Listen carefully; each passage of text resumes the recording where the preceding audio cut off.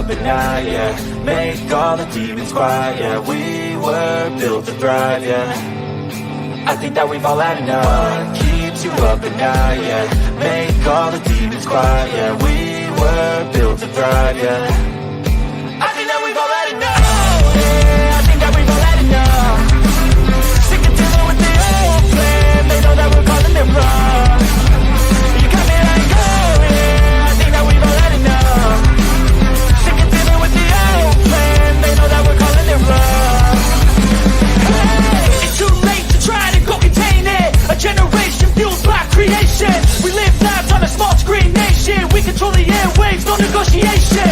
I refuse to think we need saving. Something good will come from creation. And when we think that the world is too anxious, we'll adapt, evolve, survive, and save it. What keeps you up at night, yeah. Make all the demons quiet, yeah. We were built to thrive, yeah. I think that we've all had enough. What keeps you up at night, yeah. Make all the demons quiet, yeah. We were built to thrive, yeah. I think that we've all had enough. Oh, yeah, I think that we've all had enough. Sick of dealing with the old plan. They know that we're calling it wrong. You got me like, oh, yeah, I think that we've all had enough. Sick of dealing with the old plan. They know that we're calling it wrong.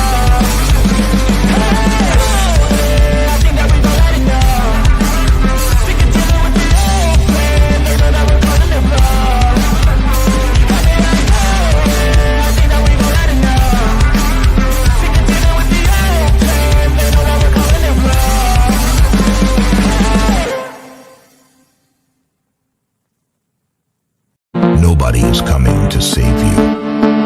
Get up. Be your own hero.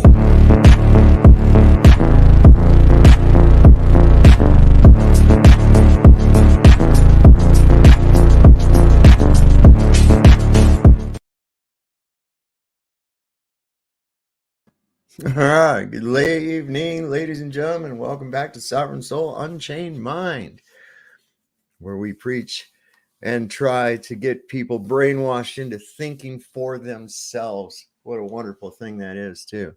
When you erase all of the bullshit that's been placed in your mind, carefully stuck there so that you're easy to manipulate and easy to control.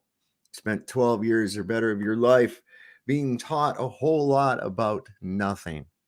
Once you realize that, erase your slate and decide that only things that go on your slate are the things that you decide to put on it, not what someone else decided to put on it. Then you've taken the first step to unchaining your mind. We'll discuss the sovereignty of your soul as we go through these chapters of our lives daily here on the Sovereign Soul Unchained Mind show. We've got a pretty good turnout coming about so far. Over on my main channel, we have, let me see who we've got here. I'm showing Saddlebum, RPB 67, Push Button 62, Stacy Jones, Motorola, JT, Dreamy Lynn, Escape the Pain, James, Escape the Pain, oh, Freudian slip, Chains, Pain, whatever, whip 'em, baby. Chicago Cubby Bear, Hanson Howard over there, Space Miner just joined in. Good to see you all.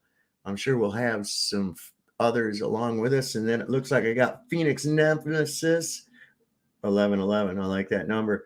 And Sugary Nose over on Sob's Place. Let me change that too so that it's in the live chat. Looks like we got a lively little crew and 3 people watching us on Rumble.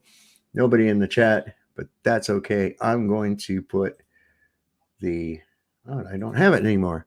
I should put the link to join up here, because we always like to give everyone an opportunity to come in and voice what they wish to on the various topics that we discuss here. So I've been having fun catting and mousing with some people today regarding this contained atmos that we live in and these bozos and their idea of this pressure gradient. So this is some crazy shit. It really is.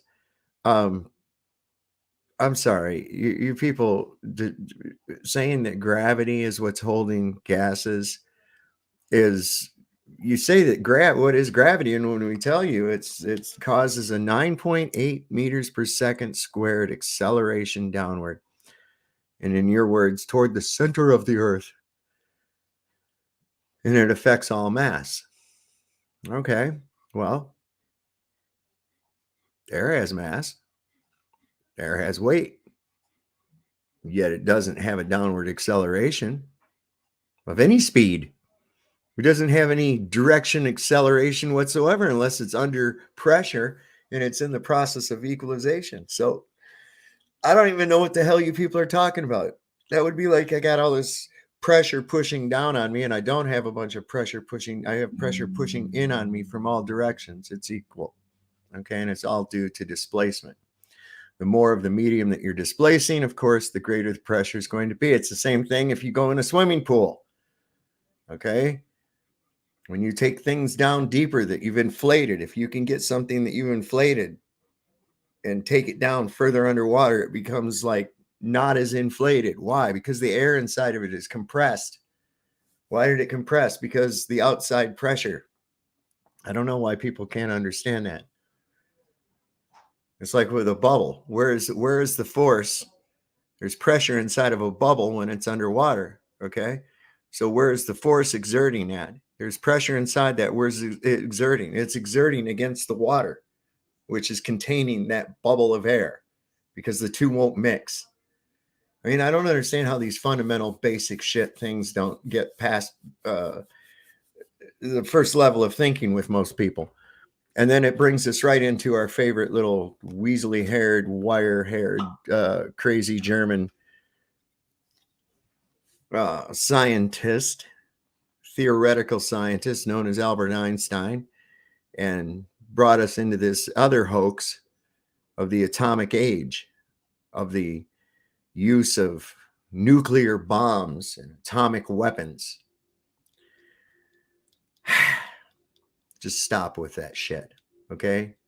These tests that they run, it's fucking C4, okay? Nothing more, all right? Huge stacks and pallets of dynamite were stacked up for these other tests that you see these big pictures of. Those places are not irradiated for a million years. There's people living in and around those areas now today. Trinity, New Mexico, all of these other places, White Sands.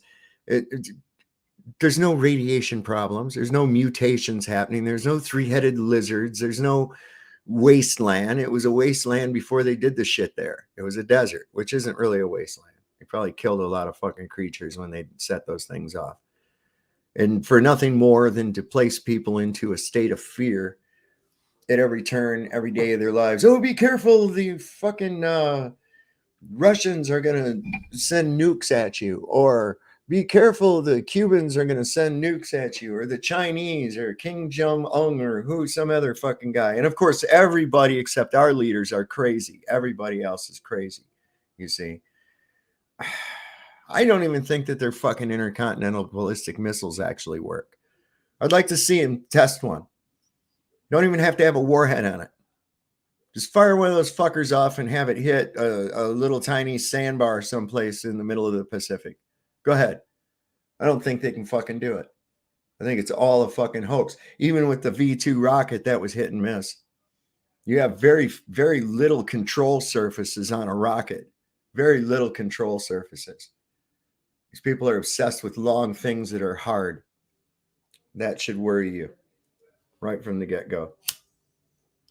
What do we got in here? We got, we were taught to suppress. I needed help relearning. Yeah. Repress, you mean?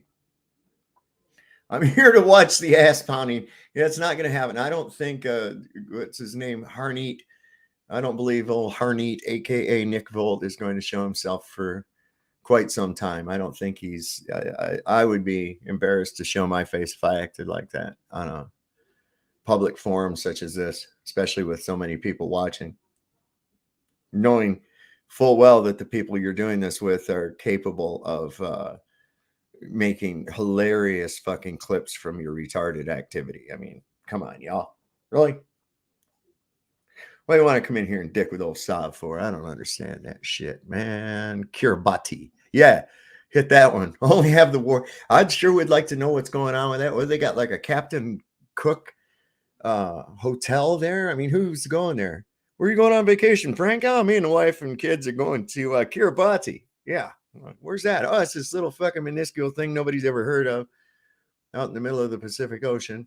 Well, what do they got there? Nothing, really. They got this Captain Cook hotel and a little diner, and that's about it. Crabs, shit like that. I mean, come on, y'all. This is crazy. So this is kind of an interesting little thing on it, kind of get us into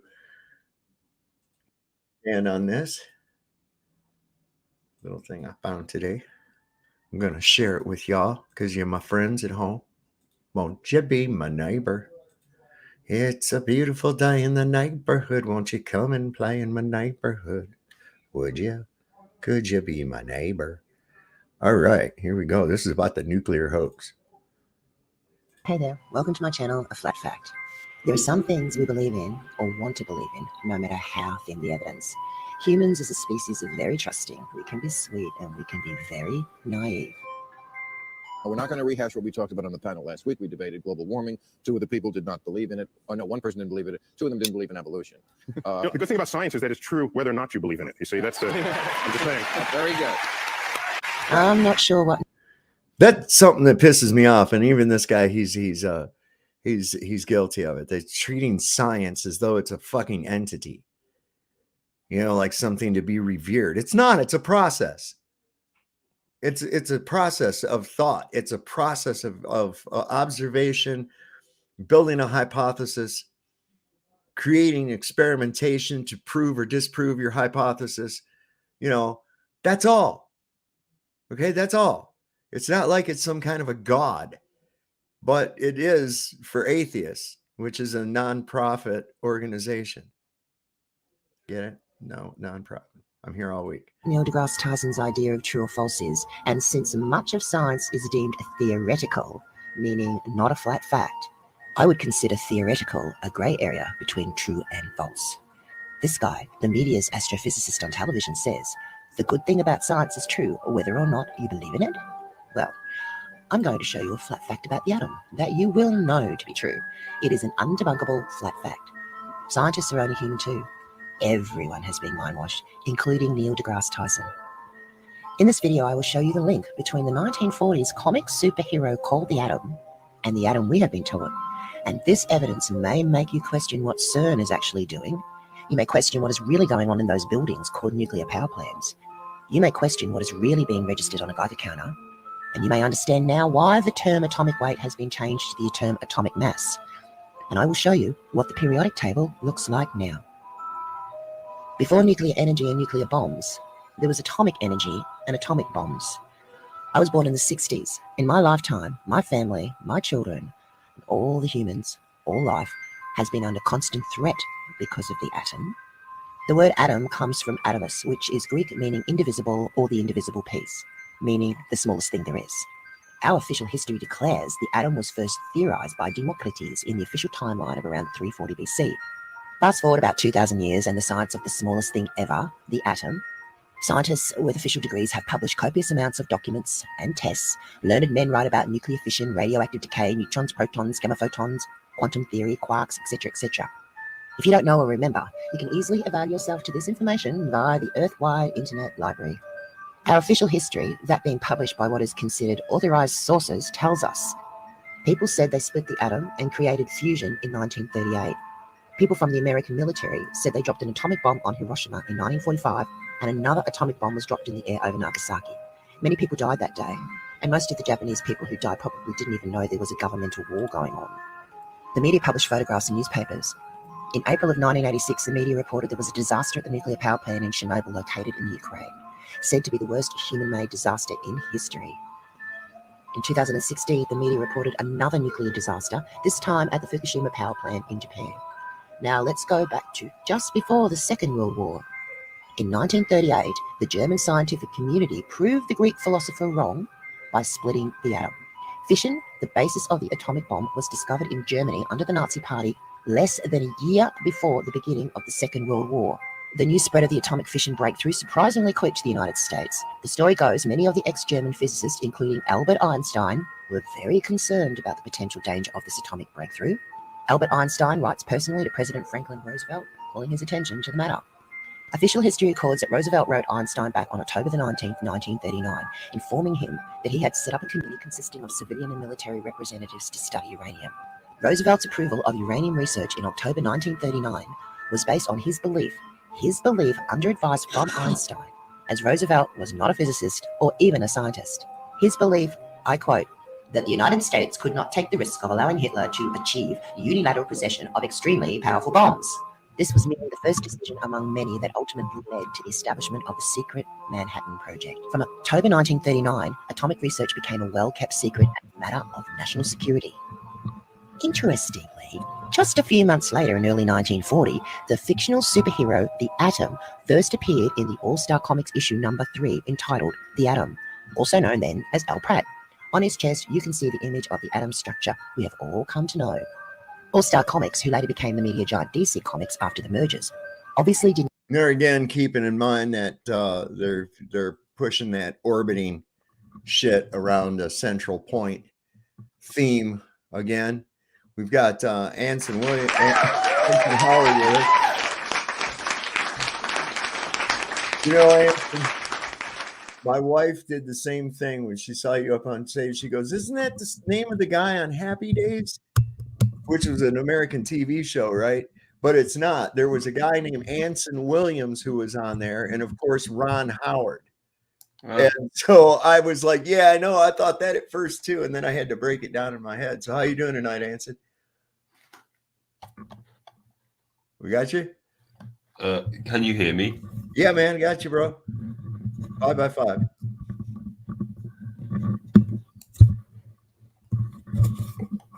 Yeah, you're good, man. I can hear you. All right, I'll let you mess with that. I'm going to play with the rest of this. It's only got another, well, it's 6 minutes anyway. Not hear that President Roosevelt had deemed atomics a matter of national security and secrecy. During this video, I've shown on screen many pictures of the atom. Now I will show you the link between the comic superhero the Atom and the atom from your science textbook. The picture on the left is the comic superhero, the Atom, and the picture on the right is the real Atom. The image on the left is called a cartoon, as seen in small books called comics, that being a line drawing, in this case, coloured in. The image on the right is the atom, as seen and taught about in school, scientific and physics textbooks, encyclopedias, newspapers, and on television documentaries. The image on the right is also a cartoon, that being a line drawing, in this case, also coloured in.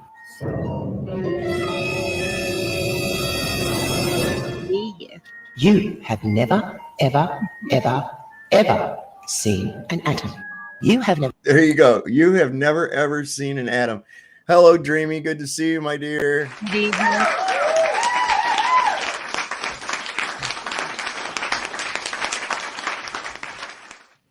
And that stupid thing that Nick showed the other night of the boy in his atom or some shit like that. Does any of those idiots stop and realize that, look, dude, all that is they cloned some image and put them in those little stopgap animation. That's all it was done there. Was cloning of an image because they're all identical. I didn't see the little proton rotating or doing any of that shit. Did you? No. So what the fuck were they actually showing there? Who knows? They were showing Bahooies what they were showing. I'll tell you what. Never seen a photograph of a real atom or seen a real atom. But you assume that a scientist somewhere with a super expensive microscope must have seen an atom. No human has photographed or ever seen an atom. Flat fact number 1. In the realm of the real, every image of the atom that your grandparents, your parents, and you have ever seen are drawings, graphical representations of the theoretical and scientifically modeled atom. Flat fact number 2. The flat fact is you cannot see anything smaller than the shortest wavelength of light you can see it with. The atom is smaller than the shortest wavelength of light we can see. It is visually invisible. Flat fact number 3. An atomic force microscope is not an optical visual microscope. It takes measurements of the wave data, and a program, programmed by a coder on a computer, maps out this waveform to a pretty image. In 2013, this image was presented in the media. It states it is a photograph of a hydrogen atom captured by a quantum microscope, which is a device capable of seeing into the quantum realm. This is not a photograph. This picture is a digital image. Stoll Donner and his colleagues image the hydrogen atom's wave function by measuring an interference pattern on a 2D detector. A quantum microscope doesn't allow a human to see into the quantum realm. Again, it is measurements of wave data interpreted by a program on a computer turned into an image. Another way to visualize an atom is using light. When light from a hydrogen gas discharge tube is passed through a prism, the light is split into 4 visible lights. Every element has a unique emission spectrum, as shown by the examples here of helium and iron. If you are not up to date, the periodic table has changed a little. The term atomic weight is no longer used, and the new terminology is atomic mass. The periodic table looks quite different now with this new information. This picture, again a picture not real, is a visual representation of the light spectrum of the different elements. Classical physics theory was unable to explain this existence of atomic emission spectra, also called line emission spectra. It is fascinating, you can look that up.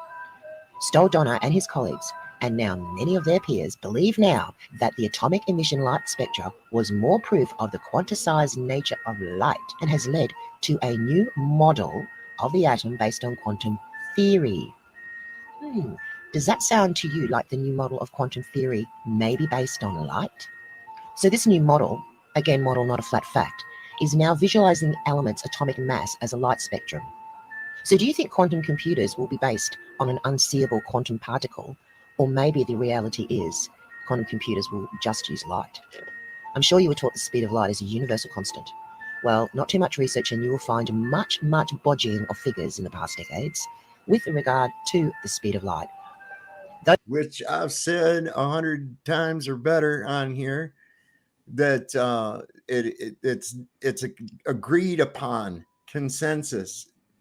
Okay, that's it. It's not they're using a variable as a constant, which is crazy. What's going on? No longer on the ball.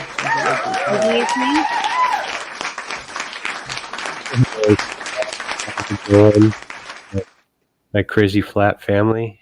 Crazy flat family. That's awesome. I am popping on here to ask you guys for a favor.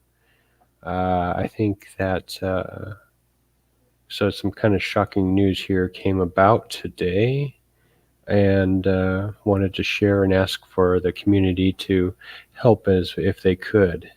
So while I was on the show, just 5:50, so it's 6:50, an hour ago, I got a message from somebody named Flavia. Flavia is from Brazil, and she has been helping translate the wiki into Portuguese. Okay. And she wrote me and said, "Brother, sorry I couldn't translate today because my son was shot. He is 15 years old."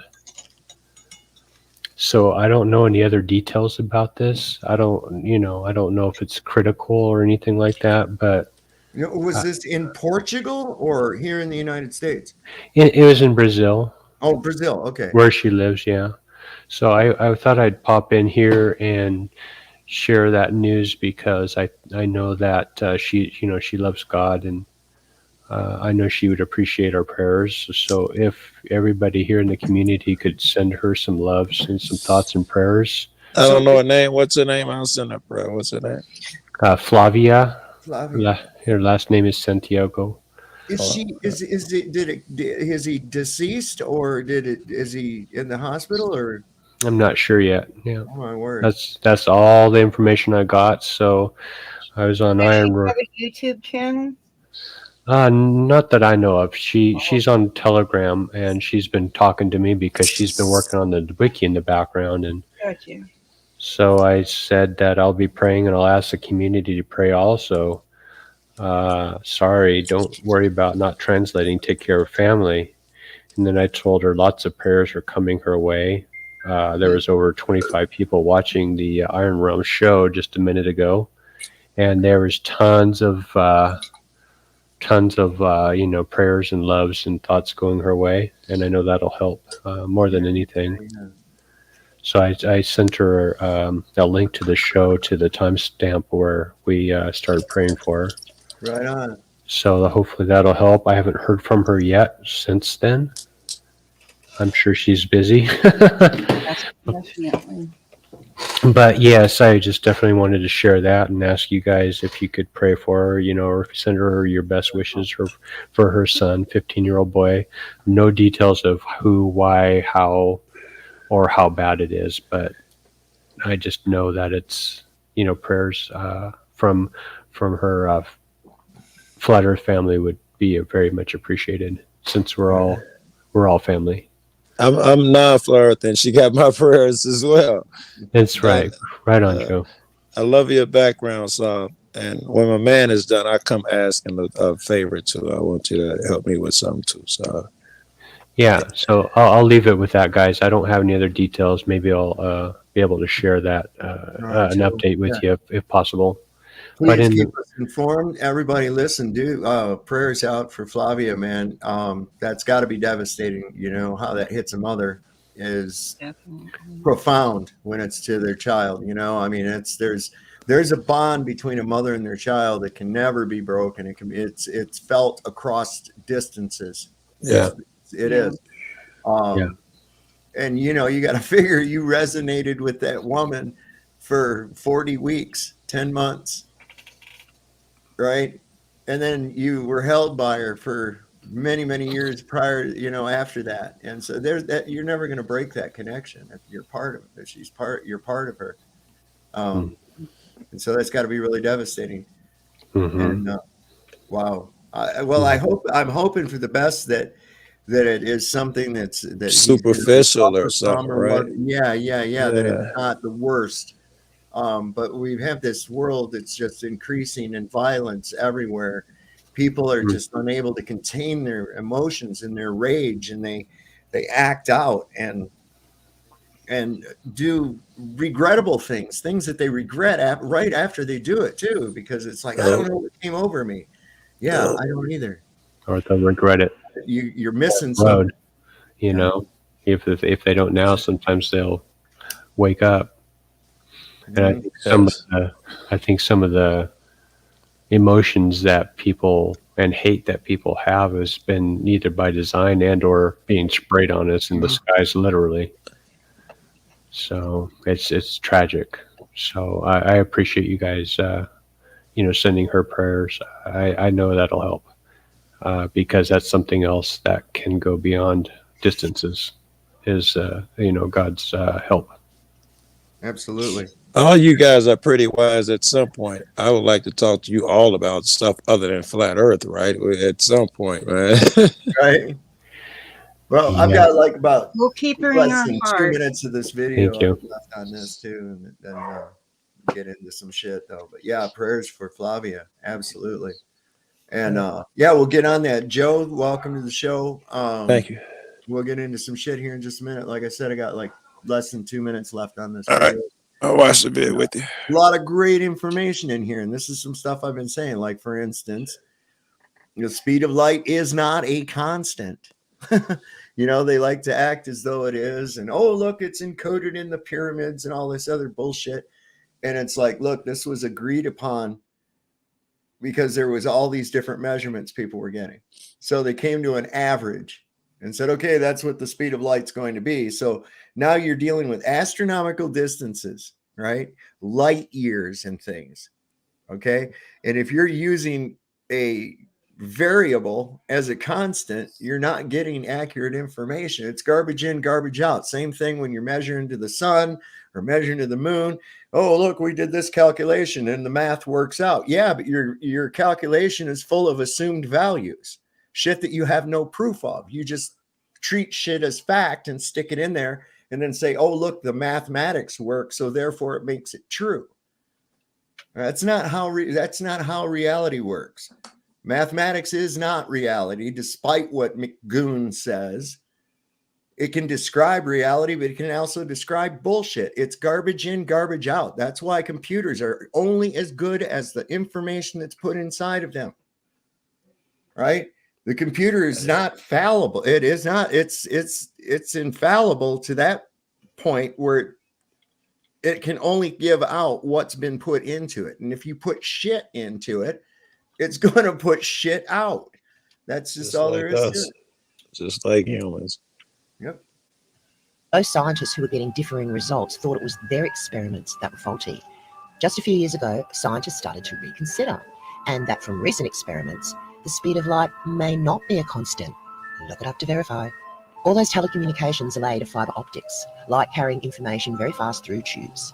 Sometime in the future, we might have quantum light computers if some clever person can work out how to keep them cold enough. As well as a few other things I've been programming for decades. I, like many other coders, have waited patiently for quantum computing.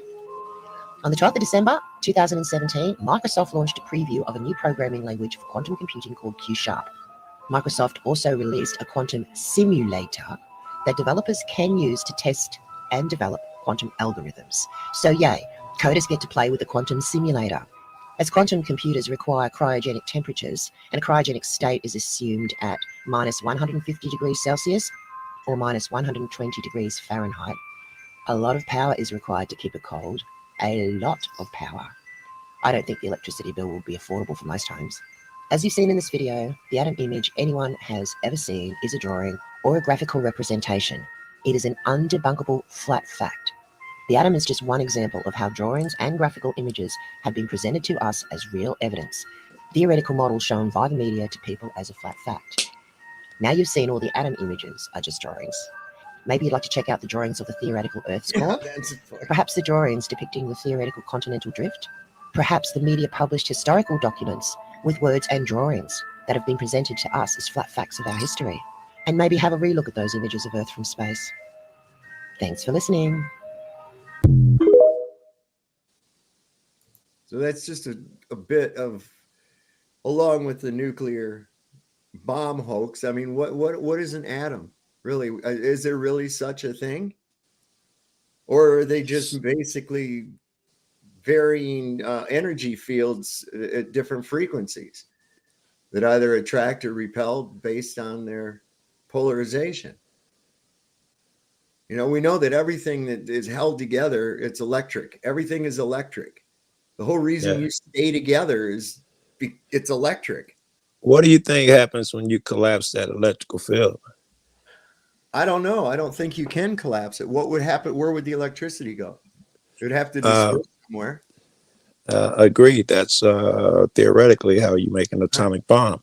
You collapse the field, and it's such a violent reaction. Why would it be a violent reaction? Why would the intensity of that cause it to increase? You ever think of two magnets? Like, for instance, that'd be like saying I got a little tiny donut, right? And if I hit it with a hammer, I'm going to have enough donuts for 1 million people. I don't know if that's the case, but that is how things. Yes, I do understand what you're saying. And on an atomic level, that's exactly how it works. If you take a glass on the conventional physics and you drop it off a table, it breaks into many smaller pieces. On the atomic level, you crash two particles together and they form multiple particles the same size as the parent particle. Well, so that's the thing. Are these particles are they turn out that there's no solidity to them whatsoever. There isn't. There's no solidity to it. It's nothing more than an energy field. It's nothing more than a toroidal energy field. There isn't solidity to them for a fraction of a second. And I'm talking about billionth or something of a second. They are transforming into different particles, some visible under the eye, some invisible, like force carriers, like a magnetism particle or something. We've already determined, as per the video and what we just saw, is that you can't see an atom. So how could you see anything that's going around an atom? Well, that's assumed. No. It's Yeah, not yeah, yeah, assumed, but yeah. that's a complicated question. Can I ask you before we do the flat Earth thing, which I could do? Can I ask you guys for a little input on something? I'm working on a video where there's a court order, and the court order says that in a public hallway, this is in a courthouse, but in the public hallways, of course, you can use your phones and cell devices and laptops and stuff. However, you cannot use them to record. If you are caught doing so, we will seize them. You can be locked up. We will do a warrantless search without your consent on your phone or laptop. It's really ridiculous stuff. What I wanted to ask you, if there is a caveat, however, for the media, the caveat says, I don't know. It requires a photo ID, business card, and a valid media credential. So the question a valid media credential? Yes. What is that? And I don't know. And the other part I want to know why the distinction between a public citizen, a regular person, and media. It's a hallway. Right. Why would you make a distinction to film a public lobby or hallway? All right, I'll give you a good analogy to liken it to show the ridiculousness of it. Okay. Are you allowed to look around while you're in that public hallway?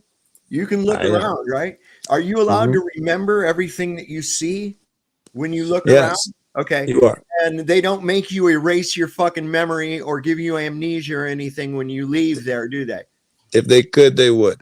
Right, but they don't. What's the difference? What if somebody's sitting there and has an eidetic memory, right? Yes. And they can totally remember every fucking thing that they see and hear. Yes. And then they go outside of the courtroom and then they start telling a large group of people everything they saw and they heard in that public verbatim. Don't let him be an artist and he can draw what he's saying. Right. Yeah. There you go. Even better. He's got artistic abilities too, and he can draw pictures exactly like what he saw. Is that illegal? See, this can't stand. This can't stand. It's insane. You cannot trespass the eyes. If it's in public, there is no expectation of privacy whatsoever. Because anybody, I think I got the fuck into the public area of a courtroom or a courthouse anytime that it's open. That's it. Or any public building for that matter. The whole idea, it's your shit. They're just holding it for you. Provide services for you. Here, you can come get your shit here. We take your money. Here's where you pick up your public records, whatever public so-and-so you need. It is not theirs. So for them to make any laws. Joe, look up the term. We got a bootlicker. Hold on. We got a holster sniffer. The holster sniffer says your eyes can't zoom. Yes, they can. And you know what? You have the freedom to get up and be mobile and get closer to all of the things if you want to. You can that's a poor right argument. Up to things and look at it up close with your eyes. So that's a stupid argument. Go sniff a holster. Also, just a comment on your court thing. If your courtroom has a yellow fringe around the American flag, that's called a tribunal, a military tribunal, because our country is under siege by terrorists in the White House. Just a side note. Oh yeah. Do most of them have the yellow fringe? I don't want to get too distracted, but I'm curious. I haven't paid attention, but I hear a lot about it on the internet. Yeah, I think they all do. Okay. Flag. I don't know now, when this before happened.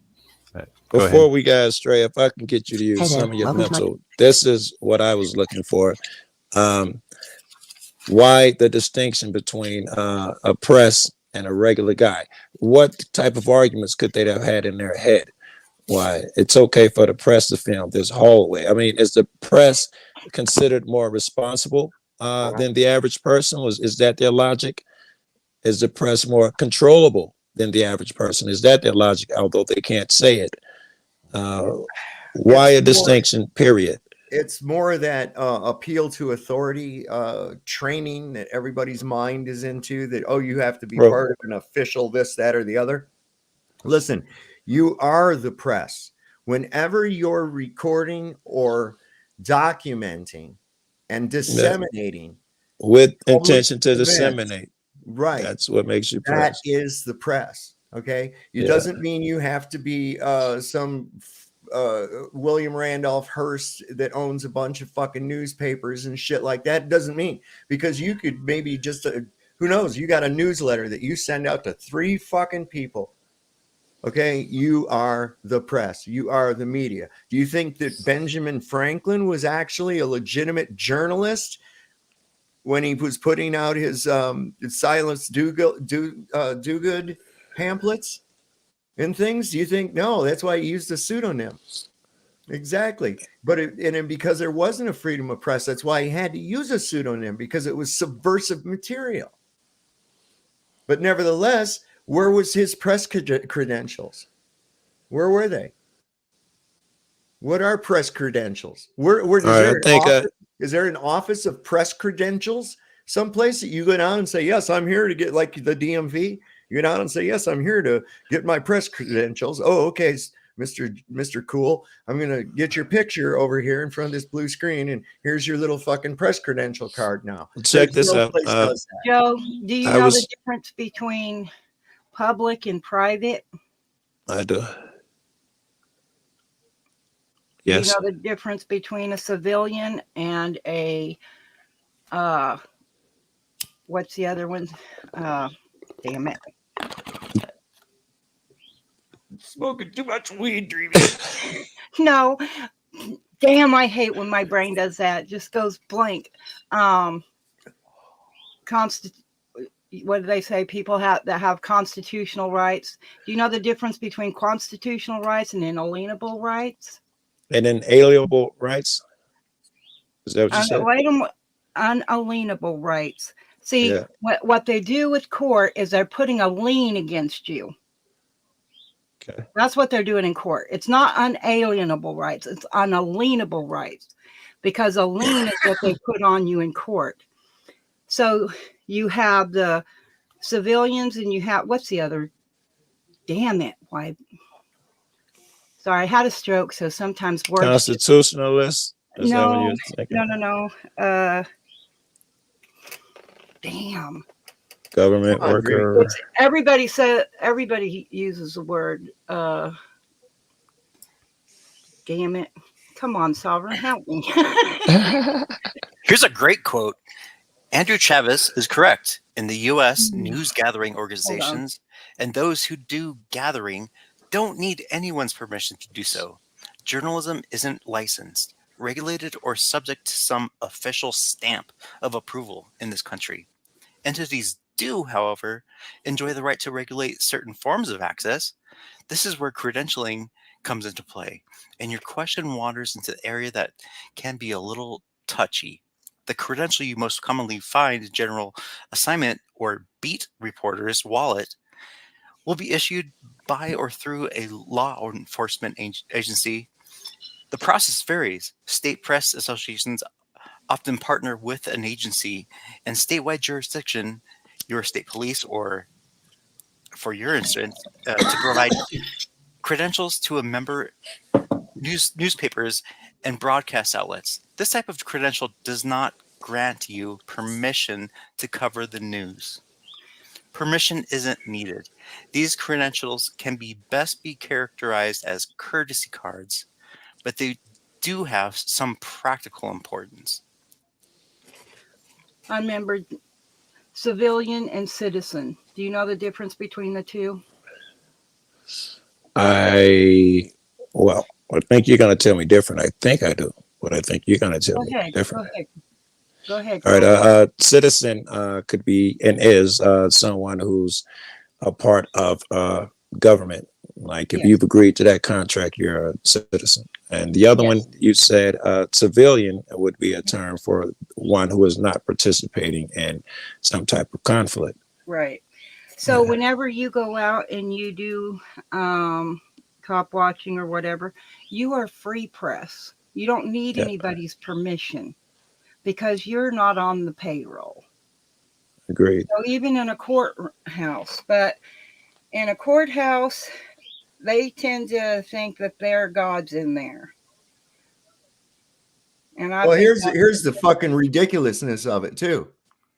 This idea of, oh, well, you can see people who's in there, and you might be able to see some of their personal documents or anything else like that, right? Okay, well, here, you didn't notice those, 50 or 60 fucking cameras that were all over the place as you walked in, and where you're sitting, that are up in the ceiling and then the walls and all over the place?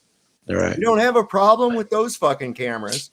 And those are all privilege. public lobbies. So all of those Right. cameras are foilable. Yep. You can get all of those because it's public. If I didn't have a camera, you got 50 up there for me.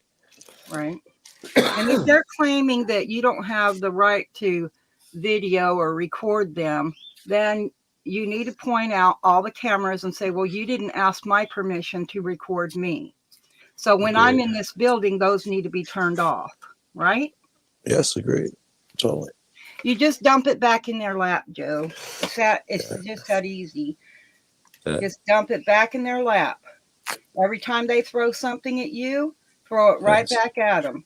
And Because the great argument of being able their to, little brains, you and know, they are little. I mean, if there's no law against you going in there and looking around and memorizing everything and then going outside and telling everybody about it, is there? Nope. So what's the fucking difference? There isn't any. So I'm thinking You just have to give notice, and you can take, and if you give notice, that means you tell them you will be videoing. You can take the camera into the courtroom, because it's a little different. A lot of courts are public. They're open to the public. So if the hearing is open to the public, you have to give them notice, and you can video in them. You know, that notice though has turned into permission. All the Well, you don't the things. ask permission. You tell them. Yes, all the orders are written. If you want to film, it's up to the judge. It is not you just walk in. It is up to the judge to give permission. In fact, this 3-page court order right here is saying that shit. We don't have any judges. We have bar members. That's it. There aren't no judges. Officers of the court, they're administrators. Yep. Judges are administrators. They are administrating a contract. And they're mostly Freemasons. Yep. Oh, by the way, kudos there to you and your wife on that awesome show there where you went to meet Nick. That was style right there, buddy. Yeah, rocks, man. That place rocks. Yeah, adversary, your nemesis. You met Nick, the one you always talk about. Oh, I wouldn't call him the nemesis. Poor guy's obviously got a drinking problem, and he's I guess he's a professor lecturer at University of California. He's the California State, CSU.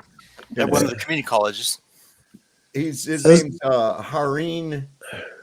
Harneet Grawal is his real name, and he come on here a couple of times trying to run bullshit, and it got knocked right out of the water in front of God and everybody, and it pissed him off because here's some dope smoking fucking high school dropout destroyed his stupid little argument, and then he came back drunk and tried to run again, and I knocked it out again. And so then he came on and started wanting to ask me about the fucking Holocaust.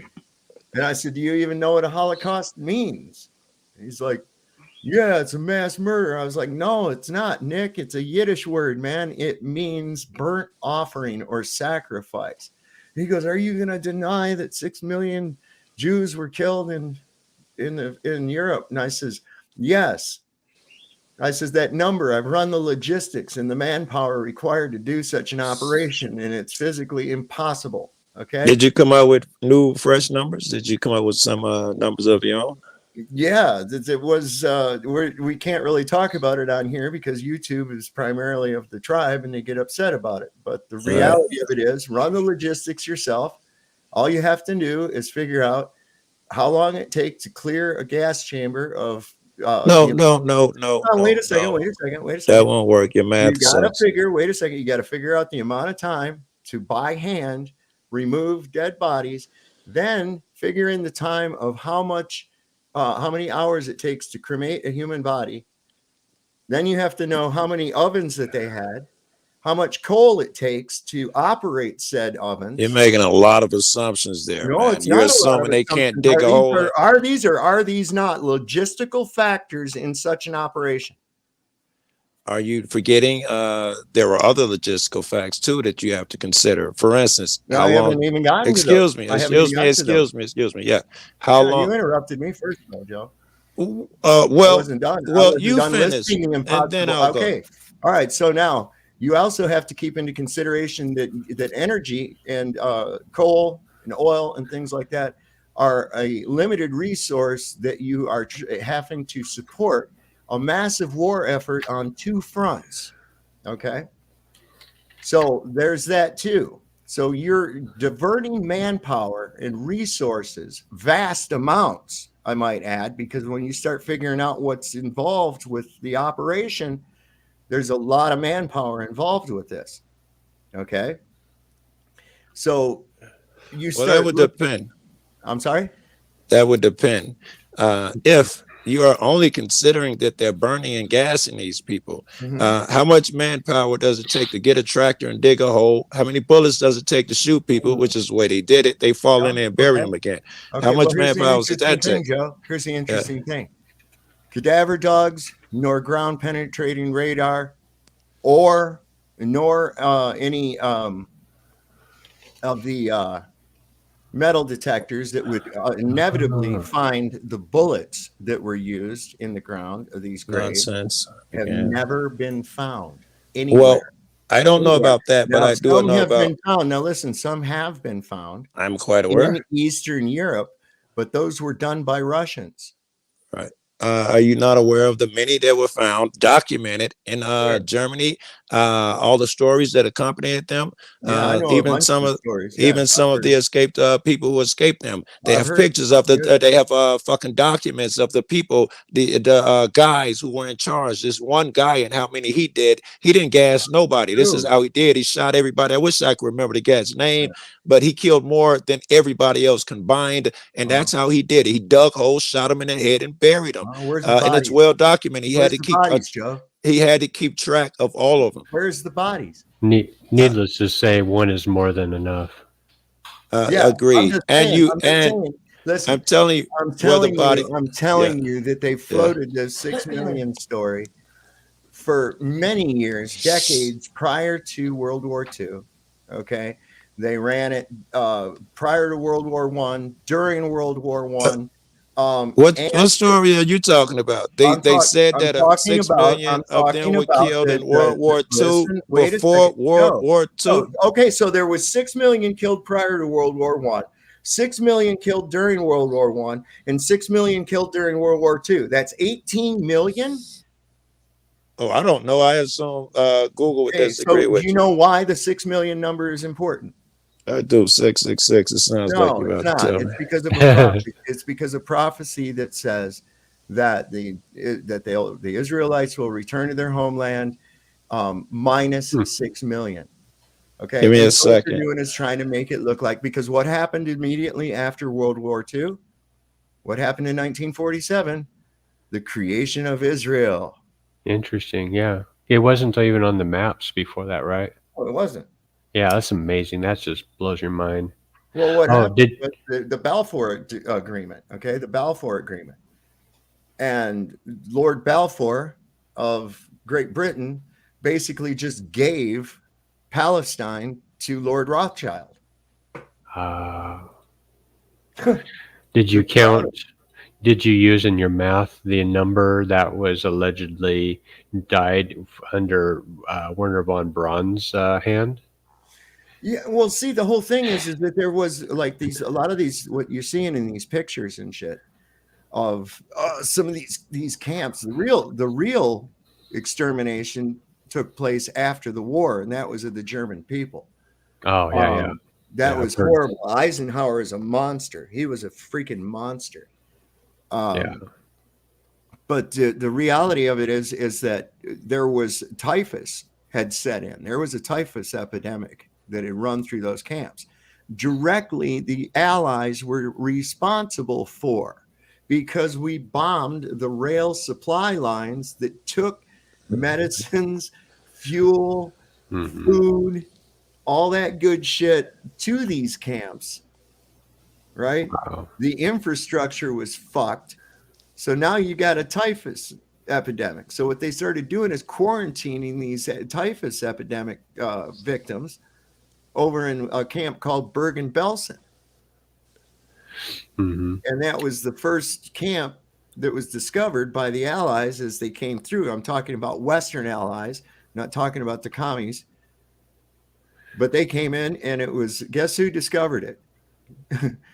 The United States Army Psychological Warfare Department unit. Yeah, psychological warfare. And they actually had a Hollywood director and film crew along with them. Yeah. The misinformation campaign continues to this day. Yeah. I can't find that look, 6 million in World War I anywhere. Oh yeah, that was a claim. I'll have to dig out. We're going to do a whole show on it one night. Because I've got the newspaper articles on it and everything. They said 20,000 died from illness, beatings, and hangings, and in the camp where Werner von Braun was using slave labor to build his flippin' rockets. And they said that his camp where he had the slave labor had more deaths than his actual rockets caused. Yeah, I don't know. You have to look. There's a lot of propaganda. The press and the media is controlled by a certain segment, and of course we know that that's going to give us shit. You know, it's going to be the history is written by the victors, and we already know what Eisenhower was, even just by venue of his name, okay, or virtue of his name. And we know that what Roosevelt was all about, okay, these people were helping to spread communism through Europe and Asia. That was their goal. Churchill, Ashkenazi, okay? And this guy was seriously, I mean, that guy was a war criminal. The bombing of Dresden was a fucking war crime. It had absolutely zero military value. It was to demoralize the German people by mass murdering an entire city of people through firebombing. What about this shit now with the Israelis? Isn't that some type of genocide and war crime shit they pulling on the Palestinians? I would say so. Yes, exactly what they accused the Germans of doing to them during World War II. They're engaged in right now. I would sound very similar to me. And I'm curious, I wanted to go back to you disagreeing with Nick as to the definition of a Holocaust. I think it's quite clear what the definition of a Holocaust is. We use it every day. Yeah. And we use it incorrectly every day. You can't use it incorrectly every day. We define what the word means. No, we don't. Can't use it incorrectly. You can't change a definition of a word because you like it better. Sure, you can. We do it all the time. And that's why your word. What does chill mean? What does chill mean when I say chill out? In when we're talking in slang or dog amazing language, I've changed the definition of a word. Joe, you're talking dog English. I'm talking actual English. It was my proposition, that the definition of a word changes. In fact, what the dictionary does is it follows us and how we use the word. Then, excuse me, you interrupt me, bro. So it got to go both ways. All right. I'm going to call these a fire extinguisher from now on, not a cigarette. This is now a fire extinguisher, everyone. So I want you to adopt that word. Good luck with that. You call it a fire extinguisher. Good luck with that, and we'll see if it catches on. But all words are as a form of communication. For me to communicate my thought with yours. So if the word works, whatever the word is, if it communicates my idea, it's effective. And when you say Holocaust, everybody I've ever spoken to has a definition that pops in their head. Therefore, I've communicated correctly. Okay, I know what the word means, and so do they. Right. So that doesn't mean that that's what the word means. That doesn't mean mass murder. Okay. It doesn't. What does the word nigga mean? Do you know what the word Holocaust schmuck? mean? Hold on, wait a second. Hold on a second. No. We're talking about a Yeah. word that isn't even an English word. It doesn't matter. Who Yes, cares? it What does is matter. that? It A totally deflection? fucking matters. You're trying to put in some kind of made up definition onto a word that isn't even English. Okay, it's Yiddish. Okay? What's a Do you know what it burner? means? Do you know What's what a it means? burner? We all know Okay, what a burner is, right? a burner is something that Hot burns. dope, smack. We know what smack Slang. is. It's slang. That's called You know what it slang. means, though, don't you? If I say I Well, took some because smack, I you happen know what to I speak mean, slang. right? Because I happen to be familiar with slang. But if you were to Okay, speak that's to all someone that who we're is talking about, classically bro. trained, someone who is only classically trained in the English language would have no idea what the fuck you were talking about. Wait, Okay? so I would Now, listen. well, I Listen, would your further want to go. proposition Hold on, to I'm going to Nick further wasn't go. no. Your Wait a second, proposition Joe. wasn't Nick to anyone classically trained in the human language knows what a Holocaust mean. It was in Mhm. general. You're wrong about Mhm. Holocaust. Now No, you've made that very restrictive no, I'm into not. classical English I'm not majors know wrong. what it mean. I'm not wrong at all. That's what it means. It means a burnt offering or sacrifice. That is what the Really? Hey, word means. Nick, my grandfather was in the Holocaust, or whatever your name is. I don't even know your name. Hey, no longer on the ball, whatever your name is. I'm sorry. But if I tell you my granddad was in the Holocaust, do you think he was in a burnt offering? Or do you think he was, That's what the word means. well, I Well, think he knows what it means. Which one does it mean? Okay. Was my uncle given a burnt offering, or Well, was why he a was it burnt called offering? that? Why was it called a Holocaust and not No, just a that's not what genocide? I'm asking, my man. Well, I'm just trying to see if he know what the word means.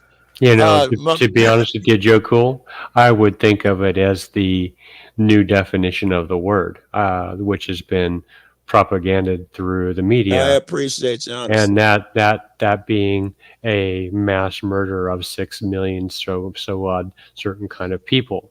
Now, I would say just mass murder, period. You I can have I, Holocaust in other places. I just looked it Yeah. up. Yiddish language spoken by Jews and blah blah blah. Basically, you know, it's the word as Sav has describing has been changed.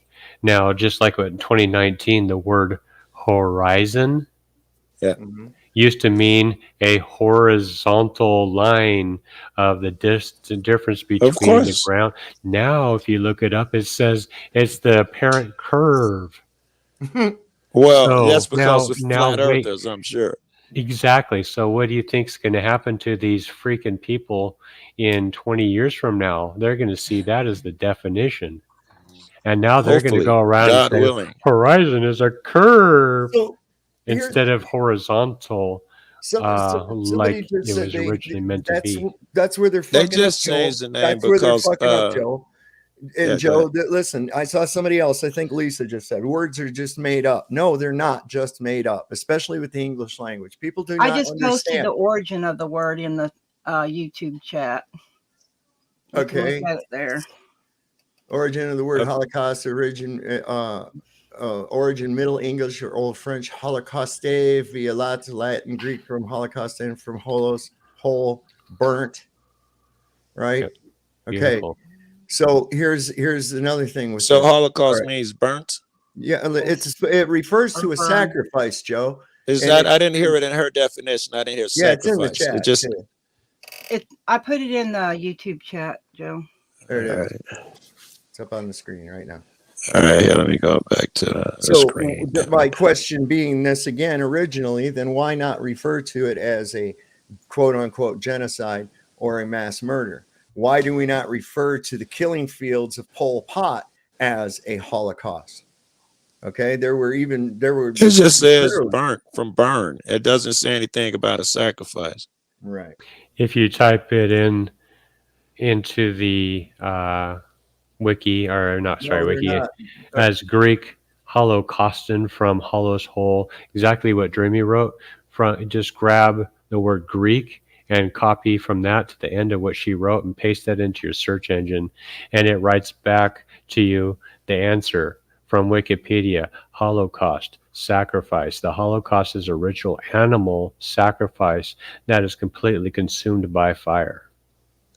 Very good. And as to the origin of the word, I would concede that it being 2023, It no longer means a sacrifice when people use the word. We know that.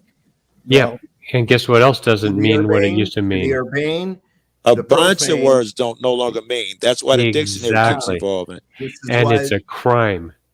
It's a shame. It's poisoning humanity. It's Absolutely. destroying people, and it's designed to cause people to have conflict. because with the each really, other. the idea, hold Yeah, on a go ahead. second. The idea that words are made up is that's crap, and I'm going to tell you why. Words have been designed specifically because of their vibrational values, both written and verbal. Okay? When in the English language, especially, which the English language was basically invented for the King James Bible. This is why it's called the King's English. These letters are placed and these sounds are placed specifically for a reason. Okay? And when you see the letters written, they're kind of hieroglyphics because the letters each in themselves have meanings. It's also why people These, lose in court because they don't know the definition of the words being used because they Right. are not asking for clarification of the words. And also, you know, there's a difference between law Yeah. and color of Legal. law, right? So those are two different languages. English comes in so many different languages. You can go up into the northeastern states, and they don't talk like us over here on the West Coast or over there in Texas and out throughout the South. Mhm. There's different dialects of English. So you have proper English, you have English that they use in law because most of it is in codes. So you better go to their codes. I'll tell you to go to Black's Law Dictionary. Why do you want to go to Black's Law Dictionary? It's full of babble.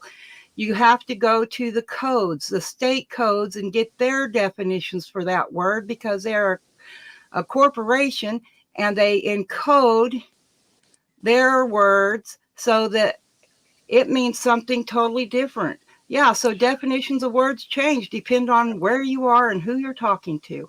But you better Thank you. know what language, what English you need to know for a given situation. Right. And if a situation, if you're talking Nick and Saab, or I'm talking to the guy up top and I say fucking Holocaust, you know what I mean. You're being insincere if you act like you don't. You got to consider who you're in front because of. If I I'm go not to a going to, court, I'm not going to, no, I'm not going to, you're just do going to that. cut me off when you feel like. No, Go ahead. I'm just going to, yeah, I am. And I'm going to tell you why, because as I've said before, I am not going to bastardize the language in order to fit an agenda. You understand? Well, I'm going to use I wouldn't words. do it in No, I'm order to going to fit an use agenda words either. in their correct context. Okay. Yeah, really? Yes.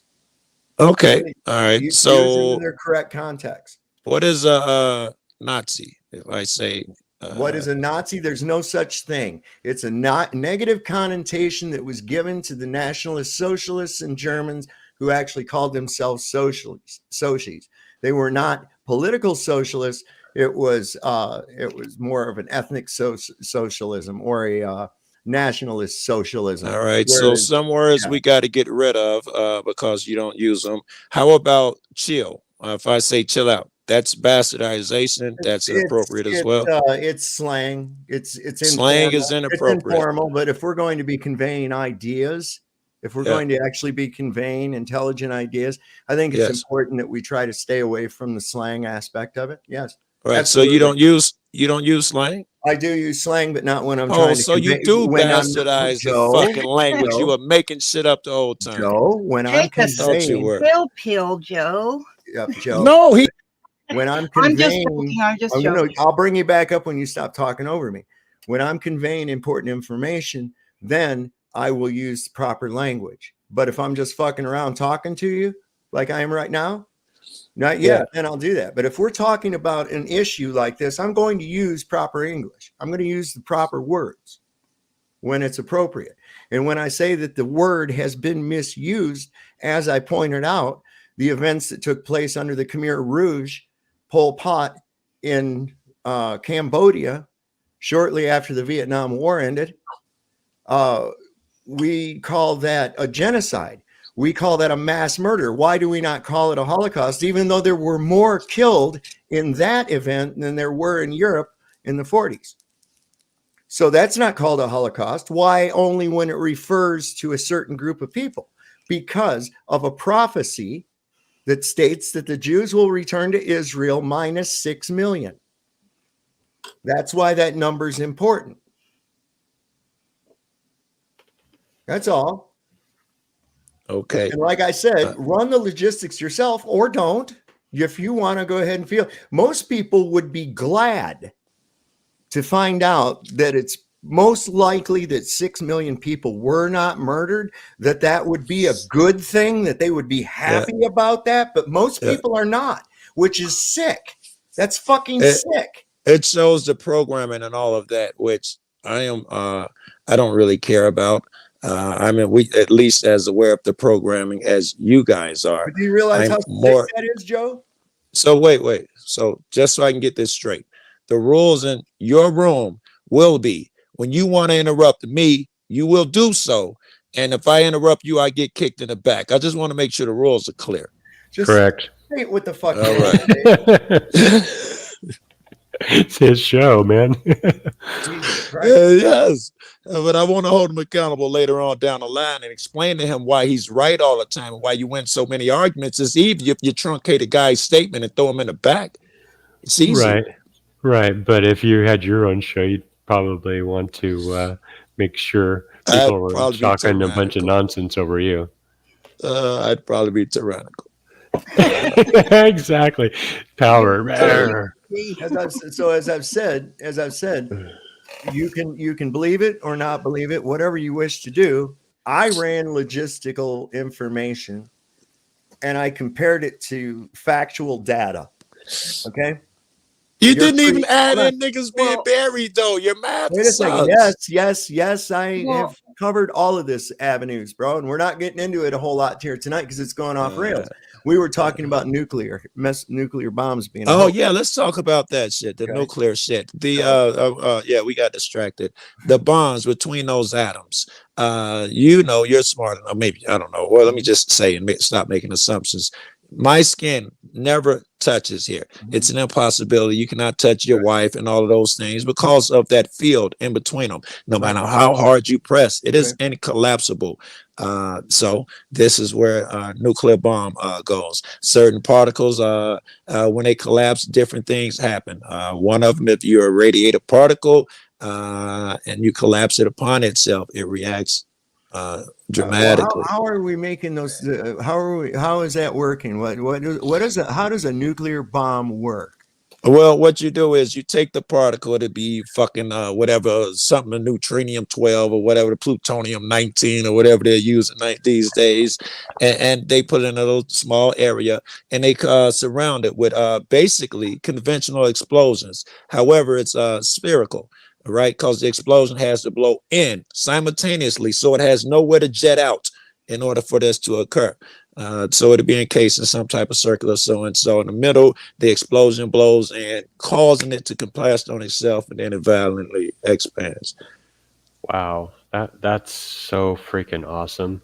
That makes me believe in the Big Bang right there, buddy. I got some more good shit. Do you have any? Yeah, I don't even know about the Big Bang. I don't necessarily. I'm just saying that's a pretty cool story, but well, they have nuclear warheads underground. Know somebody that worked in that area in the military, and I'm not saying that it's a nuclear bomb. I mean, I don't know what's in it, but I will say that. When I was probably about 16, I think, maybe 15, I was given a little tiny battery, and it was a nuclear battery. It was in a package. They was covering all this, anti-nuclear. You had a nuclear battery. Yes, it came in a little package. They were passing them out. But anyway, you don't know what nuclear is. You can't have a nuclear battery. My dad built 2 nuclear power plants. Yes, I do. Well, then he should have explained to you that you don't have coolant in your battery. That's and you don't have heavy water in your battery at the crib. Would you let me finish, Joe? No, yes, I'm sorry. So what I'm saying is okay, if we have nuclear warheads in the ground, right, ready Yeah. for any kind of attack on U.S. soil, and they have Yes. the silos, they're underground, they can open up and whatnot, so that Yep. they can be lifted out and sent and Yeah. programmed to go where they need them to go. Yeah. And going back to that little battery, maybe that's what they call a nuclear warhead. Is it's the way that it is energized, where it gets its energy to travel where it needs to go, right? No. Yes, it could be. It very well could be. All the nuclear Because they nuclear program them where they want them to go. do you understand that all a nuclear device is a steam engine? That's all it is. It just produces heat so that you can turn water into steam. That's Yeah, all a nuclear. all they do is put it in the water. They put they Yes. put the rods in the water. It's a really fancy way to boil water. That's all That's the fuck all they're it doing. is. Okay. You're not boiling So, water in your watch. no, however, you can derive energy from it. Joe, you can get energy from a fucking potato. You can get it from a pickle. I've done it as a kid in a science project. Everybody's done it. Light up a light bulb with a fucking potato. Light up a light bulb. You light up a pickle. Vinegar and salt or something. You can make a pickle glow, with electricity. There's all kinds of fucking crazy shit. And yellow cake is very toxic. A quartz watch works off of a little tiny piece of quartz inside of the watch, giving off That's enough cool. energy to run the watch, right? It's a crystal, right? Something else, Saab, I wanted to see where your head falls on. Words have energy. I would absolutely agree. I would absolutely agree that they were designed to misuse that energy, maybe initially to use it, but now to misuse that energy. Our degradation of the language adds to that. So I agree with you on more than I disagree. I just like to talk about shit that I disagree on. Somebody get Ross. The words have some words, or let's say songs, if we can, have a negative vibration, this, that, and the other. Yeah. But that can change. I'm not sure that's the same across the board. Let's say, for instance, you're a kid and you hear this song and it takes you back there to a good time and all of that shit. However, I didn't experience that. Or perhaps I experienced it in a different way. My old man used to play that song when he beat me. That song will cause a negative vibration in me. Same song, a positive vibration in you. Sure. Mine's a funny thing, man. That's kind of what you were explaining. That's kind of what they do with the MK Ultra. Yes. Put disassociative type things to it. Play happy music while they torture you and shit like that. It's all complete mind erasure, mind fuck. Completely to break you down. Yes, and it's been proven scientifically that these things work. If they can break you down, they can reprogram you, bro. Right. They've been very successful. Here's the thing too, and a lot of people there all the time saying, well, what about the 2 Japanese cities that we bombed in World War II? Holy shit. Okay, so these cities were mostly made of wood. And they were massively firebombed for a couple of weeks prior, just like Tokyo. Tokyo was fucking devastated just as bad due to fire. Tokyo, more people died, I do believe, than in the nuclear explosions. That's how bad the Tokyo this whole thing, it's like, do they have big explosions? Sure, no, surely they do. Yes, they put together big explosions with crates and crates of dynamite, and in more recent times with crates and crates of a plastic explosive called C4. Okay, I'm not sure that would work. This whole conventional explosions are nowhere near that nuclear shit, dude, right? You ought to see. There's even video of these motherfuckers stacking. I've seen some great ones. I mean, not guys. nowhere near nuclear. I don't know if you've ever been in the military or not, but if you get picked for a shit detail, all right. And in this video, I might be able to find it. The video of these guys stacking these fucking crates of TNT. I've seen it. And they got to get up on ladders to finish stacking it. And I'm like, there ain't no fucking way I would want to be on all that goddamn TNT. Here, Joe, give me another cigarette. Boom. I'm like, fuck no, That's the shit detail right there, man. You got to carry no no mile-high mushroom cloud, though, right? I've A seen mushroom conventional cloud has explosions nothing through to the do roof. with the type of explosion other than the fact that that's what the force of an explosion does. It shoots up away from the point of impact in the equal and opposite direction of the explosion. And as the explosive material, the debris, meets resistance of the air, it starts to mushroom out. It doesn't mean it's because it was nuclear. I've seen. I've done that. I've done that with. I've got mushroom clouds out of fucking mortars that you shoot at the 4th of July before. All right, you took a big part of my statement out. I said a mile high. I've never seen anything come close to those images of those nuclear explosions. And That's so it right, seems you like haven't. I would see stuff When close did you to it if see all it was conventional explosions. When did you see that though? The nuclear explosions? Yeah. There's been many of them. Russia, and You who were was that? there? Korea. You were actually there?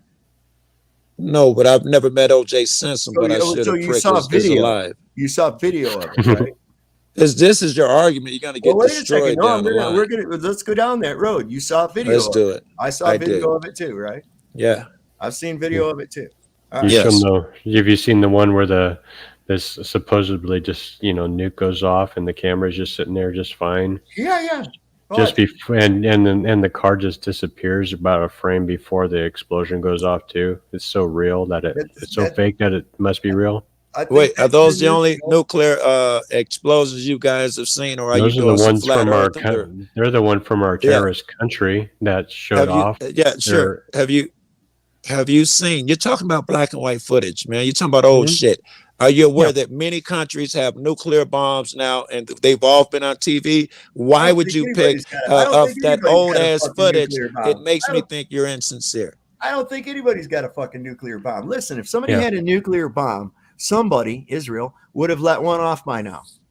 Okay? That's right. Even just a small one. Even just a small one. And they have it. Nobody has. And everywhere where one has gone off, you hear all of the rumor, which is all it is, that people aren't going to be able to live there for 50 years, but there's people living there ever since then, and they're just fine. They're having babies, and they're growing old and dying of things that you would, of natural causes. And these are in the locations such as Hiroshima and wherever up there in Russia. Yeah, exactly. It's a psyop to cause fear. I would agree, but if you have the possibility of a madman with a little red button that can go beep and destroy the whole world, that means you need to be in fear, right? I agree with you 1,000%, and all these things are true. But you lose credibility when the way you go about proving it is to say that because this is an old footage, nuclear bombs aren't real. You lose any credibility. And your point is right. You're right with what you're saying, but you can't go around saying that in order to prove my theory, here's the first original so-and-so. No, because everybody who was born after you has seen different nuclear explosions, man. Explain those. Clarify. They have seen video of nuclear explosions. I'm so glad you went down this road. As long as we hear, am I real? Have you ever met me? Man. How do you know I'm real? I am not real. You've only seen video of me. I am not real. Do you see how desperate your logic sounds? You see what I'm saying? It doesn't sound. Well, we now don't the next thing you're gonna want me to say, you're gonna want to say something that sounds credible. So in other words, because you just used the argument that if it's on video, it doesn't mean anything. You're unable to distinguish between fiction and reality. Right. So was Sandra Bullock really up on the space station and shit when the movie Gravity? Are you abandoning your video argument because it's I'm not abandoning shit. I'm going deeper into it. Was Sandra Bullock? Did Sandra Bullock really go to space? Yeah, she was in the video. Did she go to space to film the movie Gravity? Oh, I doubt that, seriously. Okay, all right. Did it look like she was in space? You saw her in space, right? You saw her floating around and all this shit flying and everything, right? Those are two different things, two different questions. Did it look like she was in space? Yes. Did I see her in space? I'd say no. Joe, I might question whether you were real or not real based on looking at the video of you if certain things started to happen that weren't possible, such as your bedroom behind you. The door just vanished and then it came back. Yes. And that's literally how we have seen nuclear bombs, explosions going off. We have seen anomalies that were faked, not real, not possible. Therefore, you've it seen left itself to question. here, I would make the analogy more akin to this. You're seeing me. I'm gonna stick with your analogy over here. And if you see something that doesn't look right, it must be fake. But because of your lack of knowledge, No, you it don't doesn't. understand. Hold on. But because of your lack of knowledge, you don't understand that it was just I just lost internet connection for a while, and some crazy fuck is swearing that Joe isn't real because he doesn't understand how the internet works. That's more Right. what you're doing. Now, that is a possibility. If I didn't understand all of the possibilities, yes, I could be fooled in ignorance. Sure. But also, you know, but that tends to have artifacts that are common with that phenomenon of losing your internet. But having a actual real-time live video and then having something happen that wasn't possible. What you're describing is possible. And it has been seen Because you over and over understand and the over. internet, but if you did not, the same way you don't understand a fucking interstellar communications, apparently. You don't understand compression, apparently. I understand compression. I understand all that, buddy. All right. You know the effects and let me just artifacts ask you that this, occur Joe. with compression? Correct. They are Let me just ask enormous. you something. And data loss. Let me just ask you something, Joe. Yes. Can space be faked? What are you asking these weird questions and proving nothing? Let's go back to am I Wait a fake? second. Just answer the question. Yes or no? Can space be faked? Clearly, space can be faked. Why would you start with such a silly question? Then how do you know it isn't? Oh my God, we're back to how do you know I'm real? Can I be faked? AI? Can I be faked? How do you know I'm real? I don't. Your logic sucks. It sounds like you're really. desperate as hell, bro. This is your argument. It's until you touch it and see it with your eyes, it's probably not real. This is your argument. No, that's not. Does that work only for space or does it work in real life? Because Because all these people on the internet, I haven't met them, but I'm assuming they're real. What I'm telling you is that just because you see something on video does not necessarily mean that it's You're real. shitting me. All this time I thought. Thank you for that revelation. I thought fucking Bugs Bunny was real. Thank you, Saab. So then how do you differentiate between what's really in space and what's in Hollywood space? How do you differentiate? Well, let's do that, right? Because I like to do puts it that. out?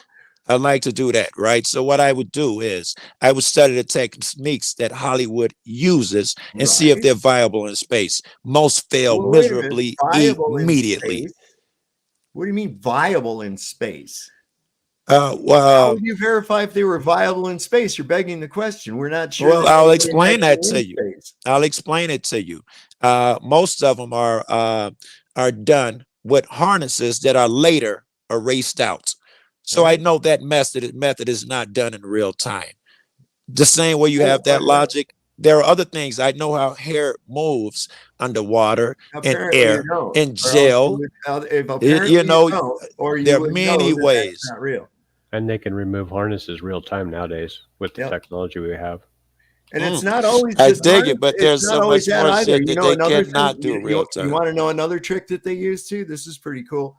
They have a vertical shaft that looks like the space station inside, right? It's like a vertical shaft, and they can lower these people on their cables back and forth, up and down inside of the thing like that. And it looks like you're looking at it horizontally, and they're going back and forth and shit like that. And they're not. They're just going up and down inside of this fucking column. Right. Then that column has turns and shit in it too, because I've seen continuous dots where they turn left and right. So they're going up and down. Some of that, a lot of it is not even real. A lot of what you're seeing is the green screen background. You see, we've seen the people fade into it. We've seen the astronauts fade into it when they're going around one of those turns. That's a famous one. Yeah. I would liken that to you don't understand the interruption in your internet or It's some an type of interruption, glitch. dude. It's not. It wasn't an interruption. The dude faded into the fucking corner. All right. Yeah, if you understand how data is transmitted like that, if you lose a packet, there's a CRC check and all that stuff.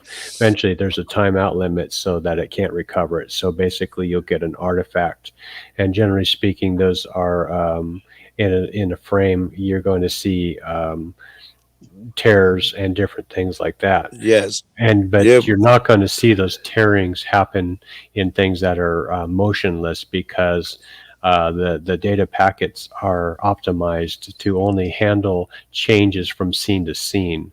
And that's what it usually, in my eyes, that's what it usually is. And it makes sense with compression. It is the background shit that is static.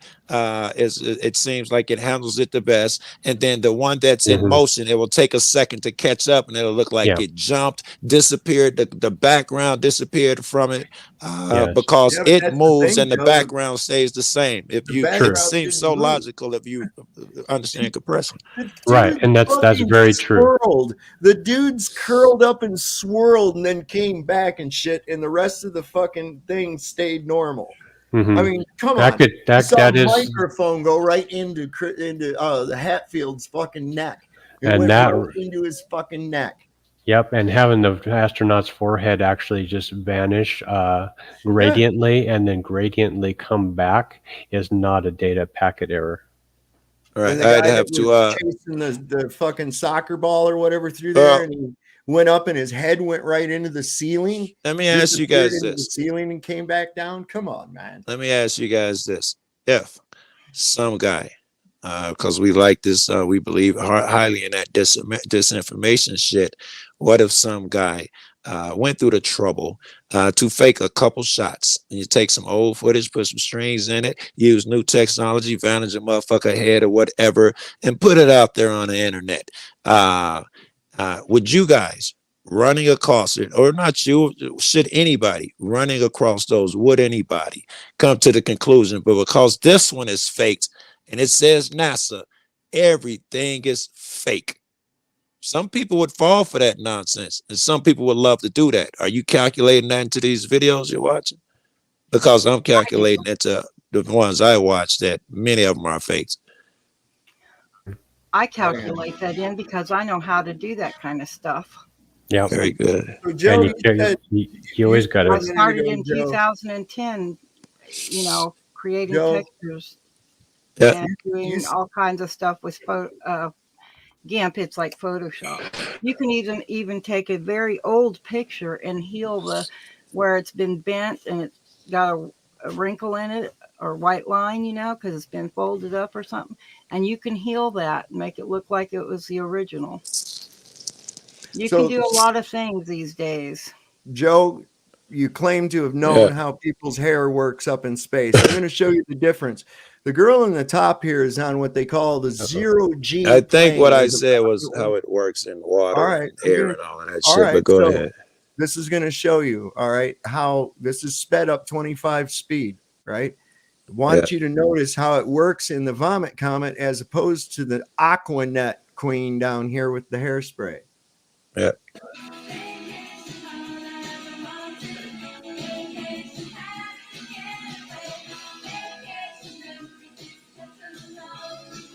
See how it goes all over the place, just like underwater, right? No.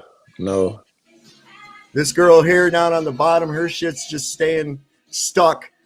Their hair is going all around, following the flow of which way they're going. I wonder how that would happen. That's crazy. It's such a mystery. Wow. Well, it's because it's fucking hairspray. It's fake. It's not really a mystery, man. It's not really a mystery. You get a girl with long, skinny hair the way it does, you speed it up 25 times, it looks like that.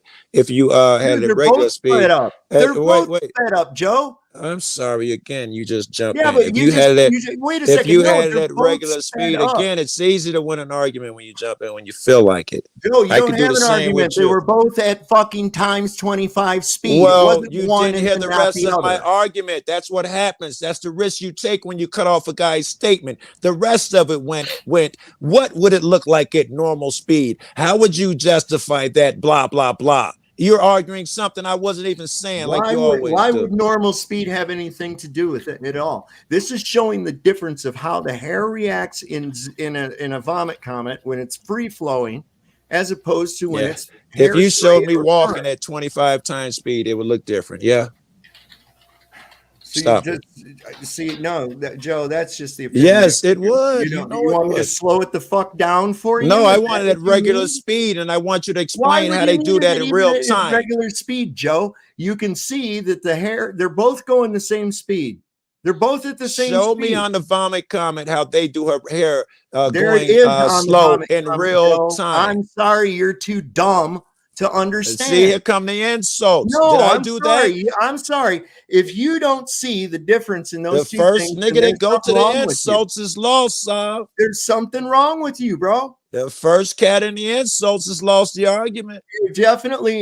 No, bro. Everyone here saw. You're stuttering. Everyone You've lost here the saw. argument. You want to go Everyone back to the here arguments? saw. Or are we going to do ad homs and Joe, insults like children? Joe, everyone here saw the fucking difference. Speed is not going to matter. In fact, speeding it up aids in the demonstration of just showing like you. speeding me Joe, up walking at 25 times shows me better how a person walks. Yeah, that logic holds greatly. What are we looking at in this video, Joe? What is it that we were looking at in this video? What was it that was the important critique that we were looking for in this video? What were you looking for, I guess, is the question. What were we demonstrating? We were demonstrating the movement of fucking hair, weren't we? In space, yeah. Let's not cut it. Let's not cut it there. In space, yeah. Okay. At 25 times normal speed, was that part of it? Because I didn't agree to that nonsense. Well, but why not? What does the speed have to do with it at all? I just explained to you when I walk, when you speed it up 25 times. How somebody Here, walks. be quiet for a second. I'll repeat my argument. We're looking at how hair behaves in a zero-G environment. Yes. If I wanted to know how a person walks and I wanted to explain a person who's never seen it walk before, and I show them 25 times, they're going to have a different opinion than if it was at normal speed. Yeah. If you were comparing it to the way someone else walked and you had them both on frame going at the same speed, you would be able to see the differences in the way the two people walked. Would you or would you not, Joe? Yes. All right, then. So what the fuck difference does it make? You didn't prove nothing. So what? So what? What does that prove? I didn't prove anything. I just proved. Once again, what is Joe, your point? Once again, Joe, here's your point. Here's the point. This girl on the bottom's hair is stuck up with perm or hairspray. This girl on the top, her hair is not. This girl down here is faking a zero-G environment. This girl on the top is not. Let's watch it again. Yes. Watch it again. It's incredible.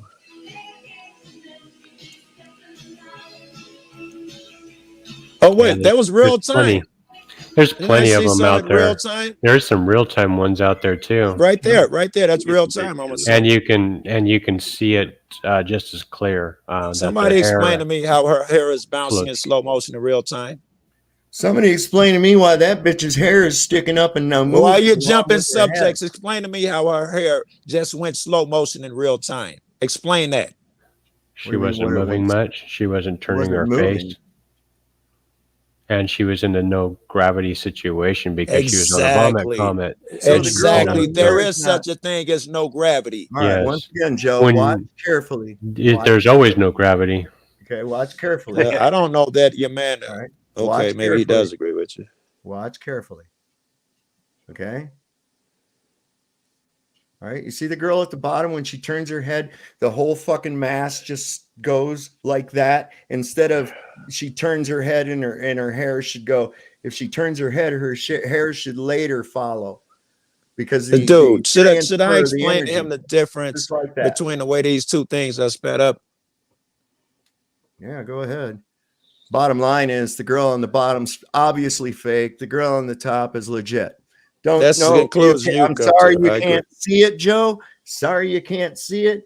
Don't feel sorry. I don't want to hold weird beliefs like that. Don't feel sorry for me. I know it's not about a belief or not. It's the fact that you have absolutely zero observational skills. You don't have any observational skills. Yes. All right. You That's can't it. detect. That's you, it. I you, don't you have have no, you observational have no skills. eye for detail. Yeah, You I have got no eye decent for detail. arguments. I got decent arguments rather than this nonsense, You right? When don't. you You get don't mad have. and you run No, out of you don't have. arguments, you're Joe, you dumb. have You not can't put a see. You're decent not argument. smart. I Joe, don't do that you shit. have not put a decent argument on this panel whatsoever. Here's the proof Not that I one. have. You're Not one. unraveling. There is the proof that in front of a good argument, motherfuckers pound their fists when I have no argument. You're pounding your fists. I'm No, still I'm not doing my pounding my argument. fist. I'm There just is your saying, proof that those who have wisdom are smart Joe, people, as you Joe, talking about. you have very little wisdom. And See, very little again, that's knowledge. all the fuck you have, bro. You have no No, I'm arguments. serious. You Shit don't. speaks You for have zero. itself. You Come have with some zero more ad homs because your observational arguments skills. suck. You have zero observational Yeah, skills. ad hom. Yeah, No, keep it's for going. real. Keep going. You're making yourself look good right now. Joe, you literally watched the same video 5 fucking And times. came to a and different still conclusion. I must be at tell. flaw somehow because I disagree with Saul. It's Tell not me how the dumb I am disagreement. because I don't It's a agree with lack- you and didn't see what Did you saw. notice it, Joel? Did you notice a difference between the two girls and their hair at all? I did, but I've also seen other videos that weren't in sped up that you could also clearly see it.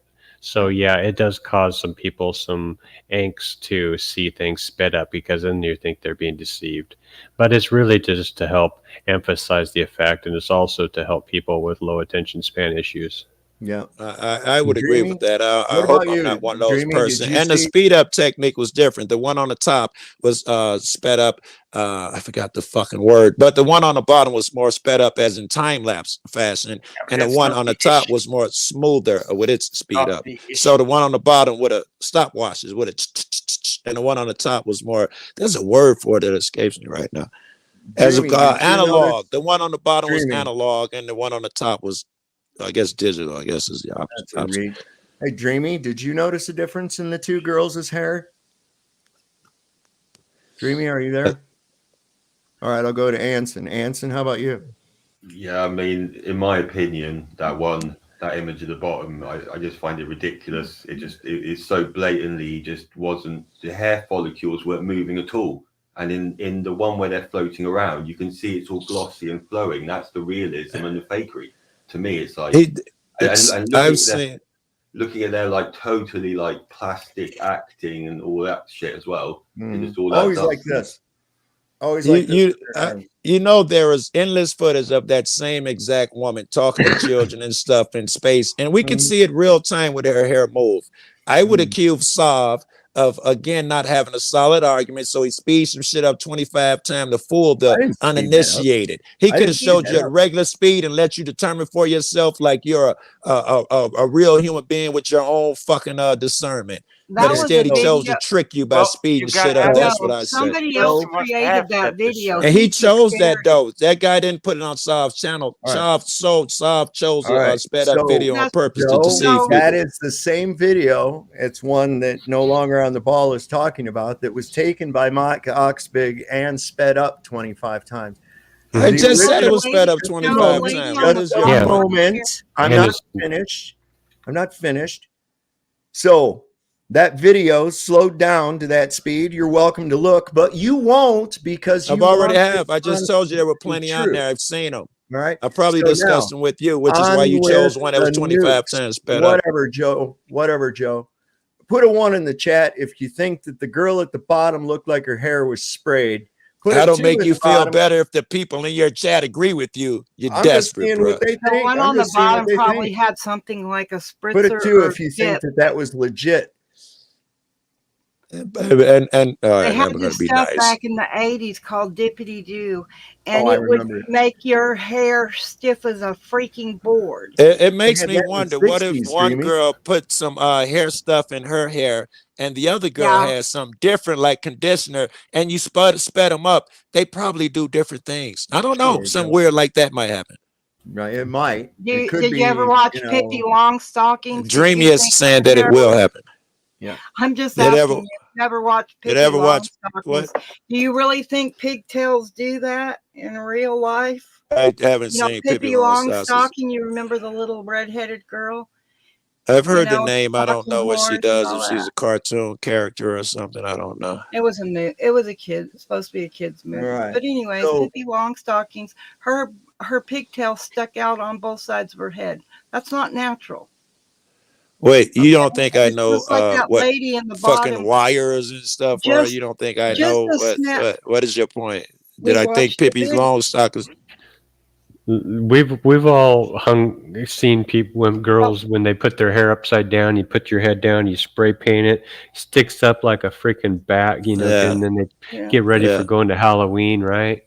That's what Look these like it. freaking bats That, look like the on the lady at the ISS. bottom, her hair was so stiff it wasn't flowing. That's right. It was Not Well, long maybe enough you to just make it said there was flow. a thing that people spray in their hair that makes it That's stiff. right. So why would they So do maybe she that? had some of that in her hair, Right. so it And why doesn't float would they around on the do that spacecraft. when they are I was, deceiving you? Joe, Why would she they but I was wouldn't do be describing allowed. Halloween. This She is a would. person at her I job. understand, but I think that is actually. they're I trying to think Joe say that actually made because sense. something can She be she because wore. something can be No, reproduced to fool you, it must be. Like I'm 2 years old and don't she, understand that. they They keep going spray back so to that much hairspray She in argument. I the wouldn't. hair. understand things can be faked. Otherwise, the hairs get in too far into the spacecraft. That's what you She said, wouldn't right? be allowed to have long Otherwise, hair like that up there in the first fucking place. Okay, exactly. that's even. They just do that so that you to reinforce this thing so that chumps will go, oh look, they're weightless because their hair is sticking up.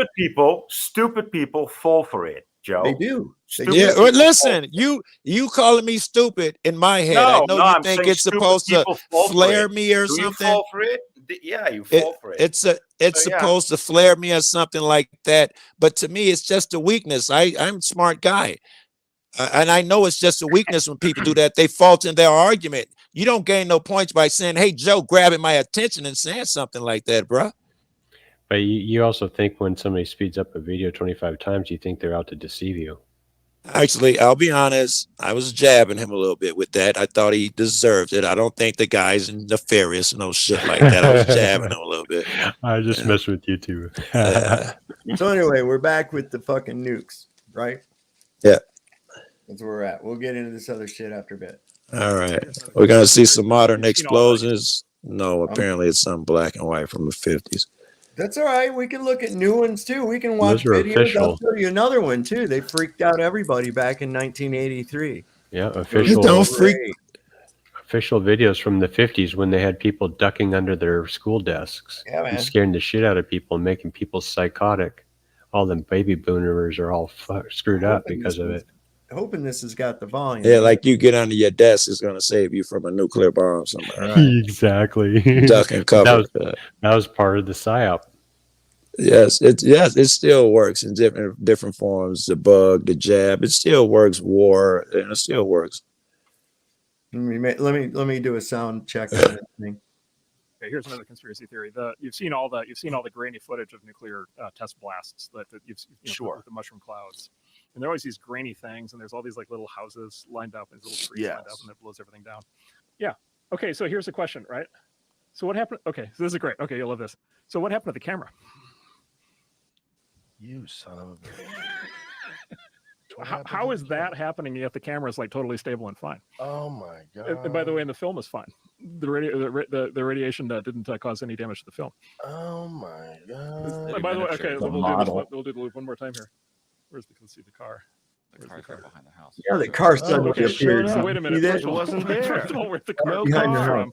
No car. The second is, does it really look like car? Does that look like a real car? That's insane. Is that a house or is that like is that a 12-inch scale model?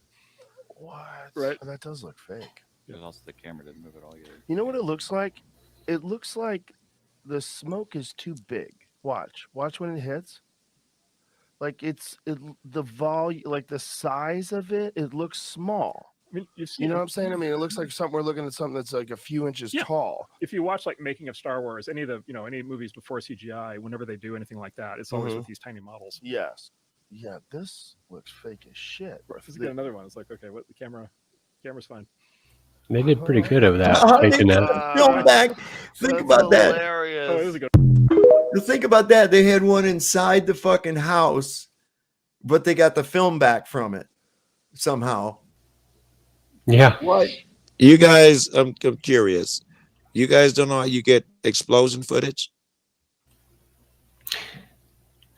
Of course, you can film it.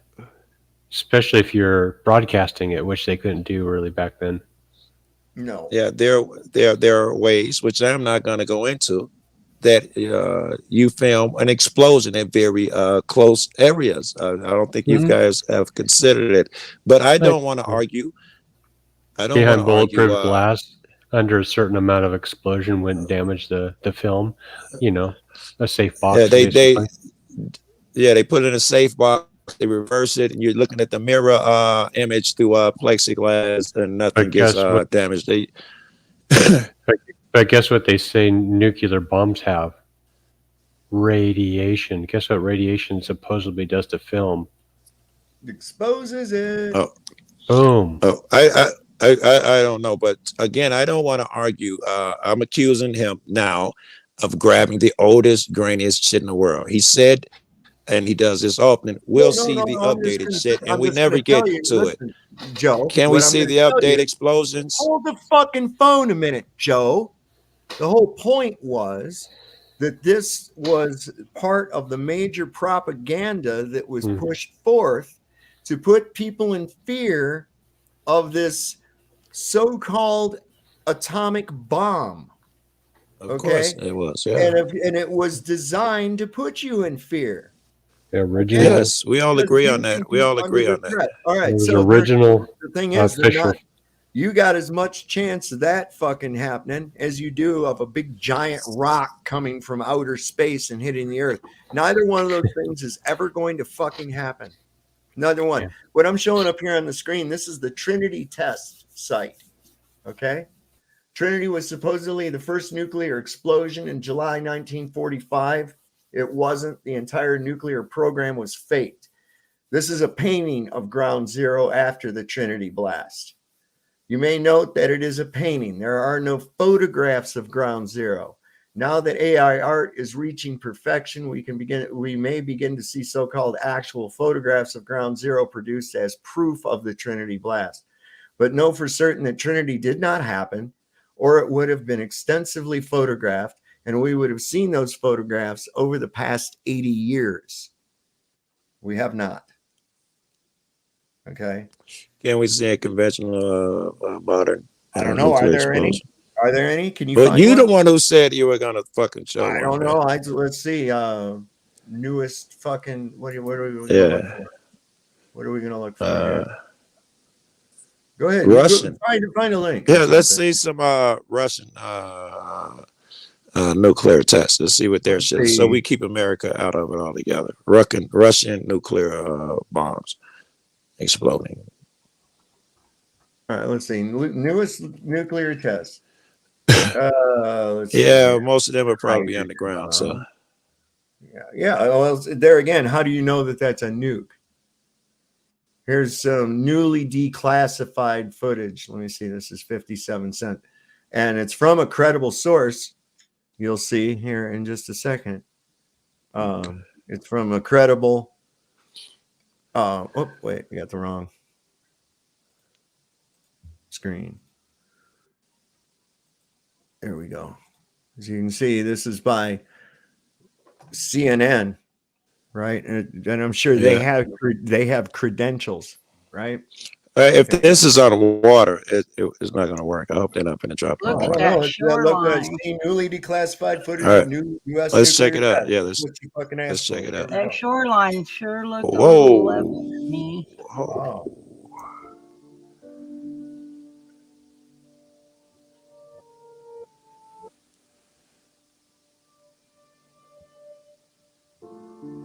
Oh, that looks exactly like a fuel air bomb.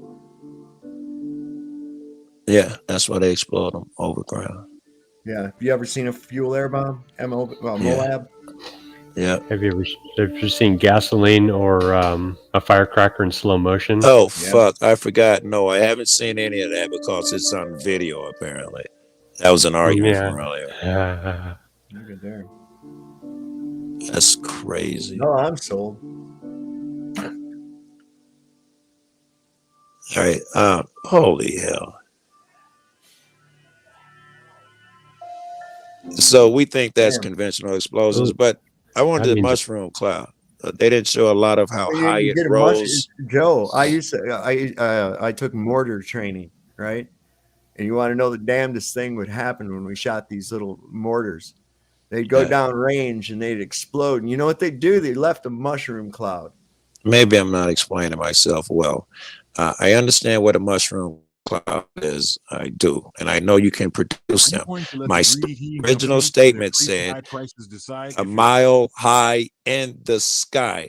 We must come to some point where we know what a conventional explosion leaves. And that size, it doesn't do the bright light like that, but it blinds you and all that crazy shit. And the mushroom clouds are significantly smaller. I'm trying to express myself as clearly as possible here. Yes, they can make that bright light with it can be reproduced metals with metals, yeah. And force of a nuclear bomb, something we all hope we'll never experience, truly has to be seen to be believed. Which brings us to this report. In reality, anything on the news already questioned is hard to believe. Observers from all services and several allied nations stand by for the first daylight tower shot. The terrible, swift power of nuclear weapons has to be seen to be believed. This is a really big fireball. It'll be about 2 miles across. Now, thanks to a project headed by Greg Spriggs at Lawrence Livermore National Laboratory in California, the public can see them as never before. It's unclassified. It's not a threat to national security. Starting in 1945, the U.S. conducted 210 nuclear tests above ground, all of them recorded on film from as many angles as possible. I now declare that the United States does not propose to conduct nuclear tests in the atmosphere so long as other states do not do so. That ended in 1963 when, for the good of the planet, the U.S. and the Soviet Union agreed to stop testing in the atmosphere. Let's play this in fast motion, and you can see that mock stem crawling up. Unlike most of us, Spriggs understands the physics that produces these spectacular images. Temperatures can reach anywhere from about 10 million degrees up to about 15 million degrees initially. Degrees Kelvin, very hot, very hot. Jeez. At the outer edge of the fireball is a shockwave, but the fireball doesn't vaporize. You know something, at that temperature, where I visited Trinity, New Mexico, there should have been an area of glass because of all the sand. And curiously, there wasn't. Yep, glass is exactly what I was thinking too. The shockwave crushes. See those tiny objects in the foreground? Those are tanks about to be hit by the shockwave. When it first starts off, it's moving at Mach 100 times the speed of sound. And then there is the mushroom-shaped cloud, which climbs into the sky, spewing radiation. This is hard to reproduce. Fuck the radiation part. Sensitive to the cloud height. Using a computer to measure the cloud from one blast, Spriggs discovered the original calculations made 50 years ago were off by a full mile. Instead of 35,000. What? Did they say Mach 1 100 times the speed of sound? No, they said it was going. Shit, I forgot. Hang on, let me back it up. Is this where it was? Wait, let me back up just a little bit. Right around there, yeah. Mach 100, maybe. Using a computer to measure the cloud from one blast, Spriggs discovered the original calculations made 50 years ago were off by a full mile. Instead of 35,000 feet, it was you didn't go back far enough. And it was because one blast into the sky. When it first starts off, it's good. At Mach 100 times. Mach 100. Oh, gotcha. Oh, fuck you! It does not. Shut up. Let's see how high that cloud. That's what I really was questioning. Anyway, I'm calling bullshit on Mach 100. Fuck that. And then there is the mushroom-shaped cloud, which climbs into the sky, spewing radiation. That's directly tied to the nuclear fallout, which is very, very sensitive to the cloud height. Using a computer to measure the cloud from one blast, Spriggs discovered the original calculations made 50 years ago were off by a full mile. Calculations, not measurements. Keep that in mind. Can I see just a second? Keep that in mind. They said calculations, not measurements. Instead of 35,000 feet, it was something like 40,000 feet, and it was because of the way they measured it. That made him wonder if calculations from all the other blasts were wrong as well. It was more than just academic curiosity. Those calculations are used to predict the performance, what Spriggs calls the yield, of today's weapons. So calculations, not measurements. They're going by a calculation. They're not measuring the blast. They're going by a calculation, and whatever their calculation says, that's what it was. Measure the shockwave radius and you're off by 1%, you will be off by 5% in the yield. So Spriggs set out to reanalyze and then release to the public the estimated 9,000 rolls of film that had been shot. He found most of them in the archives at Los Alamos National Laboratory in New Mexico, birthplace of the atom bomb. Untouched for decades, a vast scientific treasure trove left to decay. I've had a challenge with some cans, just getting the cans. Jim Moy is one of this country's foremost film preservationists. Once entrusted with the Zapruder film of President Kennedy's assassination, he now has the job of retrieving the only visual record of America's most fearsome weapons. I want to first, once I open a can, determine the condition of the film. And one way is by smell, because any acetate-based film, as the base that carries the image starts to decay, it will put off an odor, which is called vinegar syndrome. Smells like vinegar. It does, exactly. It sounds like basically it's a race against time. It really is, because until those cans are opened, you don't know the condition. Some of the film has been lost forever, but Moy was able to restore most of it, using a scanner to convert each frame to a digital file. Here, we're able to analyze all the Fireball films in an automated way. Digital technology allowed Spriggs to analyze the films with much greater precision. Those are high energy X-rays running down the cable and vaporizing the cable. And he found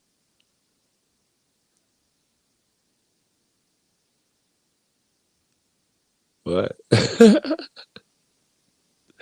What happened?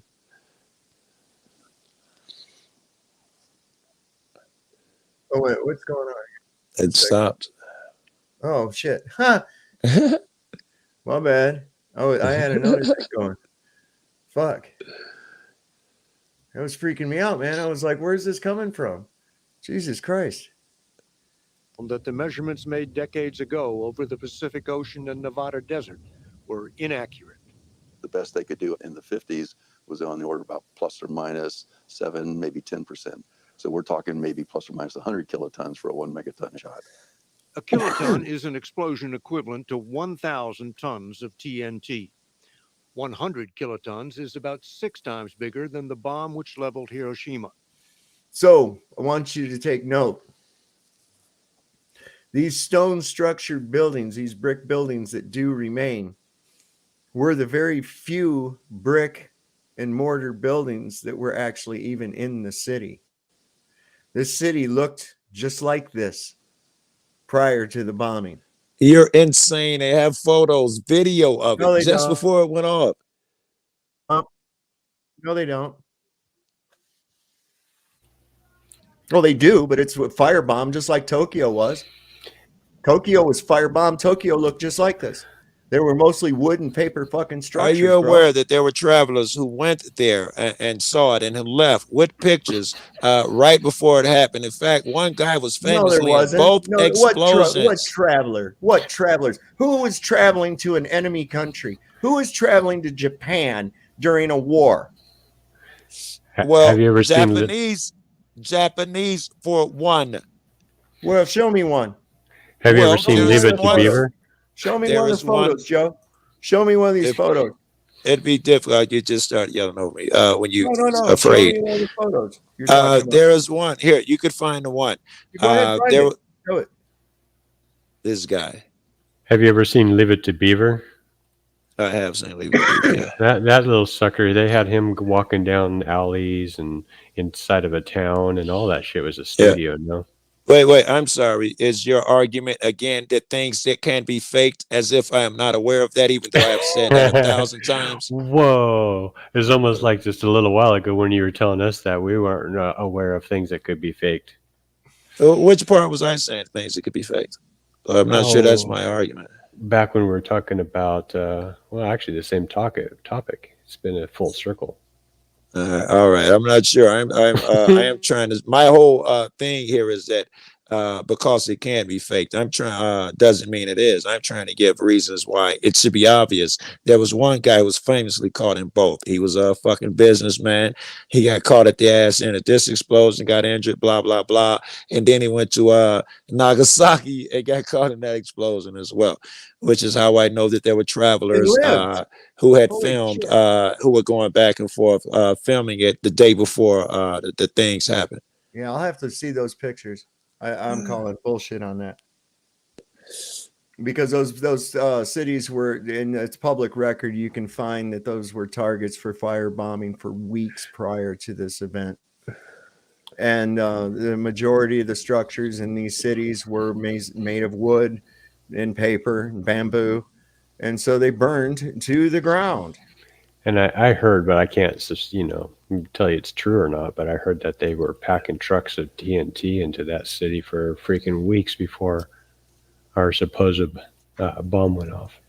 Yep. That would probably go against Saab's explanation that they had been burned and it was already rubble. There would be no reason to bring in trucks of TNT in.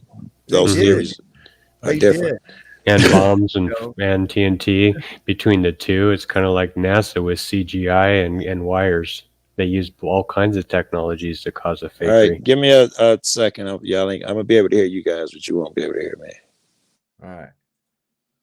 So I'm trying to see why this won't fucking play. Probably because they don't want me to play it. Fuckers. Anyway. Yeah, I'm trying to find where's that Gallon dude. But anyway, let me finish this thing. Killing a third of the population. The Pentagon would not tell us if the new data from the old tests had forced any change in current nuclear targeting plans. But that does not change the impact of simply looking at images like this. Frozen for 1/1,000,000th of a second from 2 miles away, this fireball truly looks like an alien come to devour the Earth. What do you hope the public gets out of watching? I hope they appreciate just how horrific these weapons are. This is something that can kill millions of people in the blink of an eye. Spriggs is one of the few nuclear weapons designers old enough to have actually witnessed a nuclear explosion. The 1962 weapon effects testing, Operation Fishbowl. A high-altitude nighttime blast over the Pacific. That's appropriate. The sky lit up like it was noon. No matter what direction you were looking, it just lit up. And it took about 15 minutes for all the colors to fade away. How does the real thing then compare with the film? It's amazing the difference between what occurred out there and what's on the film. As majestic and fearsome as those photos appear, they don't. I don't think those are legit. I do not think those are legit photographs at all. No more than what we see from the fucking NASA people. What is that guy's name? That wasn't that eats the uranium. What's his name? Oh. A lot of pictures of Hiroshima still being full right before the explosion. Right, where's the date on it? Oh shit! I couldn't find. Swallowed a piece of uranium, one of the most radioactive minerals in the world. Don't question how it happened, but what would happen to you? That's not the one I'm after. There it is.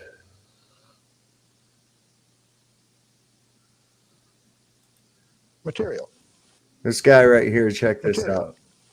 You pour it out. Hey, stop. Don't start with me. Let me bring him up. All right, this guy.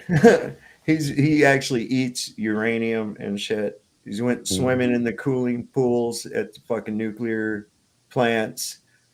Nothing happening. Nothing going on. Everything's fine. Material.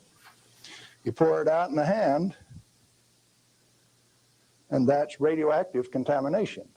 Is it radioactive? Yeah, it is. Oh my God. Very radioactive. It's fearful sound. Now, decontamination is nothing but scooping it back up and putting it into the bottle. I just now decontaminated my hand. No, I didn't do such a good job. Not good at all. Is it still radioactive? Yeah, that's called residual radioactivity. Now, under the decontamination rules of the government, when you decontaminate somebody like this that's that contaminated, and this is certainly a reportable incident under current DOE regulations, when you decontaminate him, it has to go down a controlled drain so that you don't disperse radioactivity.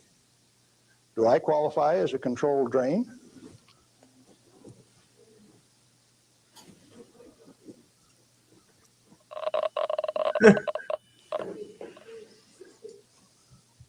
That material that I just ate is not soluble in body fluids. Like it's been this. It was fired originally at 940 degrees C, where it becomes U3O8, known in the industry as HCl insoluble. In other words, it will not dissolve in concentrated hydrochloric acid, hot. Your stomach has 10th normal hydrochloric acid in it, so it won't even dissolve. The stuff is so fine that it has no texture to it. Doesn't even feel rough. So it's tasteless, odorless, has no texture. How's it supposed to hurt me? Because I've been eating this on lecture tour for 2 years, the state of Washington felt it necessary to confiscate my uranium samples so that I would be safe.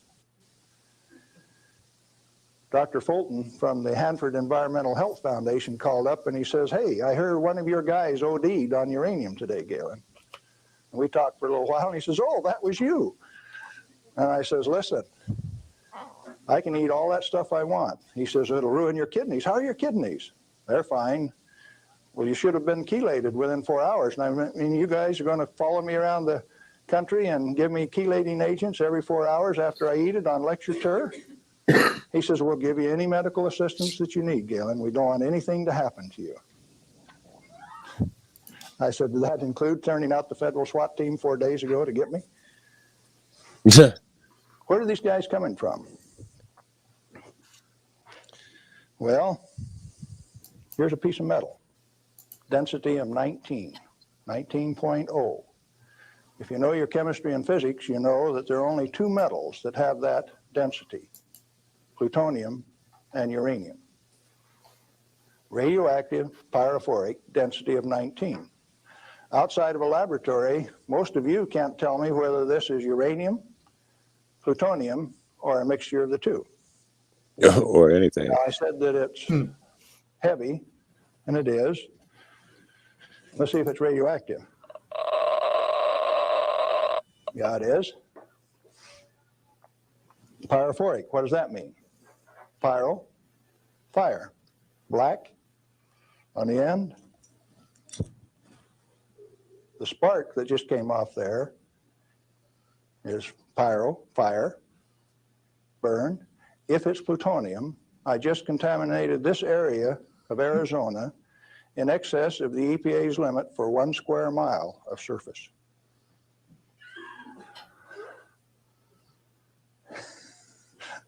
Somebody laughed. It's serious. The end of progress altogether says that I just contaminated you in excess of the limit for 1 square mile. It's now silver on the end.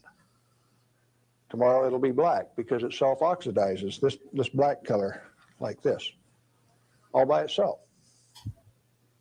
Plutonium does that and uranium does that. Is it hazardous?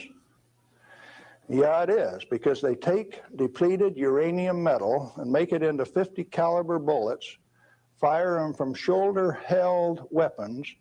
In 1976, they obsoleted tank warfare with these things because it only takes one dog face with one weapon to knock out a 65-ton tank. It'll go through 3 inches of armor plate, and when it comes out the other side, it's that white hot spark that we just made. And the 5 men in that tank are dead, because it'll burn all of the oxygen out of the air and burn their flesh. 1976, they obsoleted tank warfare, and you never even knew that. They make 10,000 of those bullets every day in the United States.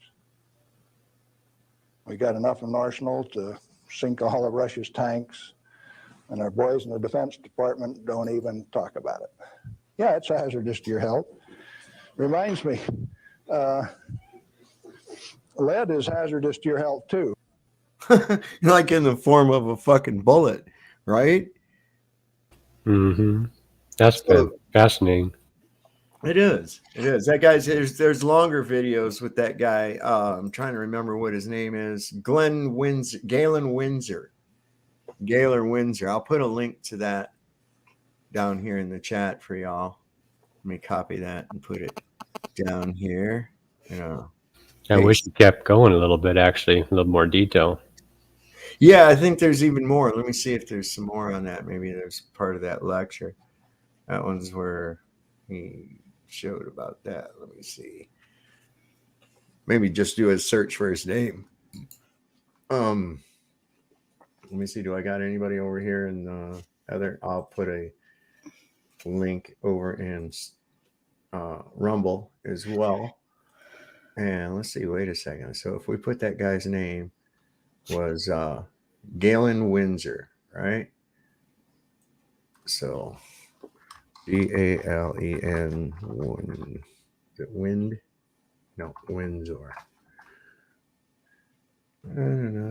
Yeah, a bunch come up for him. Yeah, there is. Let's see. The myth of the nuclear disaster. That's the one we just looked at. Yeah, there's one where it says he eats uranium to prove a point. Yeah. Yeah. So there's a lot of information on that aspect of it right there. But I mean, that whole thing, that's another big fear thing. Oh, it's radioactive. It's dangerous. Oh, don't get within it. And, they show in the TV shows and shit. Oh, God, get these people away from here. And they bring in these people in these suits and shit, with the little, oxygen tanks and shit. And like they have to be isolated and they have the Geiger counter. And of course, that's always the scary noise when you hear that thing go like that. It instills fear because you're like, oh, there's radiation. Fuck, They really got us bamboozled with that. That's why I wanted to show this was a thing that they scared the fuck with us with back in 1983. I don't know if any of you are old enough, maybe some of you are, to remember this. But this was it was put on TV, and this was right at the height of the Cold War, boy. I'll tell you what, Joe, you probably remember that, man. Gorbachev and Reagan, right? Mr. Gorbachev, tear down this wall and all that shit. Tear down that wall. All right. So this was like right in the heat of the Cold War, and this movie came out on TV, and it was called The Day After. And this right here, I don't know, can you see? Let me put it over here on this side so I can look at you guys and this at the same time. Okay. So it says The Day After. It's an American TV film that first aired on November 30th, 1983 on ABC television network. The film postulates a fictional war between the NATO forces and the Warsaw Pact, which is what the Soviet Union, Poland, all of the Soviet bloc nations belong to what they call the Warsaw Pact. It was their version of NATO. Sub, do you remember that this was totally meant to scare you to death? I remember seeing it for weeks beforehand. They were saying you don't want to let your kids see this unless they're fully prepared. Be careful. It can tear your psyche. I mean, they built that thing up like if you watched it, it was the Ring fucking video, and 7 days later you come get killed or something. Well, it was like there was well-known actors in this movie. And like Steve Guttenberg, of course, he was well known in the 80s. Remember from yes, I do. Police Squad or whatever, or Police, whatever it was. Anyway, Academy, Police Academy, right? Anyways, he was in it, and then he got hit. The radiation, you see it start working on these people. And him and his girl are walking down the street, and they're limping and shit, and his teeth are falling out, and he's got sores, and his hair is falling out, and these people are all succumbing to the radiation effects because of this nuclear bomb that Did went you off. guys talk about that? I mean, I saw y'all watching the film. Something is not right with that radiation shit. We know that what they say, 10,000 years, nonsense. But at the same time, all these years later, we know that some of them will still kill your fucking ass. Of that meltdown, I forget what it's called right now. The one in Russia where people go and take the videos at with the apartment buildings. That shit's still highly radioactive. Hiroshima, they got schools built there. They say they're not radioactive, but people go in there and scrape away the topsoil, and it goes like crazy. It is not what they're telling us, but it is something. Yeah, it's natural. It's more radioactive is probably a that. natural, You get and it's more radiation. prevalent. That's more logic. You get radiation naturally builds up from the earth inside of caves and shit. It'll also do that in basements. Yeah. They call it radon. And what people do is it's now been, they deemed it a problem. And the reason being is because there's more of it collecting and staying because of how much of the ceiling and shit is done in homes now, the insulation that's done and the weatherproofing. So this shit collects up in the basement. Logical, the harmful levels, but it naturally occurs from the earth. But it would lead me to believe it's occurring at a more higher rate in these areas. And some of the areas, if someone could remember the one in Russia where everybody go, Chernobyl, thank you, Chernobyl. That one is still extremely fucking deadly. It's a wild. No, it isn't. It's a wildlife preserve. There's people living there. There's people that never left, and they're living there. They've been growing their food. They're having no problems whatsoever, and they love it because there's no fucking government intervention. Well, it would depend, Sav, on how close you get to the reactor. They're right in the town. Listen, the town is not the reactor, right? You can film videos, you shoot movies in the town. That was the housing for the people. They give tours there. Yes, but that is not what I'm talking about, guys. I am talking about near the reactor. That is still deadly as fuck. Everybody uses a town. The town is far enough away. No, it's not deadly. That's the whole thing. It's not. They scared a bunch of people and cleared that area out. And God knows what for, but it wasn't because of a fucking nuclear leak. Oh shit. Listen, my man, when I copped on, I was looking for someone to discuss that the court shit with. And the guy I was looking for, who I was hoping was not on. I'm very glad that I came here. This was great. This was great fun. And what is your name, green shirt guy? You've totally fucking charmed me and won me over. What's your name, guy? No longer on the ball. No, is that what I should call you? No longer on the ball? No, you can call me Joel or no longer. Yeah. It was great to meet you, Saab. It's always a fucking pleasure, man. I hope people don't think I don't like you because we argue so much. In fact, if you don't know me, I love doing this shit. I try to do it everywhere I go. All right, I got to go over here and holler. All right. Yeah, nice talking to you, bro. Nice. Here. You take care. So yeah, this is the trailer to that TV movie. It's green. Huh. The day after. This was. Did you ever see this? No longer. No, I haven't. Oh my God! You can find the whole movie on here, on YouTube. 159er. In any issue. March Tower, 61. NATO intelligence sources report a massive buildup. 159, clear for takeoff on lane 5. Clear ground. Mission post checked on. The president is presently in direct communication. Privilege closed. Three Soviet tactics poisoned. Current world intelligence situation, and you might pay particular note to the nuclear submarines off the east and west coast. Having already captured NATO advanced positions. Hey, any of you guys hear anything about an alert? I really don't think either side wants to be the first to use a nuclear device. It's not a question of who, but where. East Germany sealed off the borders to West Berlin. Closing four principal West German access corridors. It's crazy, but not that crazy.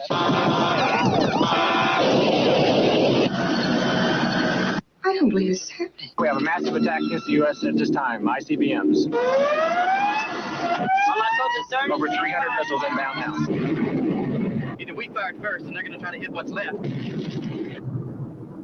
But they fired first and we just got our missiles out of the ground in time.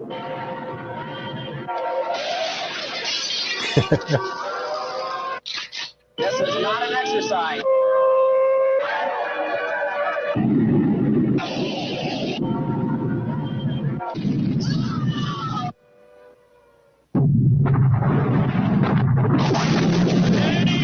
One millisecond takes you beyond imagining, beyond tomorrow, and into the day after. No, they can show nuclear bombs going off in movies. No, that can't be right. That's No, they really did set those off. Those actors are dead.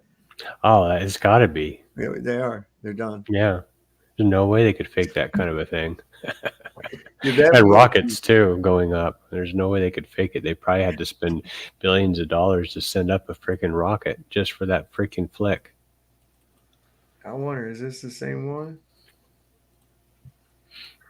Oh no, this is a different trailer for it. This was pretty good. This will get you into it too. You'll see some of the big actors I was talking about.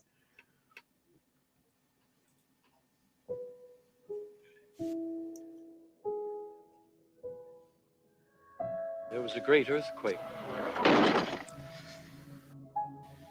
The sun became black as sackcloth, and a third of the earth was burnt up. You call us provocative? When your Americans have 260,000 soldiers, 7,000 nuclear weapons, war is on the other side of our border. A third of the trees and all the green grass. And then from the smoke came locusts on the earth with the power of scorpions. It's not gonna happen. People are crazy, but not that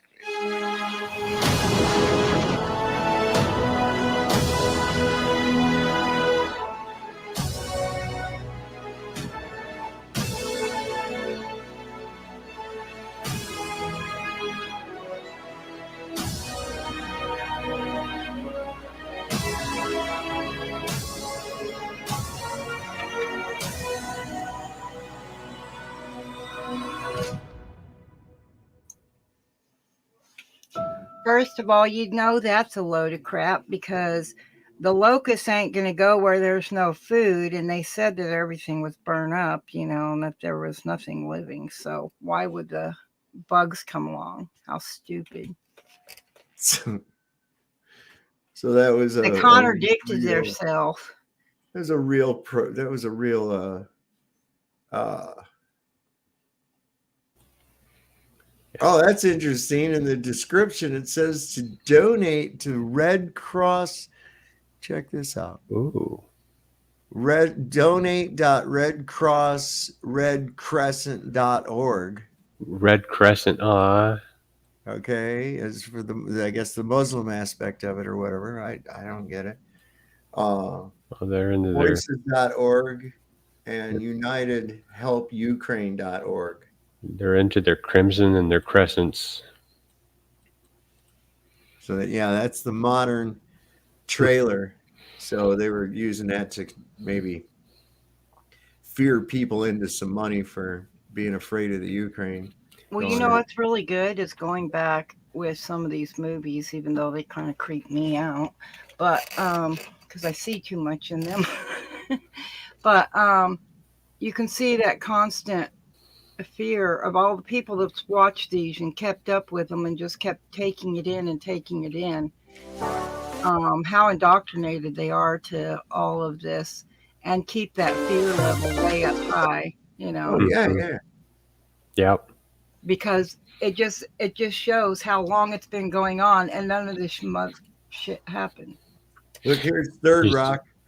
You see how they used biblical terminology in that trailer? A third of the trees, a third of the grass. Yep. They don't work on people nowadays, so they just stick to nonstop action in movies. Yep. So there's John Lithgow was in this. Like I said, there was a lot of well-known actors in this. They really put their all into freaking us out. And I can remember, man, this was at the height.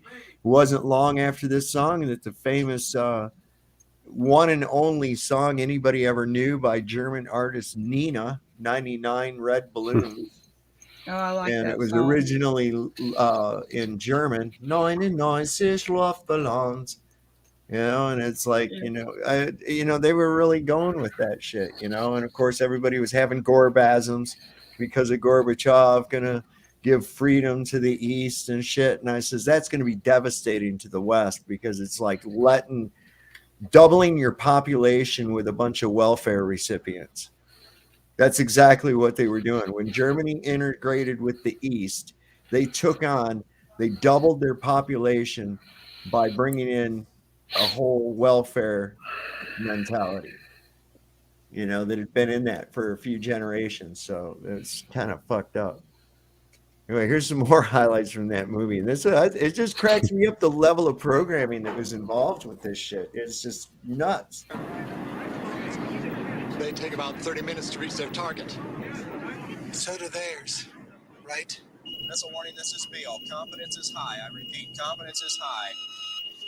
Roger, we've got 32 targets in track and 10 impacting points. I want to confirm, is this an exercise? Roger, copy. This is not an exercise. Roger, understand. Major Reinhardt, we have a massive attack against the U.S. nest at this time. ICBMs. Numerous ICBMs. Roger, understand. And of course, like every good propaganda campaign,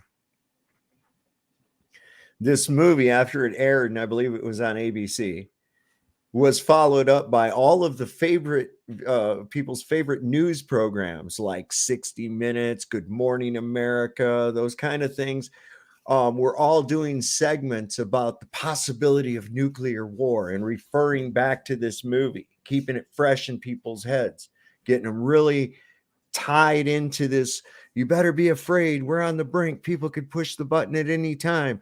And then the last time they had come like this was, I think, like 1962, the Cuban Missile Crisis. Isn't that when that occurred?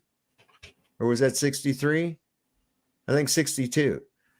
Anyway, I mean, they've really been keeping it fresh in everybody's memory, always going on about who's got nukes, who doesn't have nukes, have to abide by a treaty and tell people if you do have nukes, unless you're Israel, all this other dumb shit all over the place. Well, I have to wonder if they're not just biological weapons, because like the one island chain that was the Bikini Atoll.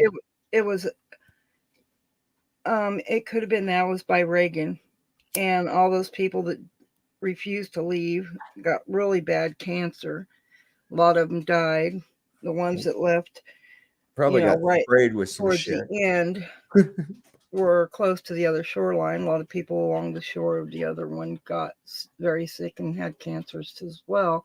So, that's what I wonder, if that's what these testing are, because our military actually went there to ask if they could test some shit there. But there is a language barrier because of the language, When I can remember, it was around this same time as that when was sickening. This was around this same time that this movie was out, is when that kid, and I've talked about it before, he was a high school kid, and for his science fair project, he built an actual working nuclear bomb. The only thing missing was the uranium or plutonium or whatever it is that they use in it, right? That was the only thing missing. And there again, that was on news programs. If it was easy enough for a high school student to do, there's rogue nations, other people could do this. And, good thing we keep it regulated who gets this nuclear material. We flash up another 20 years and we've got them talking about yellow cake uranium sold in the black markets all over the place in Iraq and blah, blah, blah, blah, blah, right? So this is getting into the hands of these rogue nations that hate us for our freedoms, right? Okay, bingo gringo, let's get this. Let's not forget that Colin Powell scared the piss out of everybody with an empty vial. He said, if this were yellow cake uranium, it'd be enough to level this entire city, right? And it was an empty vial, and people said, oh, yes, we must go destroy Iraq. And so we did. Well, there was tons of this shit because they were using them big-ass dump trucks there at the mines in New Mexico, hauling that crap out. So why didn't those trucks? Well, Benjamin Netanyahu has been telling us now, just since I was in high school, man, that the Iranians are only a few short months away from obtaining a nuclear device. Ever since I was a teenager. Okay, I just turned 58. It's been, 40 years now, and Iran still apparently has not developed a nuclear bomb. Why? Because they don't exist, and they don't have any need for one. It's just hokum that they tell you that they're trying to obtain one. And even if they did, I mean, if you're the only guy on your block that doesn't have a shotgun, don't you think you might want to have a shotgun? You know what I'm saying? Do you think the other guys Hell with no, by the shotguns? time they got to me, Well, what if done the other shooting guys out. on what about if the other guys on your block said, "Hey, I know we got shotguns, but don't you dare try to get one." Well, why Yeah, not? right. You have one. Why? Well, you have one. Yeah, but that's us, and we're going to use ours to make sure that you don't get one. Aren't they already doing that? Yeah, that's what we Okay. do. That's what I'm saying. That's what we do with this whole being the world police. America, fuck yeah. Gonna save the motherfucking world. Yeah, right. Team America. If you've never seen that, Durka, you got to see that movie. It's fucking hilarious. Over 300 missiles inbound now. 300.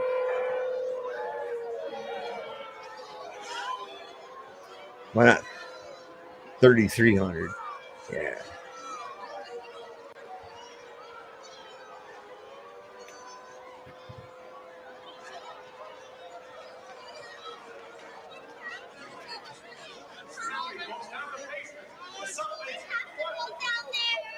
Well, I guess you can stay right up here for a while. Sure. I think you better go downstairs, folks. Please.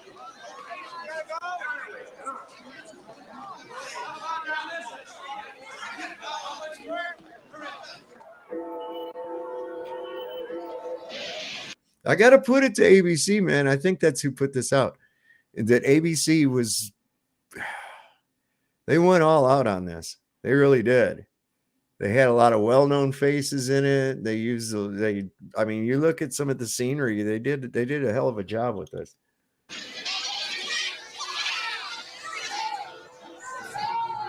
Oh my God, a Torino wagon.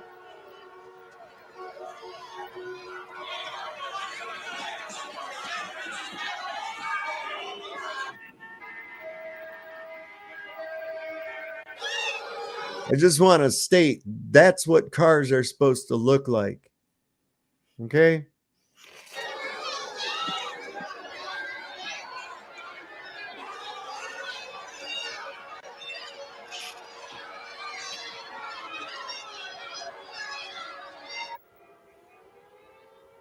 Oh yeah, this is a good one.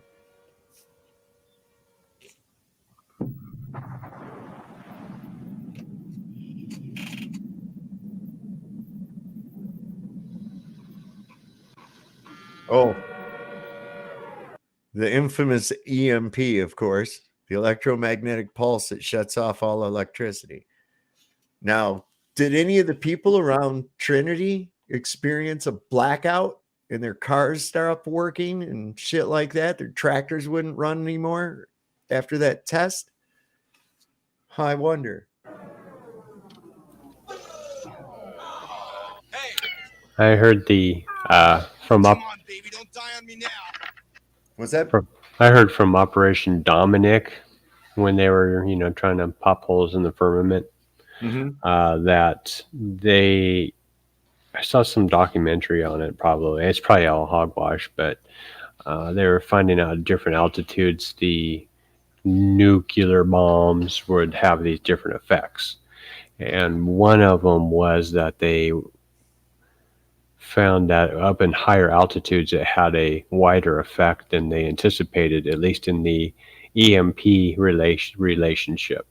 And they said or claimed that the EMP went so far as to knock out radio stations in Hawaii or something. Wow. And that's kind of interesting. And, could be hogwash. you know, as far as that goes, I don't know if, you know, there's such an effect as EMP being able to knock out electronics. I'm sure if you did the right, you know, radio waves, you could. I'm starting to wonder about that as well too, because they've been warning about that dumb shit now for a long time. Mm-hmm. And as I've pointed out, there's so many countries and rogue little outfits that hate us because of our freedom, of course. Mm-hmm. Right? It's not because we bombed their village into ashes or anything like that. No, it's because of our freedom. And nobody's bothered. Nobody's tried. Nobody's done one, even a small one. You know, there again, I'm wondering. I'm with you on that too. I have to wonder about the validity of it. Mm-hmm. Well, do you really think they're going to do it since they went to digital and everything? You know, they almost everything is digital. They don't use as much paper anymore. So if they do that, they knock out everything. Yep, right? Digital, including their own crap. Sorry. And these newer technologies, the faster they go, you know, like microprocessors. I mean, really, the more sensitive they are to things like static electricity. Right. So back in the old days, you know, you like, oh, you know, you got to put these static protection just to touch the processor and to install memory inside of a computer. And I think that's, you know, real. That's probably true. But I would tell you that these newer computers are probably more sensitive to that than the old stuff that they said they had up going to the moon and back. Right. The calculator that was the processor. The more you think about the correlations, the more laughable it gets, huh? It is, yeah. But yeah, I've actually snapped. I've had electricity snap off my finger and just nail. About no EMPs. That truly is just a fear tactic, in my opinion. You know. Yeah. Yeah. I agree. Yeah. Not whenever they're pushing all this technology shit and getting everybody addicted to their leash. No, I built up a good static charge once, and I reached down. I didn't know I had it, and I reached down to pet my dog. And she looked up at me, right as, and got the tip of my finger on her nose, and it went snap. And she looked at me like, "What the fuck did you do that for?" Yeah. You know, like, I can't believe you did that to me. And I was like, "Oh, you poor baby, I'm so sorry." Yeah. Oh God. Oh, it's like if you accidentally step on them, you know. Oh my God! Yeah, I've done that with their feet. But you know what? I bet it took her a little bit to forgive you and get close again. It does. Yeah. That damn moon shadow. She's so crazy about going outside, and I get up. Of course, they all pile up wanting to go out the door, and that she stepped on my foot in her claws as she was faunching to get out the door, dug into my foot. And that hurt for about 2 weeks from that. And then she just, like, as soon as I opened the door, she launched herself off of my foot. And of course, it caused her little nails to dig into my foot. Oh my God. I was like cussing. Something fierce had hurt. It just recently healed up where I don't have a mark there no more. But God dang, it hurt. Drew blood. She's nuts, man. She's crazy. These guys ain't nothing to play with, man. They're brutes. That Peanut, she's about knocked me over playing ball outside. She's about 80 pounds. That dog. solid pit bull and red tick mix, and she is solid as a rock. Great dog though. Anyway, here's some more fear porn. Oh.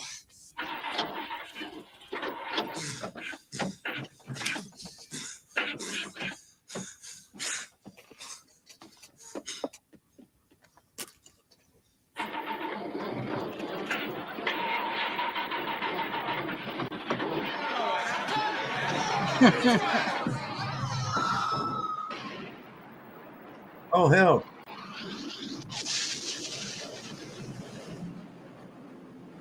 If I remember correctly, that old dude that laid down in the seat, he was blinded because of seeing the flash.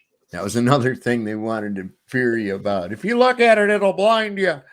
Well, then how did the camera pick it up? I know. That's what I want to know. They tell you you're not supposed to look at an eclipse. They say you're not supposed to look at an eclipse either. And I'm like, why? I do it. Who cares? I look directly at the sun. I stare at the sun. Dang it, Dreamy, are you calling every scientist in the whole world a liar? No. Yeah, right. Would I do that? I don't think so. Never. Questioning No, but I these see things. bullshit. I call it bullshit when I see bullshit, right? Yeah. Living That's a out in good the point. country, you're always looking for the little landmines so you don't step in it. Well, since I've never really watched this crap ever before because I'm not a movie person. So while I'm watching it, I just see all the bullshit in it. I mean, it's right in my face. I can't not. So I do think it's probably good to stay innocent minded and not have been, paying attention to it for years. No, I already knew it existed. I saw it very young. I saw the corruption. I saw, all the fake crap. And I just was never into, fake entertainment crap. I'd rather be camping, fishing, hiking, doing fun stuff, going to museums, going to the river, the lake. You know what I mean? Living with the real world. ZXL says sounds like his fully weaponized cat. Is your cat a fur missile, ZXL Master? That's what I call Moon Shadow. She's a stealthy little fur missile. She's like the smallest German Shepherd I've ever seen in my life. I thought she was going to be a lot bigger. Yeah, I laughed whenever, because Nick said he was going to come to your house. I don't think he would have got in. Yeah. He's not with the little pack of wolves you got there. I haven't seen his little sock account in here either. Oh, that was funny. Oh man, look at that. I know a lot of people that will not enter yards when people have dogs. We delivered phone books in Fort Worth. Some friends and I did. And I had to deliver all the ones with dogs, and there was one yard that couldn't go in. One out of all of them. They had to throw that trampling that person in there too, because this wasn't too long after them people got trampled at the Who concert in Ohio. You remember that? They had this Who concert and something happened where everybody started rushing into the auditorium and some people got trampled and crushed to death. I heard about it, but sounds like Black Friday. Yeah. Well, Black Friday matters. Yeah.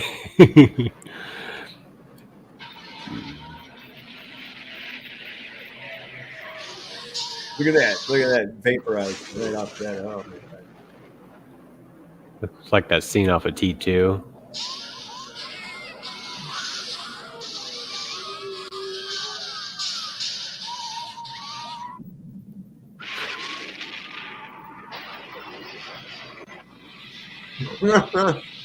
Using even some of that footage like we already saw.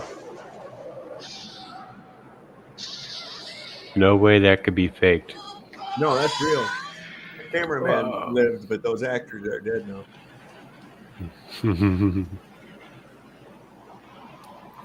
Verifiably. For some reason, in a nuclear explosion, if you have a camera, you're not affected. Yeah.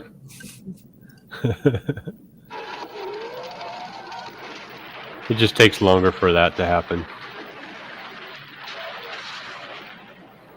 Tell you another little word of advice that I have learned from watching movies. If you ever go into war, do not, under any circumstances, show your buddies a picture of your girl back home. You will be found dead with the crumpled up picture of your girlfriend in your bloody hand.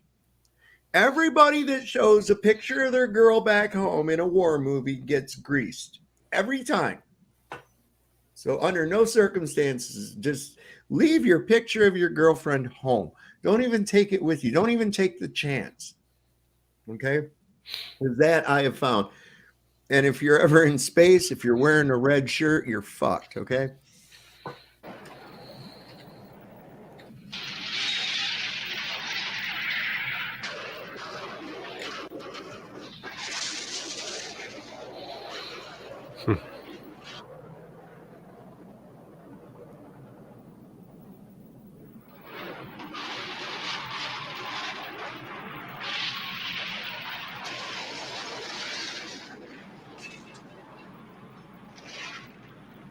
Look at all that devastating. Look at those are right from that film we just watched.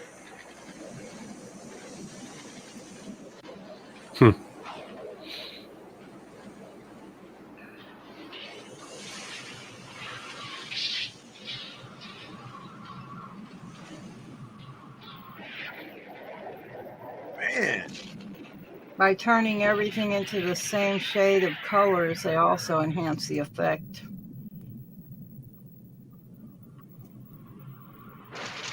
To the viewer. Oh, there's a looks like a mostly peaceful nuclear attack. Fiery, but mostly peaceful nuclear attack. Nice.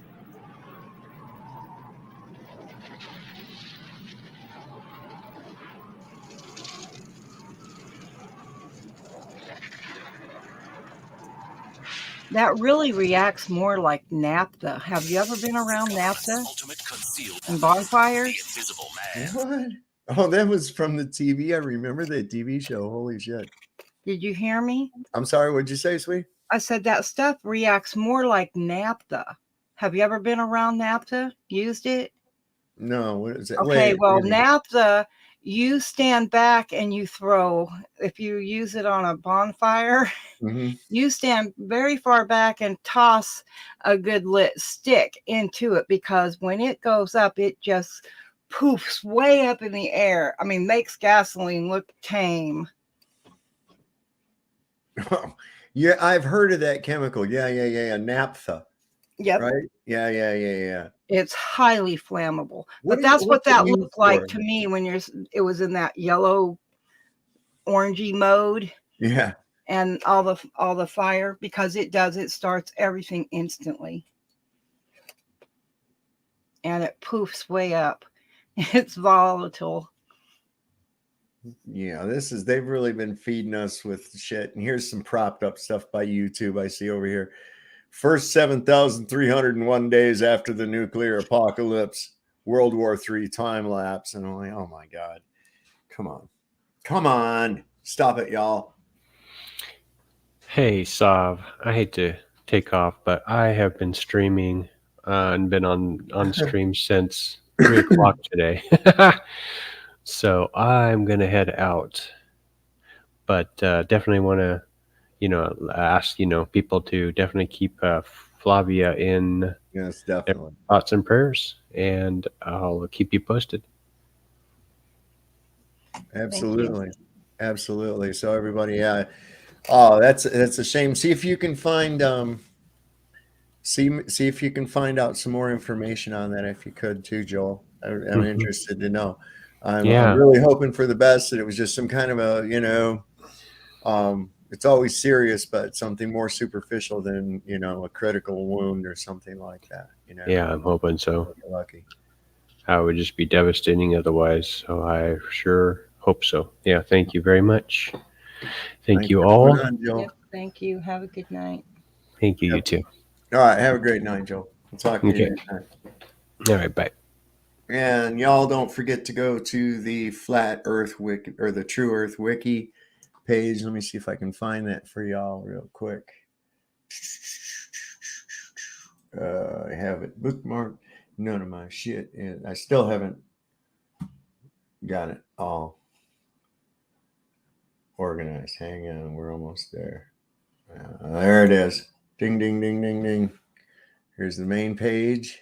I'm going to copy that, put it down here in the chat place.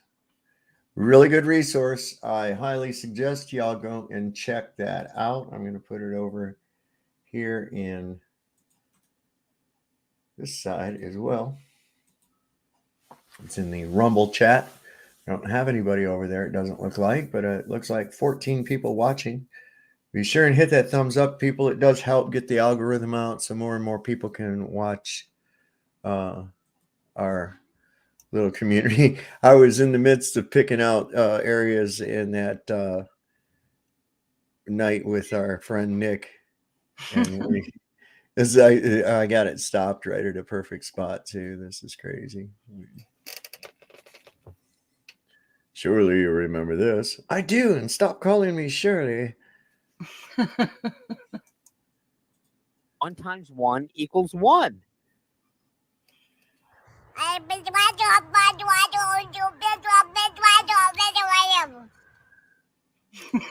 No, I'll entertain your stupidity.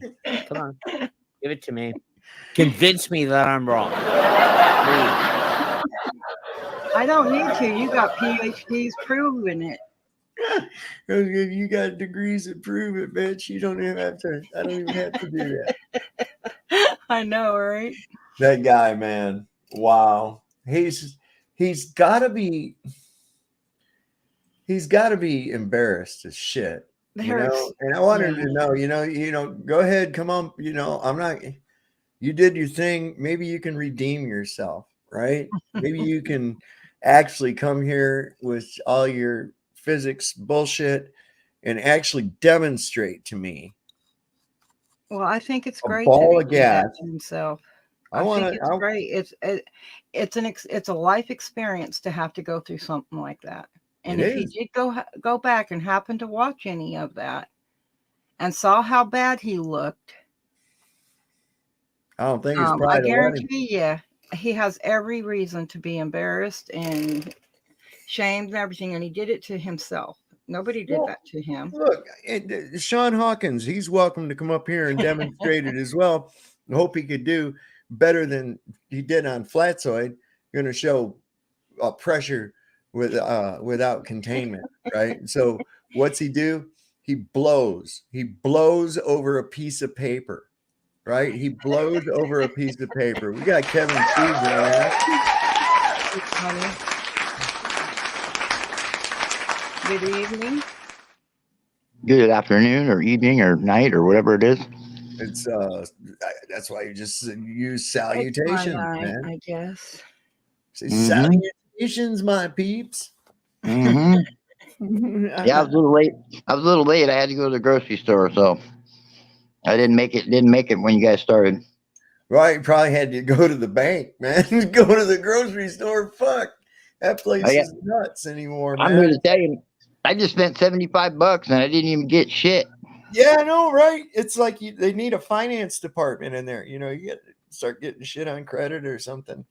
Yeah, I'm wondering why y'all's food is so damn expensive that direction. Well, I'm on your side of this. I'm in Oregon, so yeah, I'm in Oregon, so I'm doing the same thing you are.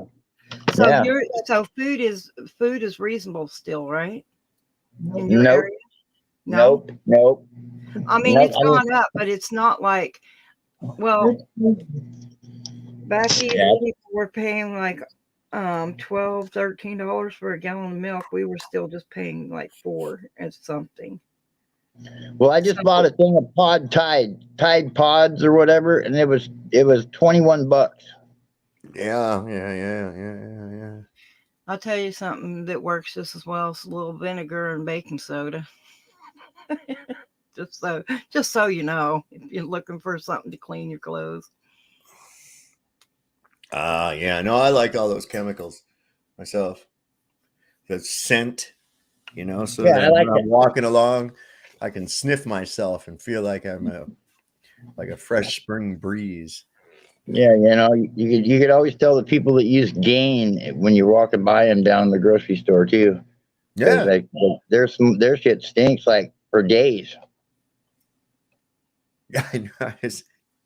I don't know, man. It's probably not a good idea. All these little things we do, we put these scented chemicals in the air, and use scented candles and the Oh, different I love my dyes and scented shit that are in candles our clothes. powder. And when you look at it, that we're dealing with an entity that Refined wants us. mahogany. That is a beautiful smelling candle. You should check one out. I bet you like Yeah, it. well, see, this is the thing. Knowing full well that the goal is to kill us But they through use every essential means oils. It comes necessary. from the mahogany tree itself. Right. So there's a difference in essential oils that is used to scent candles than some kind of poison. Oh yeah, most people though, they're going and they're looking, and a candle like that's going to run certain amount, and the little Walmart brand candle is going to be much cheaper. In fact, you can get 3 of them for the price of the other candle, right? And that's Right, what but people are I going to end sure up like buying. that one. And And they it's a little burn it in their scented. house. They're burning it. They're smelling it, and it's there's the dyes and the soaps that we use and the shit that comes in through our skin. You got to really recognize the level. And people been using candles longer than electricity. Yeah, but not scented candles. Well, we don't know that. Yeah, I we don't know do. that. Because they were Essential functional. oils They is were something functional. know. They weren't there. They weren't there as an air freshener. They were functional. I have some candles that I got in Williamsburg that are hand dipped. Well, I made one of those little flower pot heaters. And so these candles, they do smell very good. And I can use that under, and it's actually works well enough just in my room, small space, but my room, and it keeps it warm. It keeps the chill off, keeps it comfortable. And there's 3 wicks in it, but the mahogany smelling one, I really like it. That's what I'm saying. You can't just, I mean, should I give up my scent just to have a plain candle? My point being, be very careful. Well, Pay yes. attention. Pay attention. Because we know that they're using chemical means to destroy us on all different levels. They found out that there was a direct link to, those yoga pants that girls like to wear, right? Yeah, That the shit. spandex ones. Yeah, with that, something about that, and it giving them problems with their lady parts and shit because of the material that it's being made out of. Right. It does. It's not breathable. Well, it's not just that it's not breathable. It's made of a chemical that leaches out toxic fucking residuals. When you got food and shit stored in plastic, it's leaching BPA into the fucking food. Right. This is one of the reasons that you can't find hardly any products in glass jars anymore. Here's a good one, guys. How about this one? How about this? The talcum powder. True. Dead giveaway. That's a bad one. Yeah, man. How does asbestos accidentally get mixed in with fucking talcum powder? Deliberately. Of course. my mom's got all kinds of. I mean, my mom had. She had always, my whole life that I've known, always her bathroom is powder white all the time because she uses that baby powder. And I'm here to tell you, she's going through hell right now. She got all kinds. I mean, she had a hysterectomy when she was 35 because she had fibroid tumors, and nobody connected any of that together, with that powder. And then I tried to go back to for the the court thing, Mm-hmm. Tried to look into the court thing because there's a big class action about it. Well, you know what? It doesn't go back before 1985. And she had her hysterectomy in 82. Yep. So she's not eligible for it. So it's first kill all the lawyers. Who said that? Shakespeare, I believe. So under that fear, okay. Now, just to give people an idea of how good that movie worked, okay. This is an Eyewitness News ABC 7 out of New York segment that they did. Check this out. They really were drumming up the fear porn, man. And this was really instrumental in this. So once again, this is the ABC Channel 7 News out of New York. It was a movie like no other movie, and it had a profound impact on New York. That story next. We'll hear from people who, like you, watch the ultimate disaster movie tonight on television. This is Eyewitness News with Mark Haynes and Butler, Bill Gutch, Jerry Azar, and the Eyewitness News team. Good evening. Here's what's happening. Most of you who watched the ABC movie The Day After are probably still feeling just a little numb right now. Maybe you discussed what you saw with your family and friends. It still leaves you, though, wondering about life, about the world, and about what you'd do if you knew the nuclear missiles were in fact on the way here. Well, our reporter McGee Hickey has been out all night gauging New York's reaction to The Day After. More than 700 people packed Riverside Church tonight to watch The Day After. Many said they came here because they were afraid to watch it alone. While the TV movie was being shown, the streets of New York were a lot less crowded than usual for a Sunday night. Even in the Times Square area, which is usually so crowded, these streets are relatively empty. And ticket sales at some movie theaters were off by as much as 50%. Why aren't you at home watching The Day After? Well, I had commitments and I have to go out, that's why. But I really would like to see it. I'm at work and I'm on my lunch break right now. But my mother's home watching the movie right now. Most bars in the city showed The Day After on their screens. Business at this bar dropped off by half. This has been so hyped in the other areas of the media that people are just sticking home to watch it, and it's affecting us dramatically here. I teach fourth grade at St. Anthony's in the Bronx, and I think that my children will want to discuss this tomorrow, and I want to make sure that I caught it.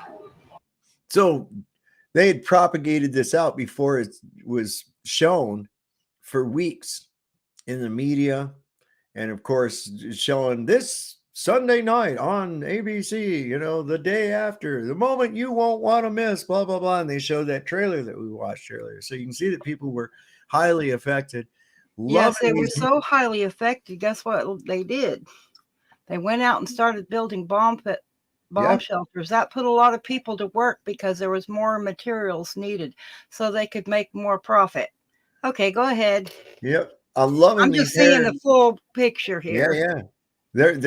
I'm really loving the hair too, the hairstyles and shit. You could have stayed home. Well, I was out this evening and I needed to find a place with a television, and this seemed the most appropriate. Once the TV movie was over here at Riverside Church, volunteers passed out pieces of stationery and asked everyone to write a letter to a loved one detailing their reaction to the TV movie. This woman wrote a letter to her 2-year-old daughter. Under the letter, a carbon to be sent to the White House. My letter says that I witnessed an illustration of the horrors of nuclear destruction and what it can do. And I promise her that in some way I will try to make sure that we never have to experience that. Volunteers then linked the White House letters into a chain to be sent to the president. Riverside Church leader Dr. William Sloan Coffin, a leader in the nuclear freeze movement, then led a discussion. I think we have to be a lot more serious about disarmament. See, most Americans wish for peace, but they don't will it. And they want it in their shopping bags with a lot of other things that don't make for peace, like being number one in the world and so forth. As people left the church, mixed reviews for the film, but not for its message. See, Axis, this wasn't at the theaters. This was on TV. They showed this movie on TV, and they did it on TV to scare the fucking piss out of everybody. This is exactly why that movie was put out. I was bored. I thought it was a powerful movie. I think it's going to make people more aware of the catastrophic effects. And it's a lot of things to think about. Now, it should be stressed that most of the people at Riverside Church tonight said they have supported a nuclear freeze before seeing tonight's movie. The Day After served to reinforce that support. Mark? Thank you, McGee. This As was millions also of people during watched the nuclear power protests and everything else that was going on in the background, if you remember that part of it. Do you have big hair like that, Dreamy? No, I didn't. I never permed my hair, but I had friends that did that crap. Yeah, man. Had to have that big hair. That was I had feathers and my hair straight. After we visited with one family in New Jersey tonight to get their reaction, Paul and Mary DiPascali watched with their 11-year-old daughter, but they sent their 5- and 8-year-old children to bed because they knew the film was very, very powerful and probably too much for them. It was completely devastating. It was a horrible thing to see the reality and how fast it could happen. Those of us who watch it in the viewing public are not the ones who really should get the education from that film. It's more the people who have the authority to push the button. Really happened. I just want to go die with the blast and not have to live and have to start all over again. I think I just feel a little stronger about the fact that we have to be strong. We still have to. We can't leave ourselves vulnerable. All the DiPascalis agreed that they'd remember the movie they saw together tonight for a long, long time. And Well, as we've so graphically seen, nuclear war is, of course, possible, but not necessarily inevitable. The U.S. and Soviet Union have been talking about limiting nuclear weapons for some 15 years now, with some success. No, let's segue right into this, you see. All right. That movie, segue Yeah. right into the world stage, you see. Exactly. I'm going to equate it to what's going on now and how this movie relates to it, you see. And you gotta figure right now, 4 minutes and 37 seconds, and this is just segueing into more of a story. That's a lot of time for them to devote on a local news program, which is usually only about a half hour long. Right. Right? News, weather, sports. There But it see, is. they posted the movie just for their type of terror. You know what I mean? Right. Creating that fear. So, then they remember the war is on terror, right? But the terrorists continue to terrorize the terrorists. Yes, Lise. Yes, Lise, or if it's Lice, I'm not sure how you pronounce your name. I'm unfamiliar with that spelling, but Lisa, weren't that also the time where school children were taught to hide under the table if anything were to happen? Yes, it was. Yeah. And I remember looking at how ridiculous that was. Now this was they were doing this shit years before that, because they were doing it when I was in elementary school, having us go under our desk, having these drills and shit. And I remember pointing out to the teacher how ridiculous that was. I was like, what is that for? Organized body collection? What the fuck are you doing?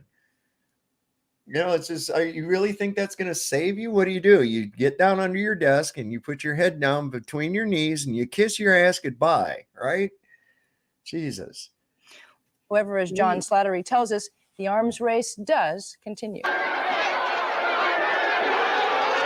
What we have seen, the missiles launched, the nuclear explosions, the devastating results, was all fiction. But what brought us to that point is fact. It's something we've been living with for years. It's the arms race, with both sides able to wipe out each other many times over. Both sides have missiles able to deliver more than one nuclear bomb or multiple warheads. The number of U.S. nuclear missiles, 1,975. The number of U.S. warheads, 9,200. The Soviet missiles, 2,750. The number of warheads, 8,800. The Soviets' intense buildup of nuclear arms began 21 years ago after the Cuban Missile Crisis. They built missiles, we built missiles. Our thinking was the only way to deter an attack was to have equal nuclear strength. The arsenals were growing so large that finally both sides saw the need to talk. SALT talks. SALT I was an attempt to limit strategic arms, but after an agreement was reached, SALT was Strategic Arms Limitation Treaty. Look, there's our buddy Nixon.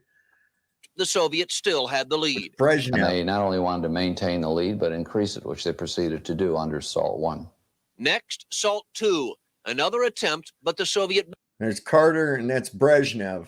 That was Soviet Premier Brezhnev. Buildup went on. We've made proposal after proposal after proposal, as the record shows, and they've just been rejecting, sidestepping it, making excuses, or outright camouflaging their own buildup. And as we know, what that man said was pure projection, because so were we.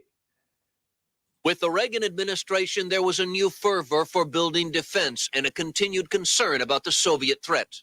Today, in virtually every measure of military power, the Soviet Union enjoys a decided advantage. Much of the buildup has been medium-range missiles aimed at Western Europe. So the U.S. and NATO decided to install medium-range missiles of their own, 572 Cruise and Pershing II missiles.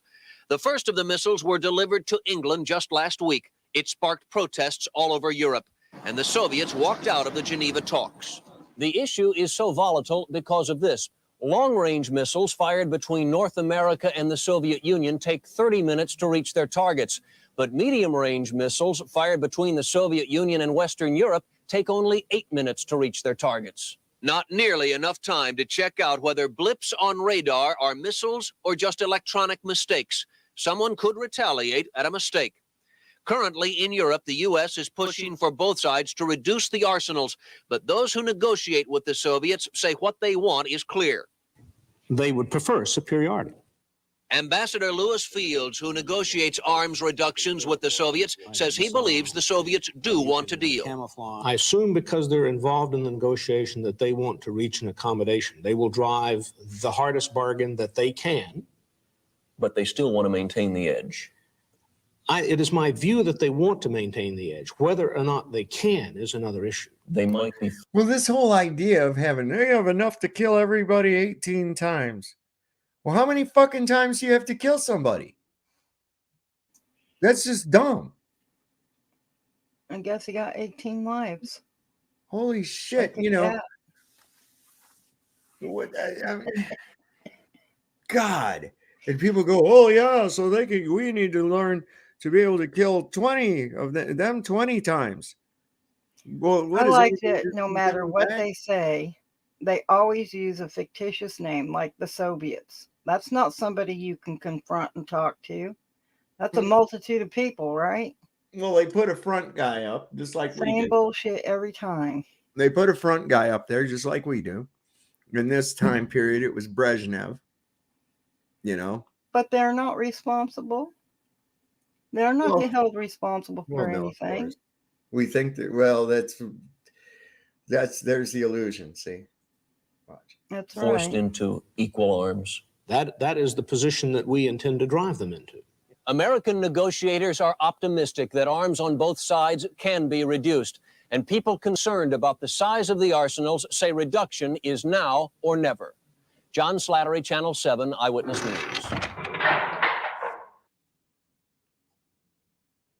And that's the way it was in 1983.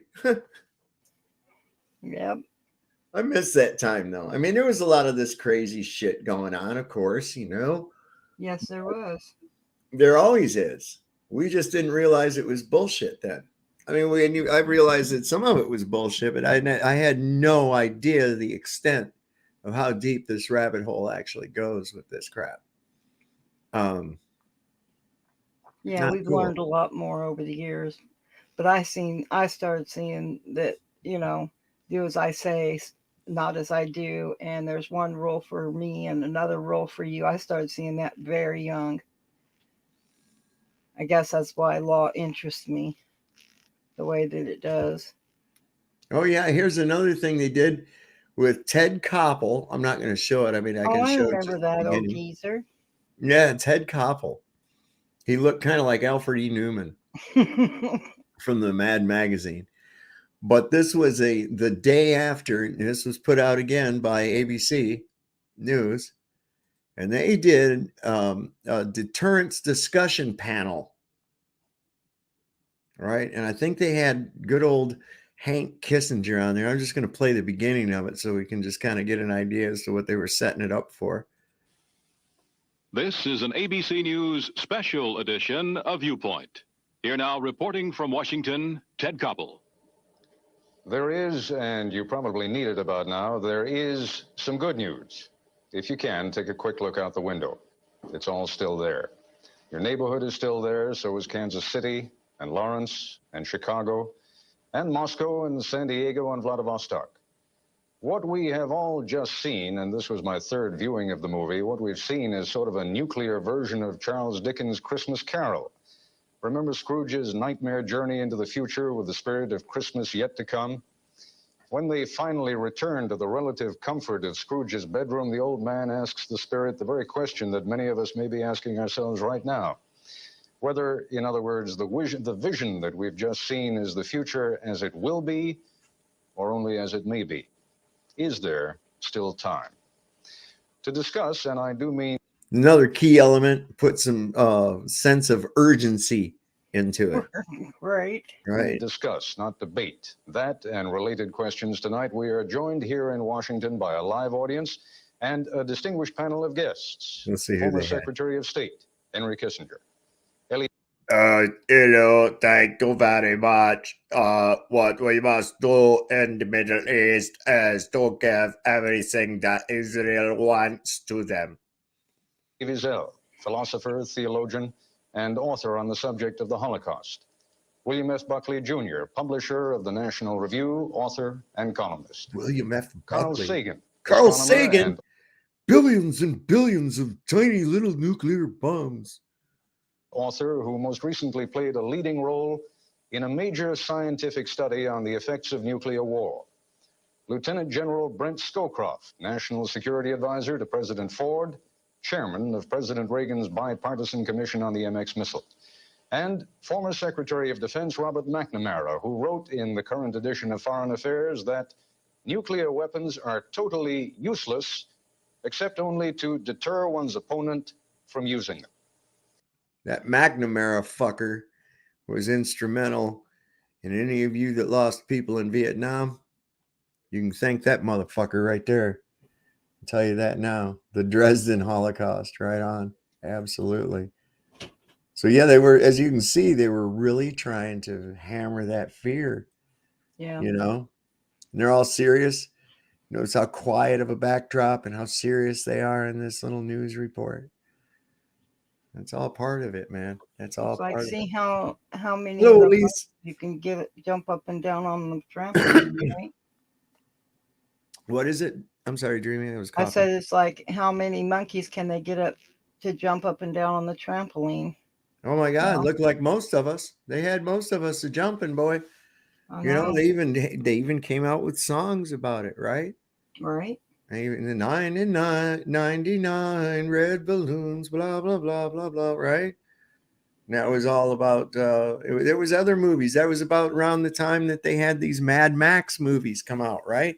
And where were those people living? In the wasteland, right? Why were they in the wasteland? Because it was after the nuclear war, right? Right. What was the first thing that Skynet does? Well, of course, the most fearful thing that you could think of it to do, and it was to start a nuclear war. Right. They've been fucking trying to scare the shit out of you with this dumb shit I since mean, forever. Exactly. War games. Almost our entire lives. Right, and of course, then they're going to put the fear of the computers and the AI and shit like that once again, fucking up and accidentally starting a nuclear war with that Matthew Broderick movie back around the same time called War Games. You remember that, where he was playing? He gets his computer and he says he wanted to play a game, and it hooked up to NORAD, and he played thermonuclear destruction, and he thought it was just a game, but it turned out that he was actually tapped into NORAD, and it was actually going online and starting one, and they almost couldn't shut it down. Right. So they're going to get you always afraid of this kind of thing, you know. And if you Yeah. ever have to defuse a bomb, always remember, cut the blue wire. Always, or wait a minute, is it the red wire? Yeah, always cut the red. No. Fuck it, just cut both wires. All right. I don't know. And Well, and the still thing don't is, and the don't thing have is a picture of and don't have a picture of your sweetheart. God, don't ever have that with and you. the thing is, though, is anybody that does that would know that, so they wouldn't. Wouldn't it make more sense not to color code your wires? That's kind of crazy, right? Well, yeah, I'm but just you don't know. saying, if Is you're there going like to do something like that, YouTube? is there like some kind of a code book for bomb making though I that says, guess, a red wire is required for this function and a blue? You well, might it's like use the all the wire same harness color for your fucking. car. Every wire is a different color. What if he's a the broke wire ass? What if but he's the a wires broke are ass? standardized. But what if he's a broke ass terrorist and he only bought like one spool of wire? He uses the same wire for all of it. That's the good trick right there. That's how you know that somebody knows what they're doing. Because I mean, there is a standardized coloring thing. I mean, if you're looking for AC wire, it's black and white, or hot being black, which is dissimilar to the DC side, which is usually red is hot and black is negative. But yeah, there is standards. What is this absolutely real? Hold on, I just came across this. Is there's going to be a Back to the Future 4?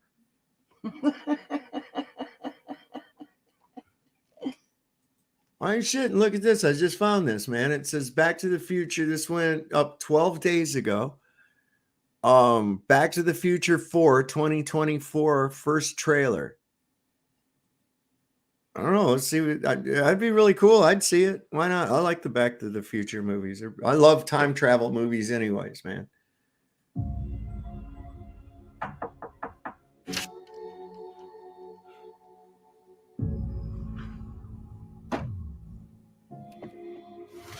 Great Scott!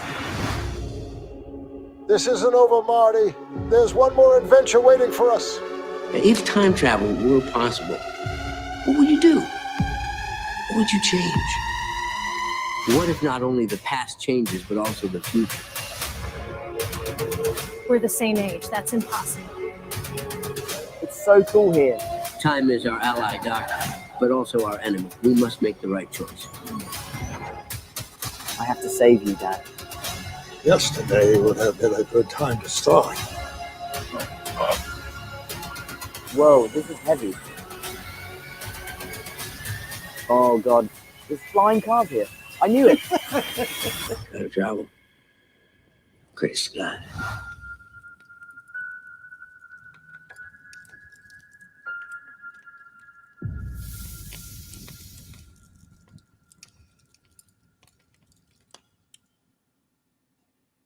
Oh, that might be pretty cool, man. Are they trying to tell us we're going to get our jets and cars after all? I mean, they're just fucking, no, different. they're fucking with us. We're not gonna ever get our flying cars. Just face it. It's never gonna happen. They lied. Oh, please don't break my heart. No Rosie fucking housemaid. No robot house. Well, I don't know. You can get a Roomba. We're really behind. You sure are like a wet, soggy blanket tonight. Well, I mean, by this point in no time, comfort here. You do realize that you do know that the Jetsons was set in the year 2000. All my hopes and dreams are out the window. Well, they're way behind. Okay, because the Jetsons was set in the year 2000. Okay, and they said we'd have them by the 90s. Well, we don't. Where are we at? Where's my Rosie the robot maid? Right. I know. You want the maid. Well, I just want the little spaceship that flies through space. If it looks like a car, great, because then I can go up in the air and on the ground at the same time. Well, not at the same time, but you know what I mean. Look if they make it waterproof, I could even use it for a boat. That way, it could be in any kind of medium.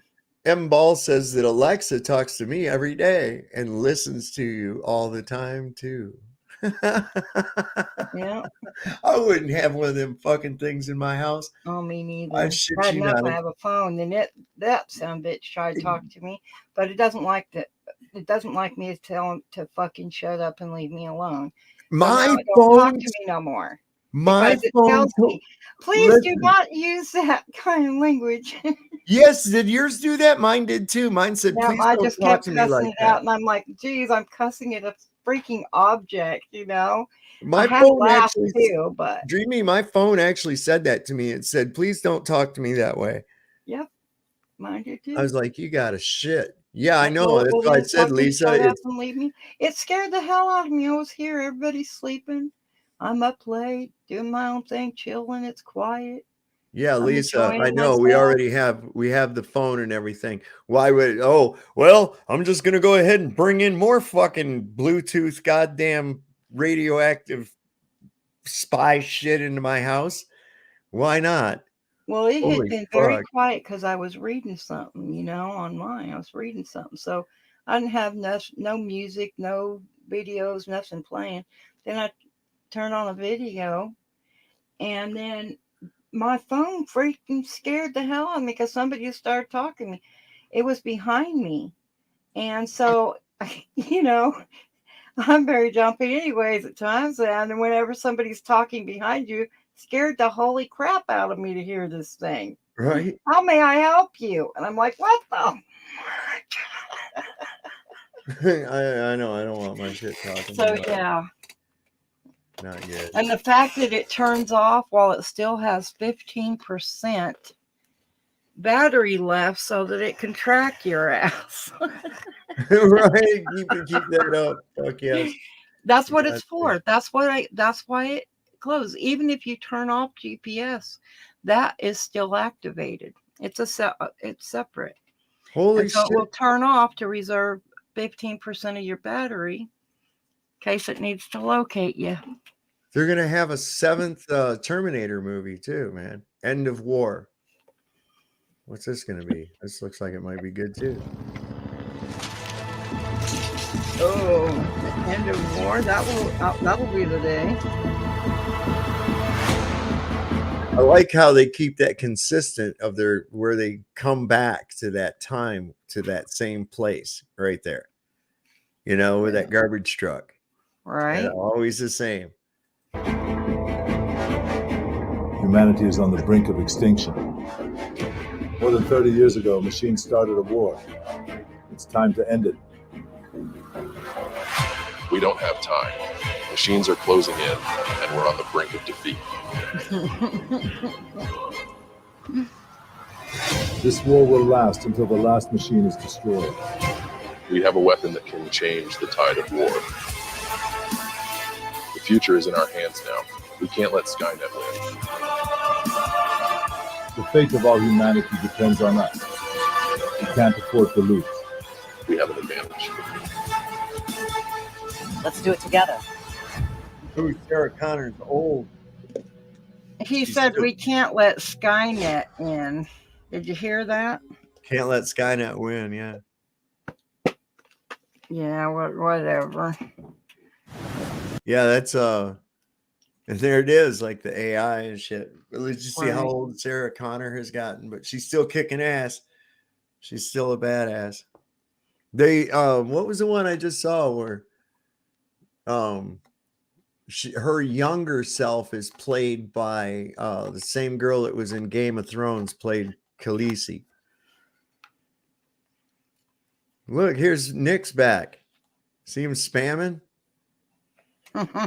See him spamming? Hi, Nick.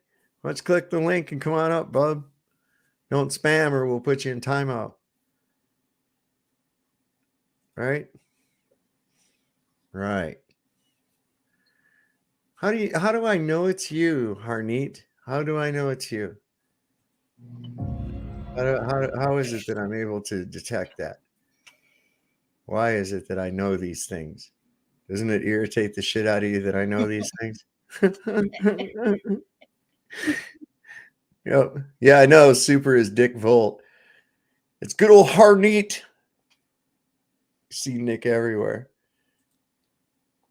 Yeah, we know who it is. How you doing, Nick? Harneet, my friend.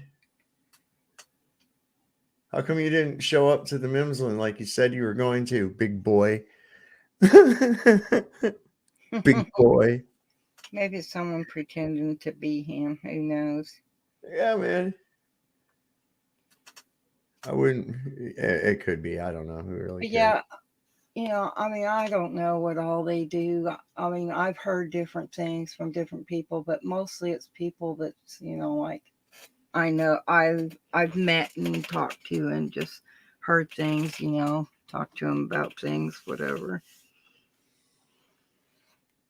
Yeah. So, you know, I mean, not from necessarily from books or whatever, but you have to participate in something, you know, in order to tell your part of it. But do we have all the pieces? I don't think so. So let's see. I'm gonna put But I don't think they're going to poll. destroy the world. No, of course I don't not. think they're going to, you know, there's going to be a shutdown of the internet, maybe temporarily, you know, you never know. But the thing is it ain't gonna get destroyed in the way that they put in people's brains, because then that would destroy theirs too. Right. You know, some people have to realize these people that came up with this plan and this game that they're playing and this world stage movie, you know, that's going on as Hey, there's Mojo. what they consider, you know, the world stage. It's a big play. Right. And everybody's you know, sitting on the edge of their seat, watching to see what happens next. It makes you laugh. You know, it's like being at the movie theater. You know, kick back, put your feet up, get your popcorn. Don't get so excited. It's just a movie, folks. You know what I mean? I don't know. Some things don't excite me. They don't entertain me either. They're boring. What doesn't entertain you? Movies? Movies and shit. Really? I can't sit still whenever them things playing unless it really grabs my attention. That's why You know? that's But why most it takes that's why it takes. Oh, look, Super's got some kind of a communist thing going on, and here's Jack. I've always called it artificial wait. entertainment. Super, huh? What's up? Super. Hey, can you hear me? Yeah, Hello? yeah. Hello, what's Jack. up, guys? Hey. Good evening. All right. Oh, shoot. Hold on. All right. Hey, guys. Super. Super, do you want to talk about what you said earlier? I swear my mom has cameras in my room. Just repeating it. No, he didn't say that. I missed that. Was this over in the chat? Yeah, I think so. He's got cameras in his room. He thinks his mom has cameras in his room. Okay, Jack, if it were, people still wouldn't be able to live there. What's he talking about? Oh, about the nukes? About where that's what I'm saying. There's no big, huge radiation problem going on, man. What happened? Dude left. So what's going on, Super? You're muted. In case you didn't know. Hello? Yeah, there you go. How you been, man? How's your day? All been? right. That's good. So what's up, man? Not much. I just wanted to ask you a question. Okay. Do you think the world's going to end because of World War III? No. What do you think's going to happen? I don't think anything's going to happen. Okay. I mean, there may be a conventional war. There always is. But we're about due. Mm-hmm. You know, we go about every 15 to 20 years. We send our firstborn off to be slaughtered on some battlefield for some rich motherfucker to make some money. Kind of dumb if you ask me. Yeah, I mean, we keep going along with it, though. All we have to do is just tug the right heartstrings, and you get people go along with it. Mm-hmm. Mm-hmm. Okay. That's how I'm just gonna works. I'm just gonna leave. Have a good day. All right, man. All right. Interesting. Muted or mutation. But at least he thinks it's stupid. That's cool. He sounds like a young person. Well, yeah, I mean, there's a lot of people right now that think, oh, the world's going to end. You know, I want to point back to an event that took place between 1914 and 1918. And we now know it as World War I. But before World War II, it was known as the Great War, or the war to end all wars. Right. Okay, because of how horrific and violent it was compared to wars previous to it. And then we go into World War II. Now we've gotten to the point where we're having Wars to End All Wars Part 2. And then we're coming up into what? Part 3? Really? All it is just a slow dissolution of international sovereignty, because now what we are is, instead of one nation going against another nation for whatever reason, now we have groups of nations going up against other groups of nations. You see, Right. we had, like in the 80s, NATO in Warsaw, right? That's Well, why people just have to stop enlisting, stop participating. And I'm not talking about just in one particular lump of land. I'm talking about worldwide. Well, of course. I They mean, gotta, it's all peer them. pressure. Their lives are the ones that are being taken, not the elites, not who they're fighting for. You don't send another man out to do your bidding. I'm sorry. That's not very manly to me. You have to turn your people into a cult in order to get them to go along with such a fucking senseless self-sacrifice. Bunch of dick suckers. You know, I mean, that's exactly the way it is. Yeah, I mean, look, these people, they get in there and they're like, oh, I'm really immersed in the fucking propaganda that's been fed to me by my country, and so therefore I'm very, very patriotic. And patriotism, to me, toward your government in any way, to me, that's like a form of Stockholm syndrome. Yeah. You know, why these people are trying to kill you and fuck you at every opportunity. Every opportunity they get, they try to fuck you.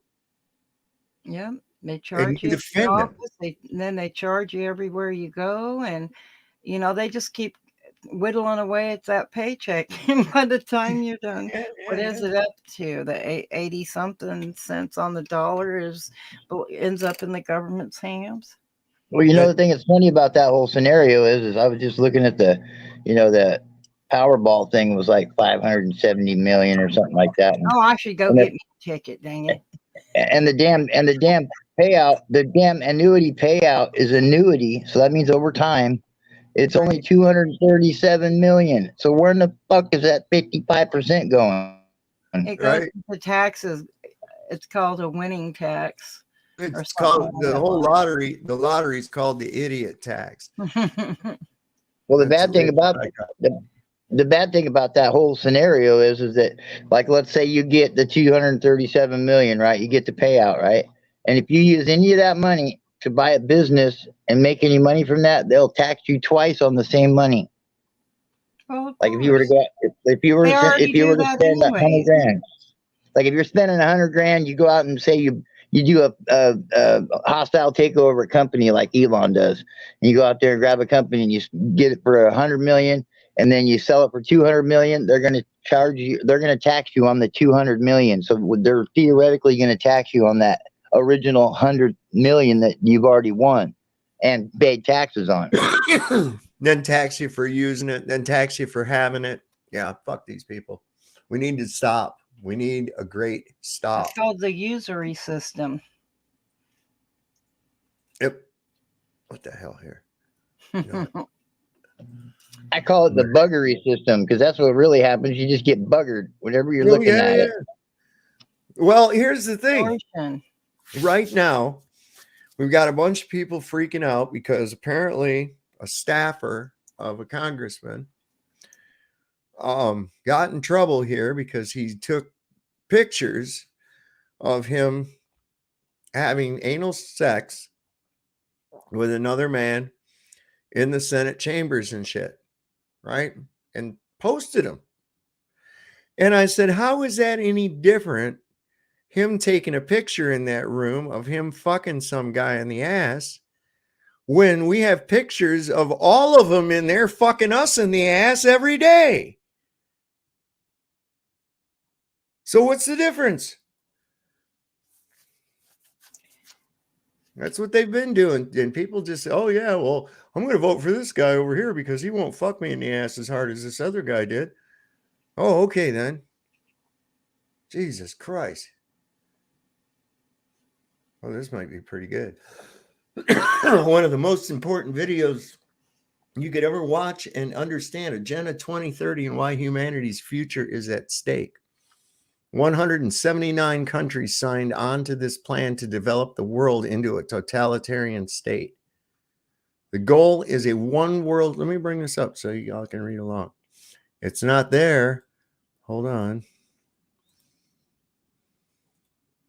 There it is. It says the goal is a one world government and total control over humanity from a central unit. I know it's hard to believe, but humanity is under attack by our own governments. They're trying to move us all into concentrated cities, 15-minute cities, and deem the rest of the planet endangered and for wildlife only. This will give them ultimate power to control our movement and effectively enslave us in these 15-minute cities, ghettos that they have planned for us. Now, if they've got everybody in little concentrated pockets like that, it'd be easier to blow them all up and, you don't have any strays that way. That's why they're burning up the woods. They don't want us to have a place to hide. So they've been burning the woods up. All these forest fires have been pre-planned. That's part of the barium and shit and the aluminum that they've been dumping out of the skies. It was all for fires. Well, here's the joke's going to be on them, because after a fire like that, the forest grows back even thicker. All that carbon in the soil. Are you shitting me? After Mount St. Helens blew up, Washington State had the best crop of apples that they'd ever had.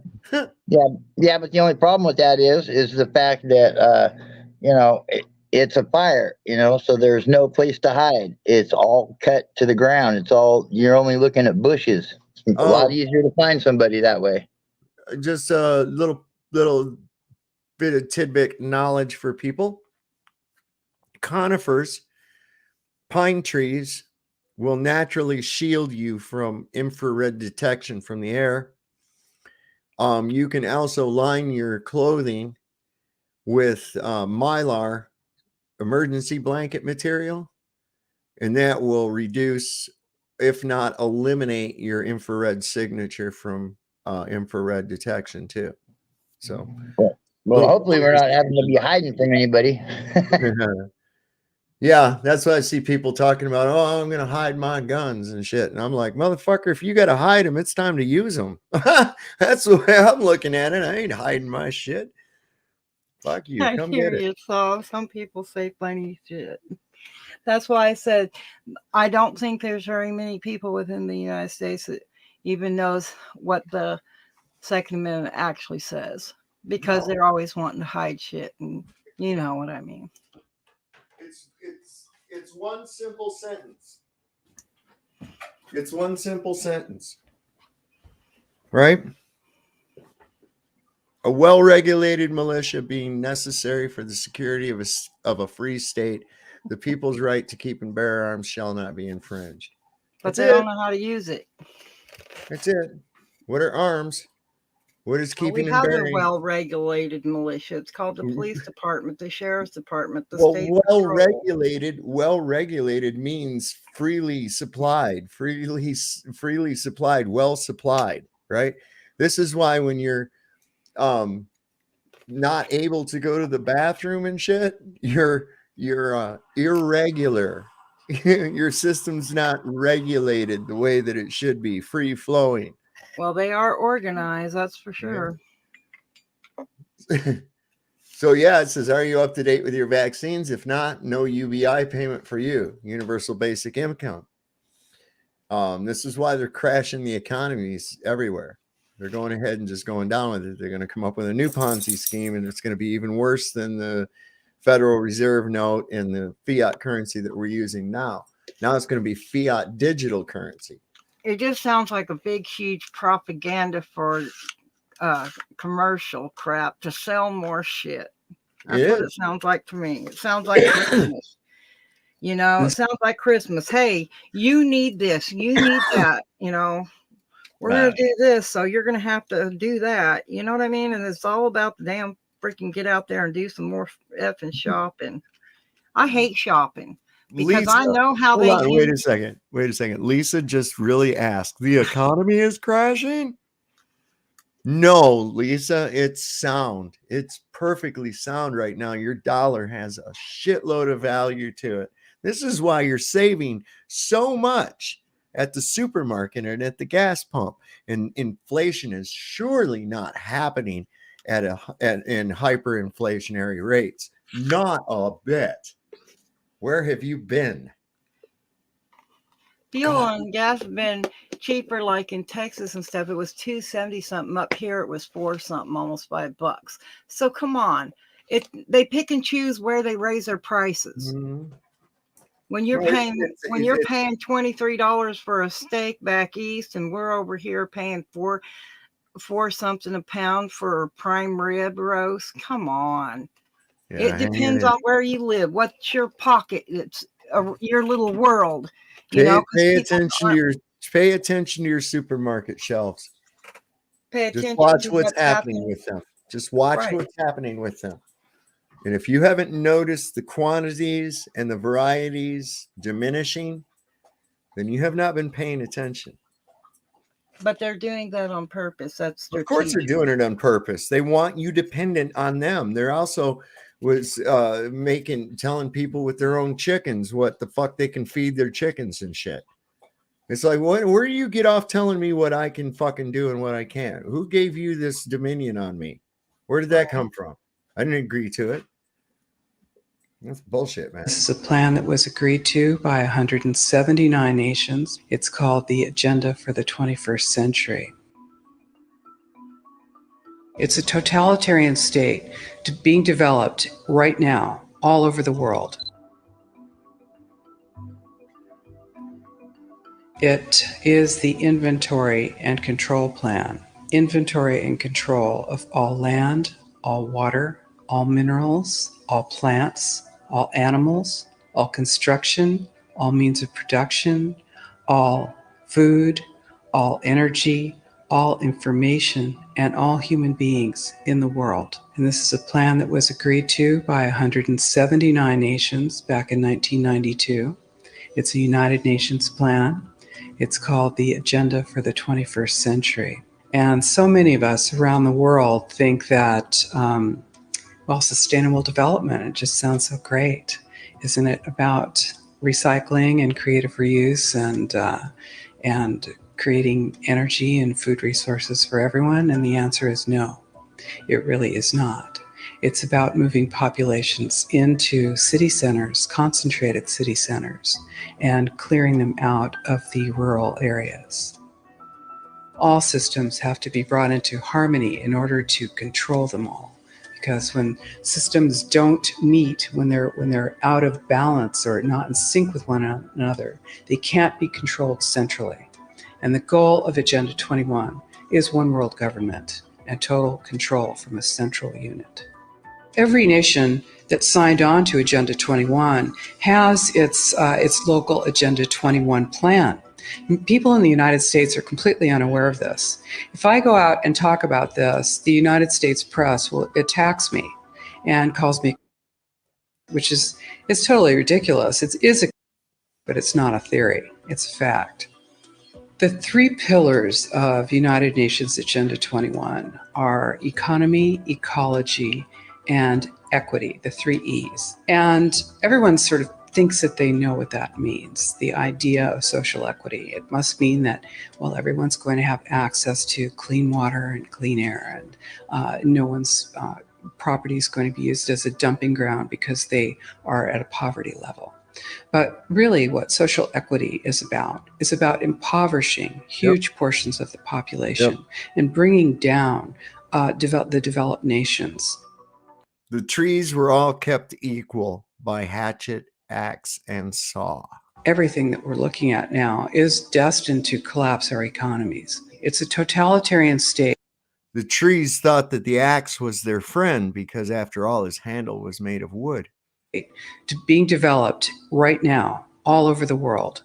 And what major corporations want in this development is to be able to have full movement of workers without borders or boundaries, to be able to move their goods through without regulations, and to reduce wages. And so this is the goal. So this is what you find with social equity. And of course, economy and ecology is about, these are the three circles: economy, ecology, and social equity. And where they meet in the center is balance. But really that balance is a communitarian balance. So it's not balance of well-being of the people. What it is it's a balance for corporations so that they can exploit and control and have populations in an area, in tightly packed, dense areas, so that they can be surveilled and managed. And this is what that balance looks like as far as the development of a totalitarian state is.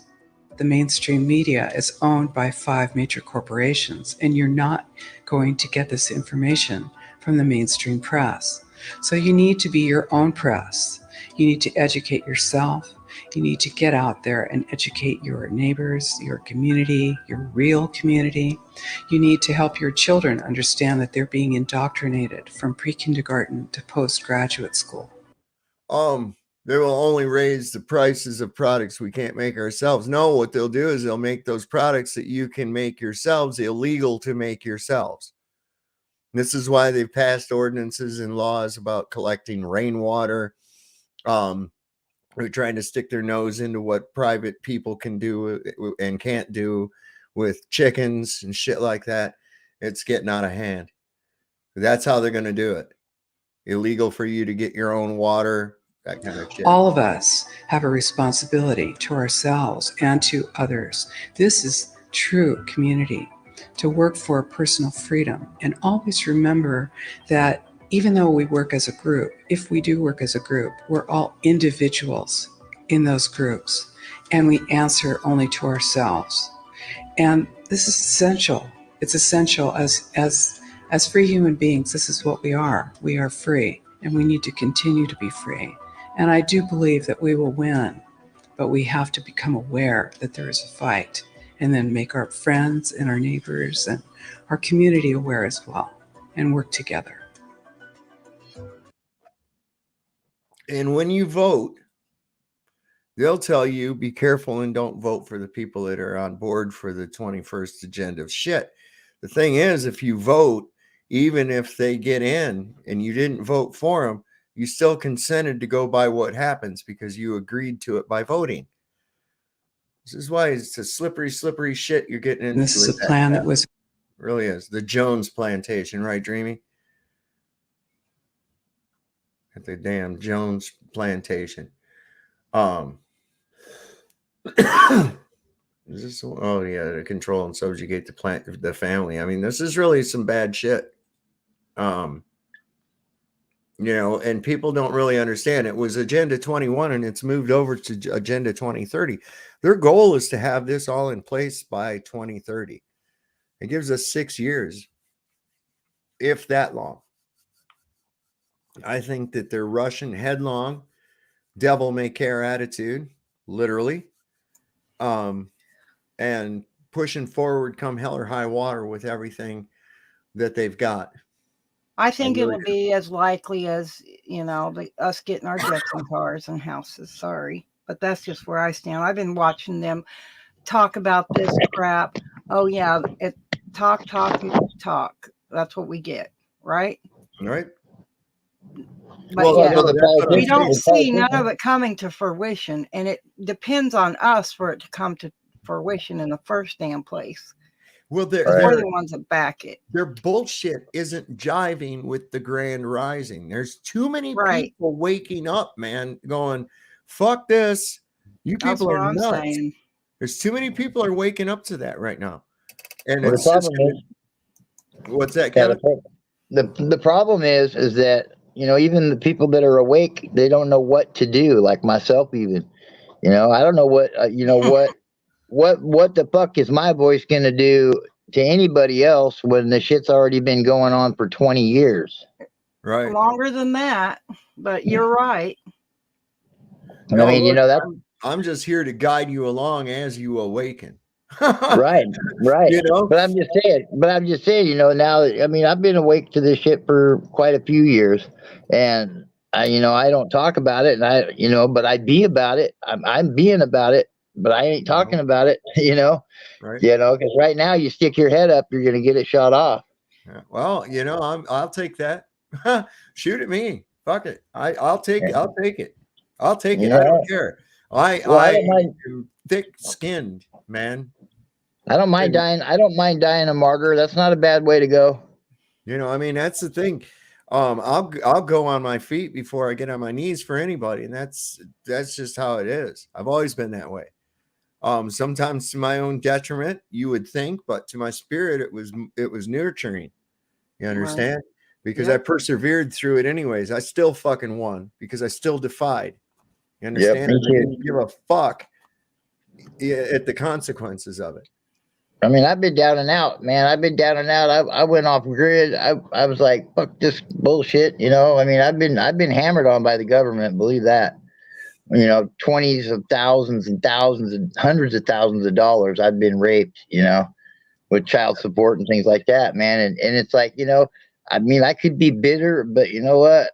I will spend my last $5 to help a brother out in the neighborhood, you know, and that's just, I'm not going to change. That's never going to change for me. I'm going to always be there. I'm always going to have compassion for people.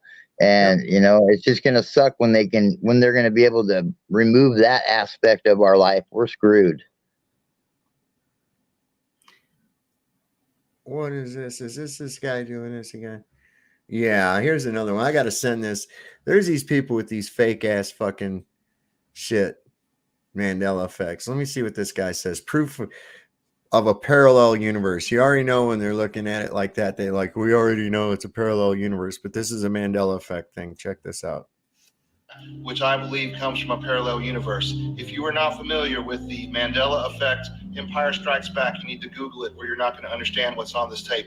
But y'all, I'm about to put this tape in and hit play, and you're going to see absolute incontrovertible evidence that parallel universes and the Mandela effect is real. Here goes, y'all.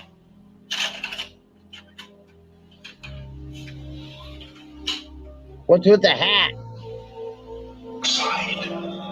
Obi-Wan never told you what happened to your father. He told you no. He told me to you. Luke, I am your father. That's fake because that ain't even the right line. It's like, it's no Luke, I'm your father. Yes, Not just Luke. And so somebody dubbed in the word Luke over where he said no. Because now it just says, no, I'm your father. It used to say, no, Luke, I'm your father. No, Luke, I'm your father. Yeah. So that's a fake. That guy can piss off. You want to give that to Brian Stavely and let Stavely violate his butthole. I'm going to respond. I'm going to say fake. The line was, let's see, you got to have a comma then. That no, Luke, I'm your. You better put it in quotes. I will. I got He it. is.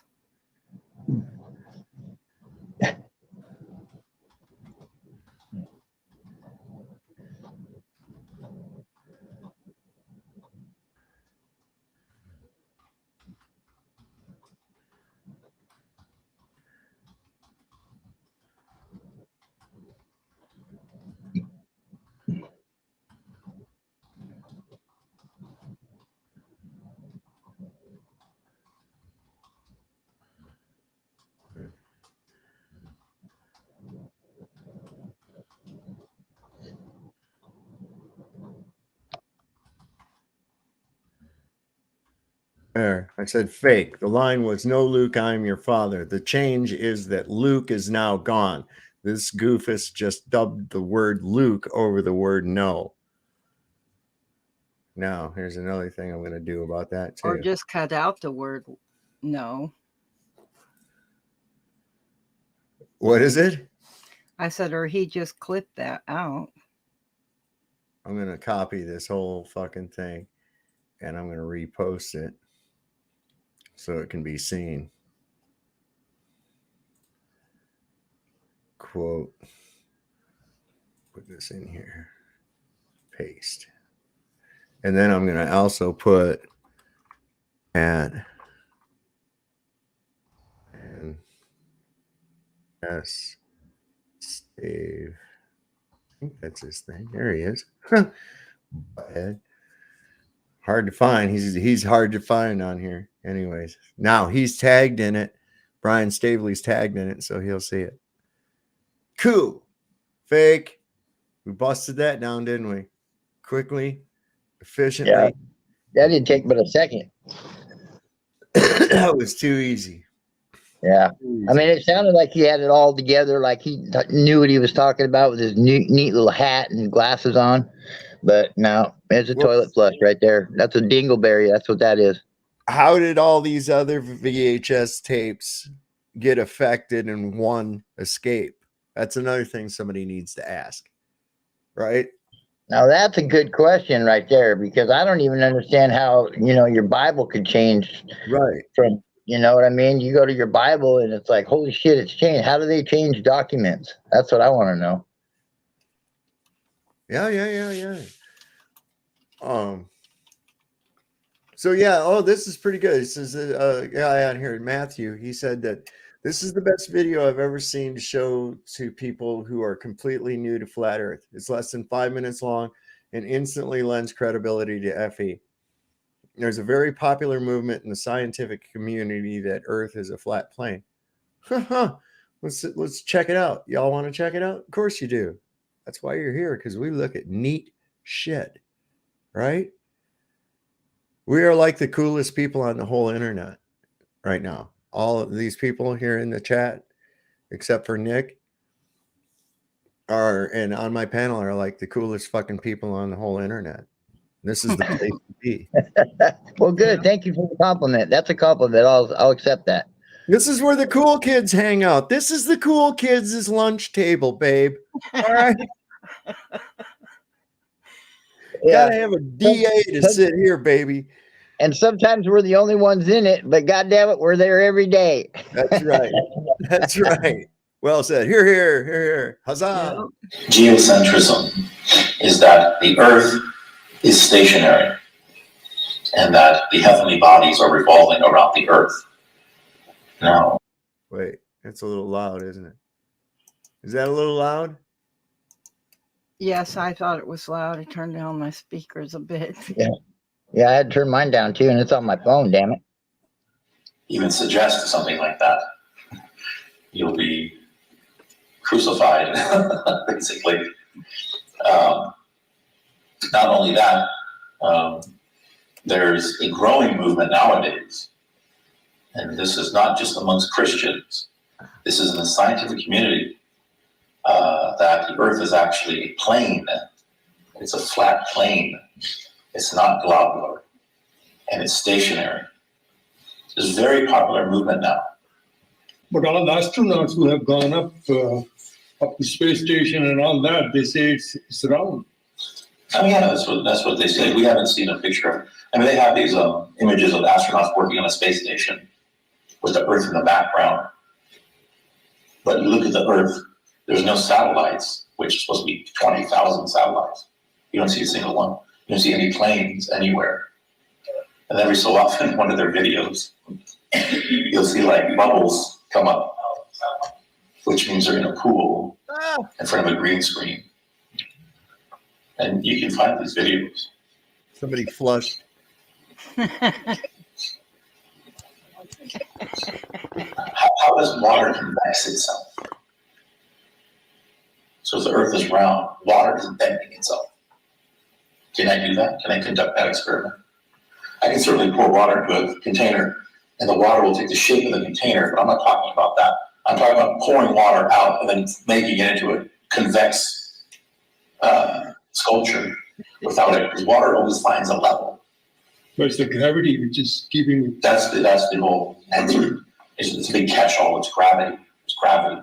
So how is that? Don't worry about it, it's gravity. So people are in Australia walking around upside down, and trillions of tons of water are sticking to the earth upside down because of gravity. But a bird flying over the ocean. So gravity is so strong that it holds all this water, but just weak enough for a bird to fly over the ocean, or a fish to swim through that water, right? So it's very strange. Fickle thing gravity is. It's Isaac Newton, right? A knighted Freemason occultist, sitting around there, an apple falls on him. Oh, there's gravity, what an epiphany. No, it's called relative density. Initially, this sounds like a totally ridiculous notion, right? But those who make this argument again are saying that there's scientific backing for it, and that the vast majority of the opinions of human beings throughout history is that the Earth is geocentric. You believe in gravity. I believe in God. Also, nothing about the moon is you never see the dark side of the moon. You never see the back side of the moon. So if it's orbiting, why don't we ever see the back side? All it does is go like this. It just rotates like that. It never turns around. There's no backside. It's a light. It's translucent. You can't land on something like that. But then you don't believe they landed on the moon. Yeah, I mean, how do you get through the Van Allen radiation belts? Even right now, if you talk to modern scientists, they say, "What's the biggest challenge with space travel?" So we can't even get a low Earth orbit. We're 200 miles from the Earth, and then there's massive radiation belts. We have to figure that out. This is 50 years after 6 moon landings. They can't go 200 miles off the Earth, but 50 years ago they went 500,000 miles round trip, 6 times.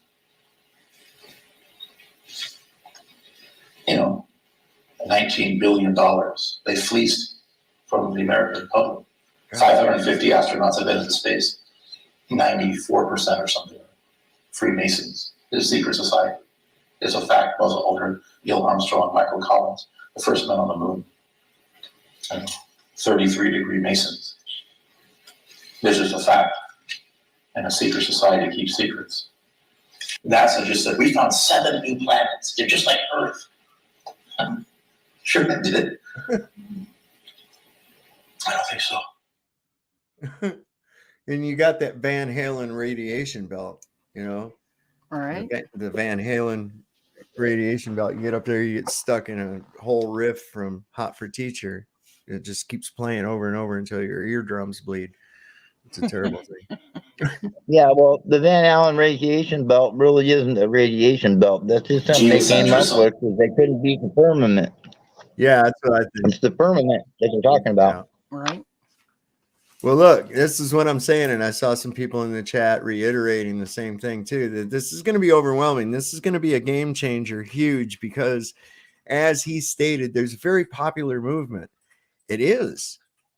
There are a lot of people every day coming to this realization, and I confidently say there will be a tipping point this year, 2024. I confidently say that. I'm seeing more and more people come into the idea, actually listen to the facts. And the more that this is happening, the more panic I'm seeing on the flat earth haters. Okay. The more panic I'm seeing from them. They're scrambling, desperate. And we're just laughing at them at this point. We're just basically laughing at them. We're not even taking them serious at this point.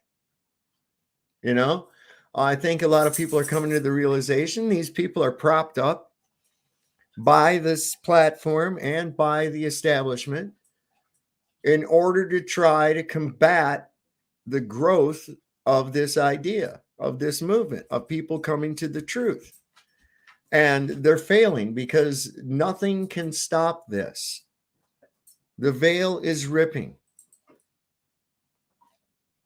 Okay? You can't stop it. It's not going to stop. And that's why I say it's already too far gone now. It's already too far gone for them to even put a handle on it. The best they can do is send their little angry trolls out to make little videos and shit like Simon Dan and these other fucking, what I suspect are probably chomos that struck some kind of a fucking deal so that they don't have to go to prison.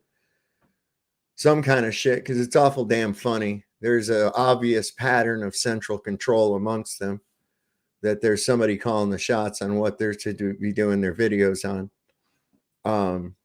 But that's a matter for, that's my opinion. That's my opinion. You can say what you can think what you want to on it. That's my opinion. That a lot of these guys are trying to escape some kind of trouble, and this is why they do this, and they do it so vehemently. I don't know. Leave a comment. Let me know what you think about that. Also, let me know, do you think nukes are real or not real? You know, what are your thoughts on it? Yeah, I'm sure that they got really big bombs, but is it going to be like the fear porn movie The Day After and all the shit that they were pushing about it? I think it was just a way of swaying public opinion toward a political ends, is what I think it was. And it did work out that way, as history did prove, because it wasn't long after that we started having normalized relations with Russia. And then, of course, the Berlin Wall came down, and this was a big landmark thing. We even had music for that. We had the Scorpions do their song, Winds of Change. And, you know, they always have a... Yeah, but what about Hiroshima, though, Dave? I mean, that was pretty brutal. What, Hiroshima? Yeah. Hiroshima was a wooden city. It was firebombed massively prior to any August 6th event. Yeah, I never heard that. I haven't heard that one yet. Tokyo, the same thing, man. That's why we used mostly incendiary bombs on Japanese cities, because most of their construction was bamboo, wood, and fucking paper. We actually even they had a program where they were trying to put little incendiary devices on bats and then release them from a bomber over a city or something, and then these bats would go off in roosts in the belfries of towers and rooftops and shit like that, and then at a pre-described time their little incendiary device would go off. And so they didn't have a lot of success with that, but you know, probably burned up a lot of bats doing it, you know, and that's, I guess, fun for psychopaths, if you That's like pretty that kind of thing. sick. Yeah, it is, really. So it's putting bombs on fucking porpoises to have them, you know, ram into fucking submarines and shit, you know? So it's putting dogs in space and the rockets to be blown up. Yeah. Yeah, that's all right, man. There's a special place in hell for those fucking people, man. There really is. They think that that's okay. They can't recognize the sentience of another creature. That's fucking wrong. It just really is. You know? That's what's going on here? You think nukes are real? Very fat polar bear with Wi-Fi connection. You think nukes are real? What makes you think nukes are real? And how come nobody has bothered to use one? Not even a small one. Not even a dirty bomb. What they call a dirty bomb, right? Nobody's done it. I find that pretty suspect, given the amount of enemies that we have that hate us for our freedom. I don't think they need to do that. They have them planes flying over that seem to be doing quite a good job. There's a lot more sick people these days than there used to be. Oh, God, yeah. Rare. The shit in our I mean, food. cancer is just off the charts. Oh my God, it used to know we got all kinds of different cancers. Right. You know, this newest one they call in turbo cancer. You got, you know, left finger cancer now and all kinds of fucking stupid shit. So it's like, yeah, I mean, pay attention to. I don't really think they need all those high-powered weapons, really. No. You know? Do they play with them and do stupid shit? Yeah. But are they actually, you know, is that, I think more people die with the other than with their stupid lords and warheads and what have you, and Scud missiles and shit. Well, it's been a big, scary fucking thing that they've tried to put forth. I mean, even what was the Oppenheimer guy that they interviewed afterwards, and he did that real dramatic thing. He says, "I have become death," or some kind of shit like that. With the lighting was just perfect for it. And it's just to put fucking fear into people, man. Same thing like with the space offers opportunities for all kinds of fear. I Big mean, they rock had the that. size They of wanted to get 33 fucking sheep is coming to almost gonna hit us and stuff, if they wanted to do anything all that bad, whenever they have work, why they have just a little section here destroyed and a little section over here. Why wouldn't they just do that and be done with it? Because they know damn good and well that's not their agenda. No, they want They they want definitely. it's mostly for fear, because you'll see the same pictures over and over and over, nothing new. Well, they definitely want to thin us out, but they also want to profit on thinning us out. Okay. Yeah, but they can't get rid of everybody because They don't have to. They don't have to, Dreamy. All they have to do is keep people from reproducing. Exactly. That's what. Well, it's that, and they've already got people brainwashed.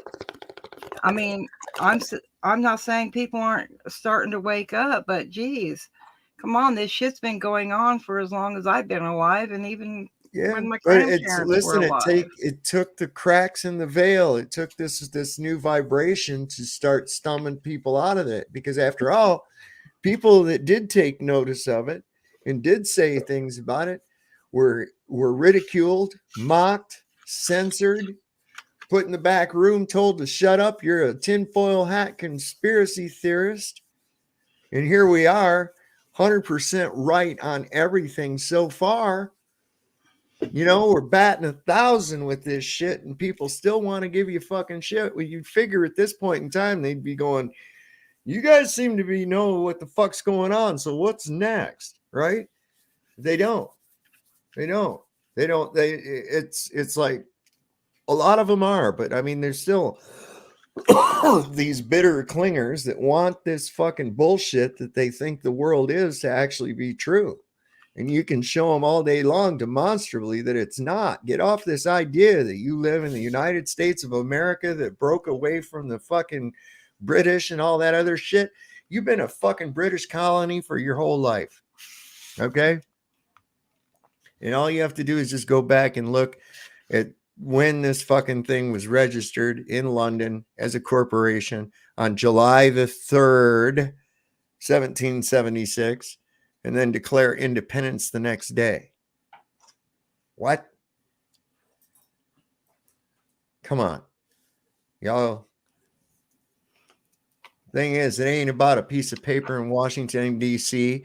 It ain't about some Cheeto-faced motherfucker going to be president, or whether you got some goofball dementia patient as your president shitting his pants. It's entertaining, but that ain't what it's about, man. It's about you. It's about yourself. It's about your own individual sovereignty. Own yourself. You own yourself. Fuck, act like it. Right. Act like it. Stop asking other fucking people for permission to do shit that you as a free individual should be allowed to do without asking any man's permission. Or say you have, well, I can't do a certain thing because now the state says you have to have a permit or a license. Make it illegal. Like, well, make it illegal and then sell the right back to you. Look at here. We got Joe in Albuquerque. Hey, man. What's happening? What's happening, Dave? Not much, man. I was thinking about the nuclear bomb things. Hi, Dreamy. How are you, man? Hi. Doing great. And yourself? I'm doing good. Doing good. Yesterday was the darkest day of the year. Hey, Kevin. How are you, man? Yep. That was the winter solstice. Yeah. Yeah. So every day getting a little bit brighter, a little bit later. That's pretty cool. Well, ours was so dreary all day. It was like daybreak. It was drizzly and nasty, so I didn't get to see the sun, but we did see it for a couple minutes as it was leaving. Yeah, this afternoon we had a little bit of sunshine, Yeah. Late. but most of the morning it was bad though. It was torrents in the morning. Yeah. It rained here today, which is pretty rare for Albuquerque. But Dave, you know, I think there's no question in my mind that nuclear bombs are fake. Mhm. There's no way they used those bombs on those Japanese cities. There's no way that whole fairy tale story of the Manhattan Project is right. And what it is the fear thing. You just said it. And I think it has to do with like a demonic the demonic energy that is in charge of the beast system feeds off the energy emitted from a bummed out human being. So you scare the people, they emit this weird energy, this fucked energy, and they love it. They feed on it. Mm-hmm. They do. You know, That's and more of that cortisol, bro. They get and you know addicted to it. you look at the footage of those early nuclear tests in black and white, they look like the original Godzilla movie from the 50s. Little models. Yeah. Yeah. Got to cut away because the underside of that car probably had little metal tabs holding the body together. Yeah. Like a Tonka truck. Oh my God. And think of the trauma that they gave to that whole generation of school kids that had to be taught to, like, you know, drop down onto the floor and cover your head in case there's an atomic bomb or a hydrogen bomb. I'm talking about 1950s kids. You know, that's permanent trauma, man. Oh, yeah, man. Especially that footage from inside the house, because it was like an all-American home, but it's obviously a dummy in there, and it's an all-American home, and it shows it all blow in, and it's like, wow, that could happen to me. Yeah. A good thing that was only a dummy in there. Just imagine if that was really a person, and never once taking into account how the fuck did the camera survive? Totally, man. The camera was inside of a nuclear explosion inside of a house, and somehow you were able to retrieve film. Yeah. And all these different countries and over the years, all these different American presidents had their finger on the button, and no one's used it all these years. It's just like the moon landing. No one's done it in all these years. Right. Why isn't nobody? Why is it just now India being able to sending up a thing? How'd they get past the Van Allen belt? How come that didn't fuck up their computers and shit? Right? You see, it's no consistent stories. I noticed we don't have any British moon landings. Why not? We don't have any French moon landings. They're a little bit further along, I would say, than India. It's because they're poor, man. They're poor. They don't have that kind of money. I don't understand.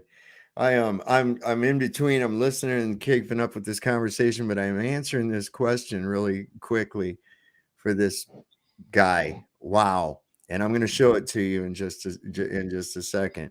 Where weight is determined by the relative density to, not density, to, why is, oh. Who you calling dense? That's not funny.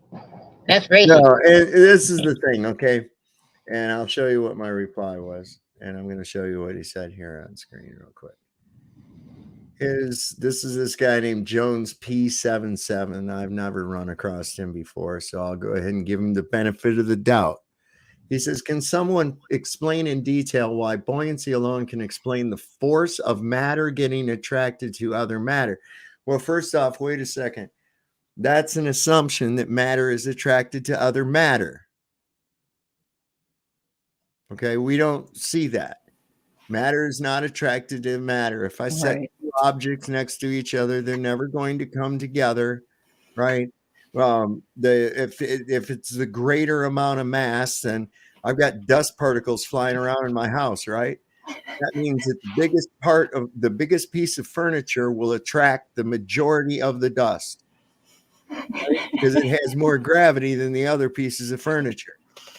And see, this is some fucking stupid shit that people say. So that's yeah, you never see the dust bunnies chasing the littler dust bunnies, right? Till they can stick to them, or the little ones chasing the big ones. So buoyancy is not explaining force of matter, force of a matter getting attracted to another matter. Whoops, I'm in the wrong fucking page. Let me get over here real quick. This is where I want to be. I'm going to make this a little bigger. All right, so there's matter attracted to other matter. That's an assumption that matter is attracted to other matter. Once again, you're assuming the reason for heavier than air objects to drop to the ground. That's an assumption, right? Because not all objects that you drop or let go of will drop. It's all dependent on the medium. An object that'll drop here in the air, if you were standing in the bottom of a swimming pool and let go of it, it will go up to the surface.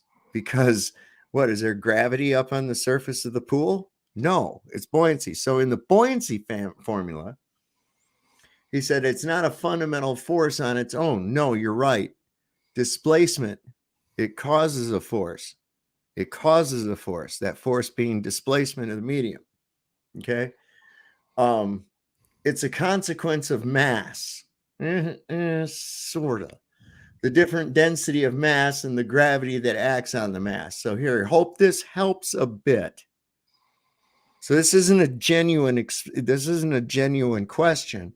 This is a look what I know, try to prove it wrong. Well, we already did because you made a bunch of assumptive bullshit in your first comment. So we're going to look at this. The buoyancy F equals P times G times V. So F is the buoyant force. All right. P is the density of the fluid. I can go with that. G is the acceleration.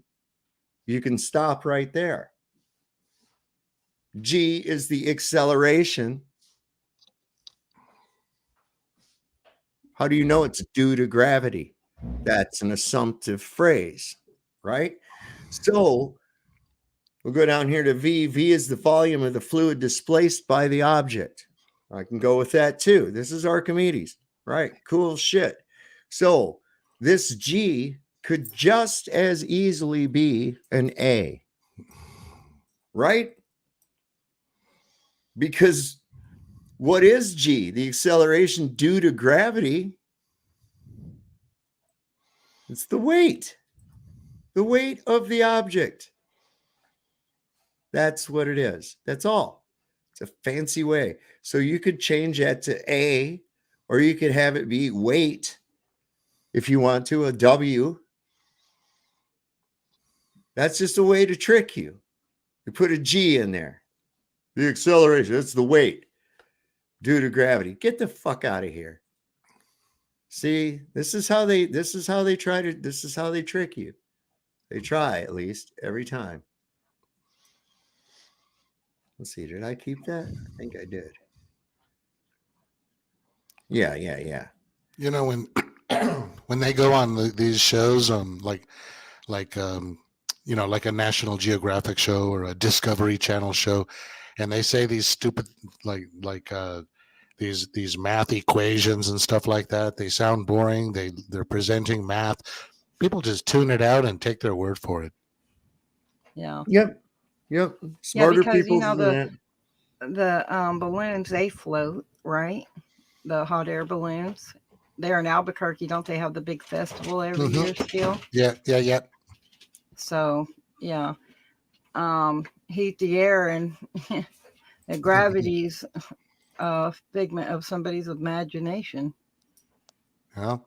And just imagine a hot air balloon off the ground in Australia.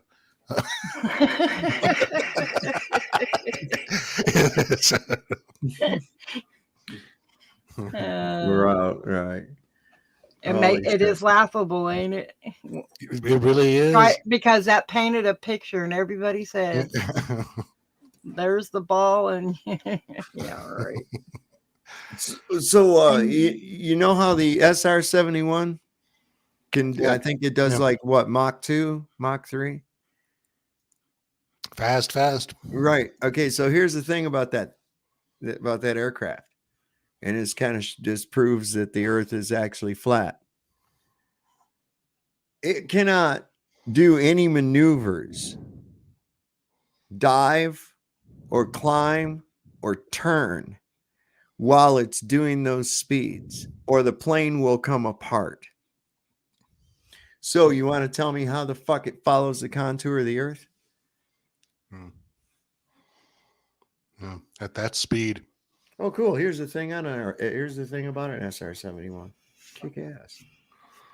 Wow, angels are looking out for me tonight. Look at here. Oh.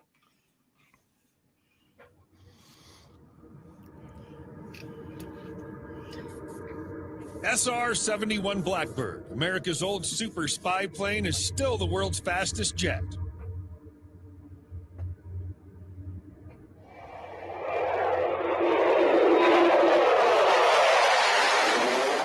A Blackbird once I set the love record that for flying sound. from New York Sounds to like London in speed. 1 hour and 54 minutes. New York to London, 1 hour and 54 minutes.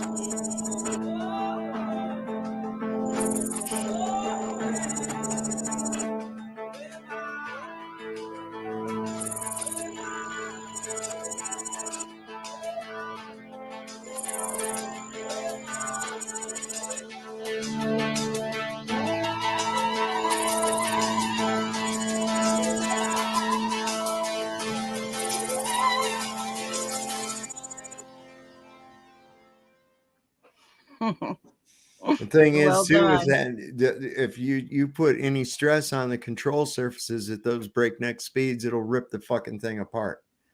This is exactly why the planes, airliners can't do top speed at low altitude. The air is too thick. So if there was going like 500 miles an hour or 450 miles an hour at say 1,000 feet, one little fucking trip on the control surface is gonna fucking tear that airplane apart. But at the higher altitudes, it's able to do that speed because there's less friction of the air. There's less, like, it's thinner. It's thinner, less viscosity to it. Yeah. Wow, man. There's a lot of things people have to start thinking about. Just when like it being on comes the to- surface of the water versus deep underwater. Right. Let me see. I got that thing, fake space. Let me just make sure it's something. Did I delete that? Yeah. Okay. So we're in good Water shape. is a fantastic tool. Oh my God. Yeah. It's the most educational. Absolutely. Where's that You know one? what I always say is, what's the flattest thing in all of Mother Nature? Like the surface of water, right? Right. Well, that's why I like to say. And the only reason the ocean waves is because it's happy to see you.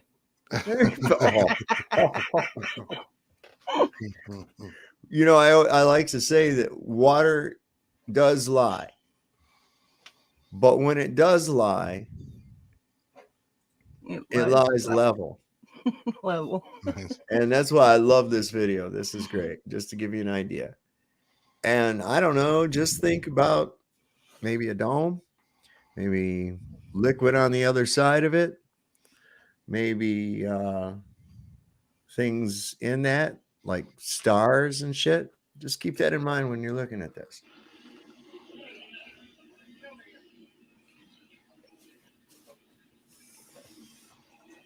That's so trippy, man. Isn't it?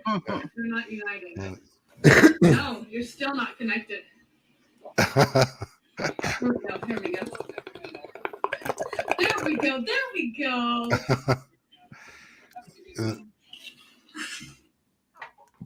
So like the sun and the moon, what do you think? Kind of maybe possibly be like that? Maybe the stars are like that. Yeah. It's hard for me to say. I can't get up there. Mm. You know? You know how, like, if you have a shot glass with a clear, we don't drink anymore, Dave, but if you had imagine a shot glass and you put a big lighter and light the lighter and you put the shot glass between you and the lighter and you go left to right, it looks right to left in the shot glass. Yes, it will totally reverse the image. Yeah. Totally reverse the image. You know, you can get a curved rainbow inside your house using a glass with some water in it. You get the light to come through that glass, that round glass, in such a way that it'll reflect the light and make a bow. But any other time you refract the light, like if you just put a mist in the air and refract the light, you'll get just a straight rainbow. But outside, you get a curved rainbow. Yeah. Right. Wonder what shape the lens is. So if the glass was shaped cubical, it wouldn't work. No. That's why, like, even a prism will make just a straight, Yeah, like a little brush mark. Yep. So we don't, Fucking this is, and that's another thing too, is these people. Let's talk about if the earth is flat or not. Okay. How should we do that? I don't know. Let's look up at the fucking sky. Why? Why are you looking at the sky to determine the condition of what you're standing on? I thought you were talking about where you're standing. God, yeah, it's a real thing when it almost makes me want to cry to think that people could be so brainwashed that they're ignoring their normal senses, what their senses tell them. It is observably flat. There's been so many photographs taken where we've proven through photography that it doesn't curve, and yet nobody will like let that sink in their head, or maybe they're pretending to not let it sink in, but they're not letting it in. Because they live in their own little bubble. Yeah. They can't see beyond it. They're really plugged in. Yeah. Yeah, and they get gaslighted to a point by the authoritative figure that they've been trained to listen to, and they don't question it because it always comes down to, there was these smart people way smarter than me. They figured it out with their slide rules and all their dumb shit, and you just go with that. Because I can even remember when I was asking in school, and the teacher got mad at me because I said, I don't understand. If the earth's spinning, why are we sticking to it? And he says, because of gravity. And I said, well, what is gravity? He said, it's like a magnet. And I said, well, I'm not magnetic. Right? And I said, so how's that work? I said, it doesn't make any sense. So then he used that example of tie a rope on a bucket of water and swinging around in a circle, and the water stays in the bucket. I said, that's because it's in a bucket and it has a bottom in it. I said, take the bottom out of the bucket. And he got just angry with me. But I was thinking to myself then, because I watched the other kids go, oh, okay. Like that. I was like, that actually fucking worked on people. They believe it's like, that's not good enough. Totally. But eventually you capitulate, But I can remember that being something that was really hard for me to get. I was like, no, that does not make fucking sense to me. Yeah. You know what, man? I had a similar thing, but I didn't speak up. When I was in 9th grade and we were first learning about like, geometrical planes and whatnot, and what the meaning of the word parallel and stuff, and I'm thinking, I'm sitting on my school desk, and I'm drawing a line on my paper, and I'm thinking, if this line theoretically went like forever, how would it wrap around the world? It seems like the world would be like this, and the line would go off it. And I'm thinking to myself, but I know they would explain this with science, but I know deep inside that line would just go forever out there. Right. And again, like you said, you just capitulate. In your mind, you're just, oh well, they'll work. It's worked out. Yeah. And after all, back to my life. Why would they lie? Yeah, totally. Seems like a lot of effort for nothing. Yeah. No, the prize. I could see the Soviets lying to their citizens, but we got it together here.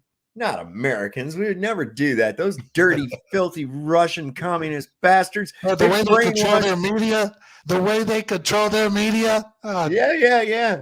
Their media is nothing more than their government propaganda, They have a newspaper, but it's run by the government. Did you know that? I mean, you remember all that shit, right? Yeah. And goddamn, here we are. It's the same thing. Meanwhile, they're having, hearings at the church committee on Operation Mockingbird, in the 70s. And meanwhile, they're putting that out as, what those dirty Russians do? They control the media. For Christ's sake, really? Yeah, that's right. In their schools, well, their schools just brainwash them into that Soviet propaganda. Meanwhile, kids are standing up in our schools, pledging allegiance to a flag and shit, learning about George Washington. It's like, fuck, man, Yeah. it's so different. But don't point that out, because that'll make you, what are you, a communist sympathizer? When I say it's bad, when I say it's wrong for the Israelis to be genociding the fucking Palestinian people, automatically, what do you think you hear? Yeah. Oh, so you support Hamas? What? Schools I support life. I support life. Leader. Okay, I support life. That's what I support. You know what I'm against? I am against evil shit, like fucking genociding a group of people because you want to take the rest of their fucking land. Mm-hmm. That was reprehensible when we did it here on this continent. It's reprehensible what they're doing right there in that continent. It's reprehensible what they're doing in Darfur, in Yemen, and every other goddamn place in the world that we got our nose stuck in, causing misery, harm, and injury to everybody in the region. And each and every one of us is indigenous to Earth, and I'd like anyone to prove me differently. Mm-hmm. We are all indigenous. It don't matter what kind of clump of dirt you're living on and what they named it. We're all indigenous to Earth, period. I'm indignant. I didn't say indignant. I'm brat. goddamn indignant. I said indigenous, meaning we're all. With Nick the other night, and I said, well, I'm antiseptic. What are you talking about? That reminds me of something Rosanna Dana would have done. Yeah. What's all this I hear about endangered feces? What? Yeah, no shit, man. I was like, poor Nick. Did you catch any of that, Joe? No. Oh my God. He come on here. He was drunker than a fucking monkey. And just watch this. I'll pull it up. Oh, I know the saga. I know that dude. I know who you're talking about. You know who I'm talking about? Yeah. Has he come around since he failed to show up at the fight? No. This was that night, though. This is where he was at with that shit. He was like, "Dreaming here, stupid cunt." Wait, Dave. You, after the challenge, he just disappeared? Yeah, well, he's showed up in the chat under sock accounts, and people have busted him out that that's him, and he's even busted himself out, like, I am not me. Shit like that. It's like somebody got him one night. He was in a sock account, and he said, yeah, Sav wiped your ass in that debate. And he says, no, I won that debate. And it's like, I thought you weren't Nick. I got so pissed off one of those nights. We were all here. Your show had just started, and everyone was greeting each other. It was like extremely high energy, good vibrations. And then that dude showed up. Oh, my God. I was still in high vibration. I was having a blast. I thought it was funny as noticed that shit. too. They changed the entire atmosphere. Yeah. It changes the only one who doesn't feel it. The chat as well as I don't the let panel. it get me. I don't let it get me, man. I sit there. I just laugh at his ass. I'm like, go ahead, make a dumb fuck out of yourself. You're representing the side of academia and science. I hope your school sees this. That you talk in such a manner to women, which I know would go over like a fart in church in Southern California. His behavior toward a woman in Southern California, would it be notes to his liberal lefty fucking college faculty people that that's the way he talks? Oh, he'd be gone. He'd be canceled in a fucking heartbeat, right? So I just go, yes, go for it. Craig McNeil, fight the flat earth, right? Felicia the flat earther. He got in trouble for violently attacking someone and hitting them with his cane, a woman. So it seems like these guys have women issues. Yeah. So God knows. That's why I say I think most of them are in trouble for some shit. They struck some kind of a fucking deal, and that's why they're out here. Yeah. Yeah. Just following orders. We know who they are. You know, they get a text saying, "Hey, there's a channel on talking about evolution. Go over there and fuck with them." You know, or, here's one talking They about don't mess flat Earth. with the evolutionists. Yeah, they Those do. people they leave alone. No, I meant, you know, talking against evolution. Mm. You know, there's some creationists. There's some Christians online talking right now. Go on there and fuck with them about that. There's some flat earthers. Go fuck with them. Yeah. Don't worry about what to say. We'll tell you what to say in your earpiece. Yeah, no doubt. Right? that no one else can see. You caught that too, didn't you? And on another screen too. On another screen, you always see Craig looking over to another screen before he goes and answers shit too. Oh, wow. Wow. Yeah. And you also know who they support because that's who they promote when they grow exponentially all of a sudden and have all this fancy tools and stuff that they supposedly, you know, just acquired. Fancy backgrounds and all, you know. Yeah. Dress different, act different, walk different, talk different, you name it. You can see the minute they change, and I don't trust them after that. What they say about Jaron, you know, this is the thing. People come in and they think that like we're some kind of a cult or all in agreement on everything, right? Yeah. Now, two of my favorite people, flat earthers, one is David Weiss, another one is Flatzoid from Flatzoid's perspective. I love both those dudes. They don't agree. And I find both of their theories entertaining, and I explore both of them, and I'm like, you know, I can see a melding point here as to what you two have a difference on, you know, that kind of shit. Right. So we're not all like Barbara said, we're not all exactly the same. Yeah. You know, I have different ideas on things regarding gravity than some of my colleagues do. Yeah. Once they give you a name like a flat earther or a mandalite, Right. I heard that word mandalite recently. To describe a person who knows that the Mandela effect is happening. But once they give a name to a whole group of people, then what comes next? They start giving the definition of like, this is what they do. This is what they think. Define the meaning of that word. Yeah. Yep. Oh, what is this? The guy actually. That's why I try to stay away from labels when I can. Yeah, totally. Especially not to accept other people's labels. Absolutely. And this is another one that I hate too. What do you do for a living? Oh man, the fuck! What the fuck? What do you mean by that? Mm. You know, what do I do for a living? I eat food. I breathe air. You know, that's what I do for a living. Oh, were you asking what is my slave occupation? I don't have one. I work for myself. Okay. Right. I have a multitude of skills that I can employ at any given time if I need to, at my own behest. You know, it's a wonderful thing when you don't have to realize on that. You know, like I got a buddy of mine. He's like, he does like fix it up shit and stuff like that. Sometimes, man, he'll, you know, might need help. Give me a call up. Hey, you want to help me do a fucking shingle a roof, or you want to help me put up this porch, you know, that kind of thing. Yeah, sure. You know, I know what I'm doing. They know I know what I'm doing. I go down there, get paid for the job, and boom, I'm not obligated to them for the rest of my fucking life. Yeah. 30 years. Yeah. My friend's microwave wouldn't open and close.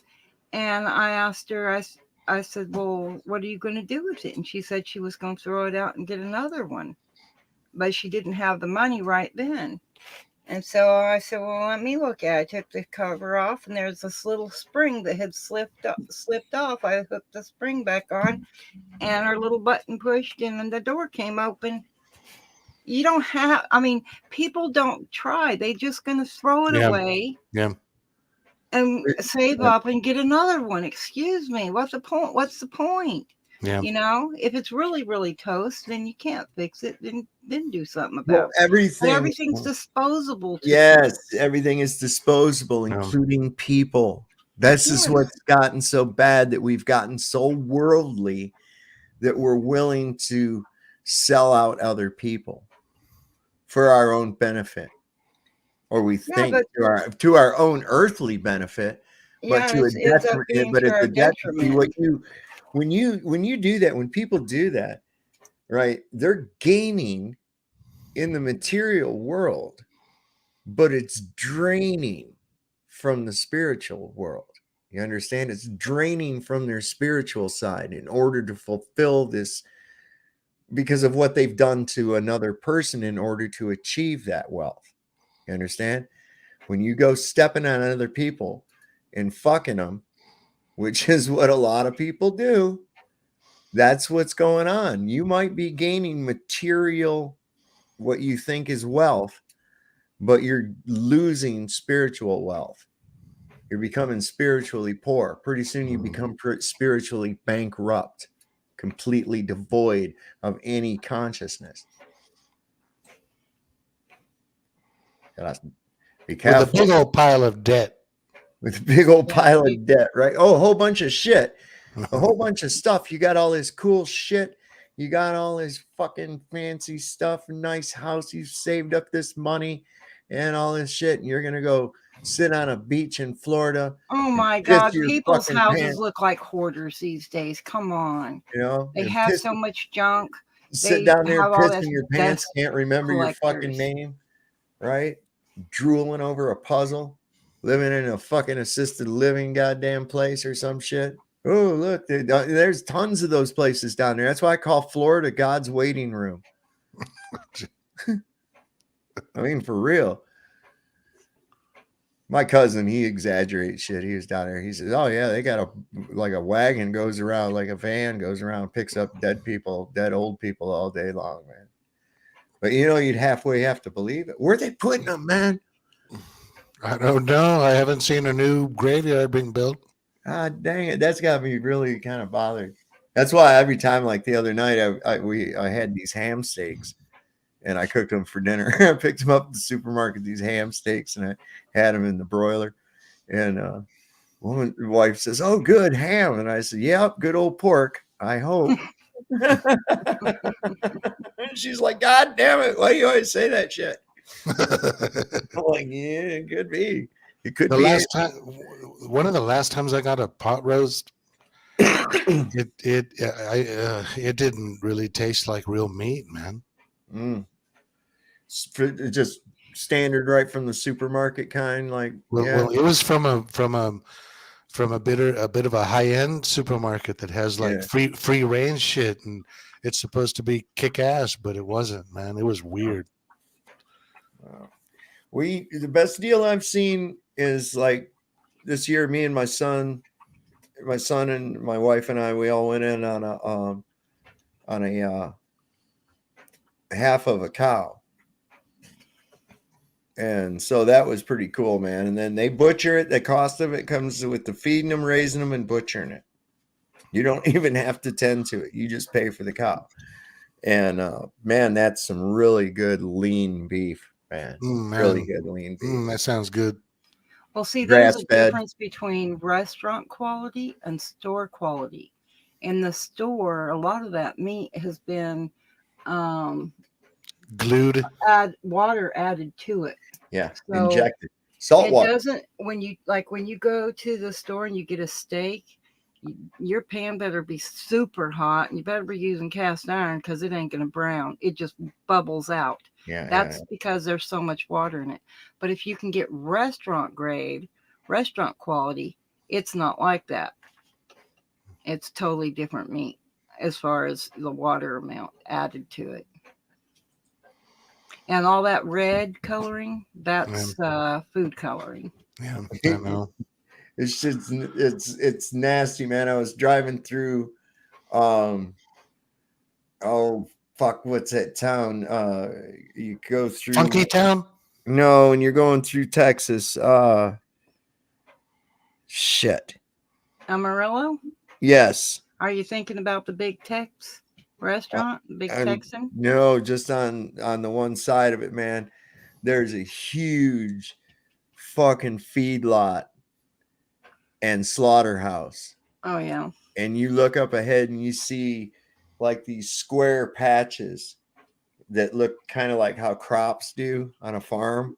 But then as you get closer, you realize that those are fucking pens full of cows and they're just continuously eating. And then they're like feedlot. And then slaughterhouses right there, man. And you can smell that fucking thing. It smells like death for about 10 miles, man. It just smells like fucking death. It's horrible. It's horrible. But yeah, Amarillo. Thank you, Dreamy. I always forget the name of that sound, and I don't know.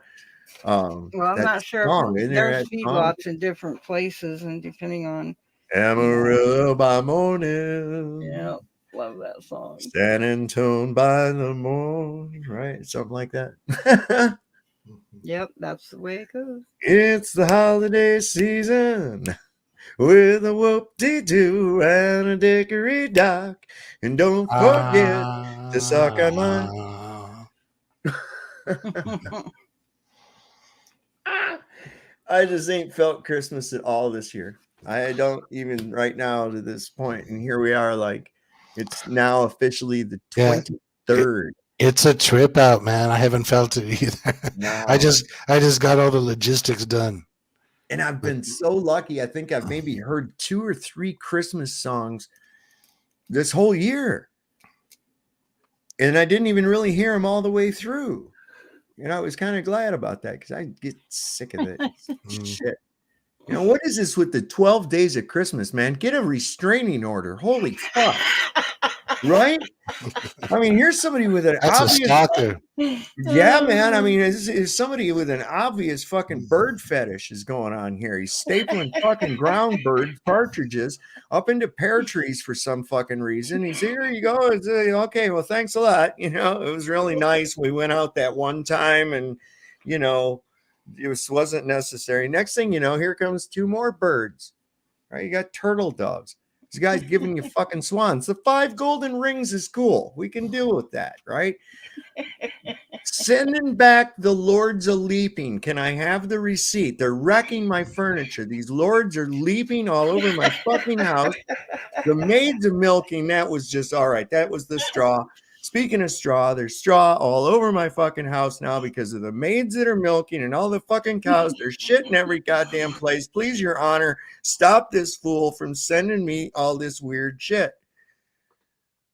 Oh, you gotta go through 12 days of that.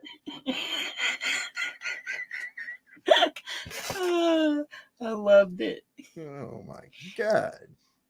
No, let's get the kiddies involved here too. We'll teach them a good moral story like Rudolph the Red-Nosed fucking Reindeer. Boy, howdy, ain't that a good one.